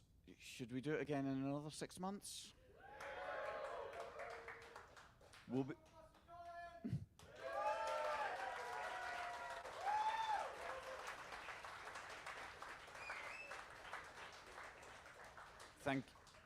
Thank you all for coming. If nobody came, this wouldn't be worth doing. It wouldn't have all the benefits it does. The sponsors wouldn't be interested. So thank you for coming. You've made this happen. We'll be back in 6 months. Please give yourselves a big round of applause. Thank you and good night.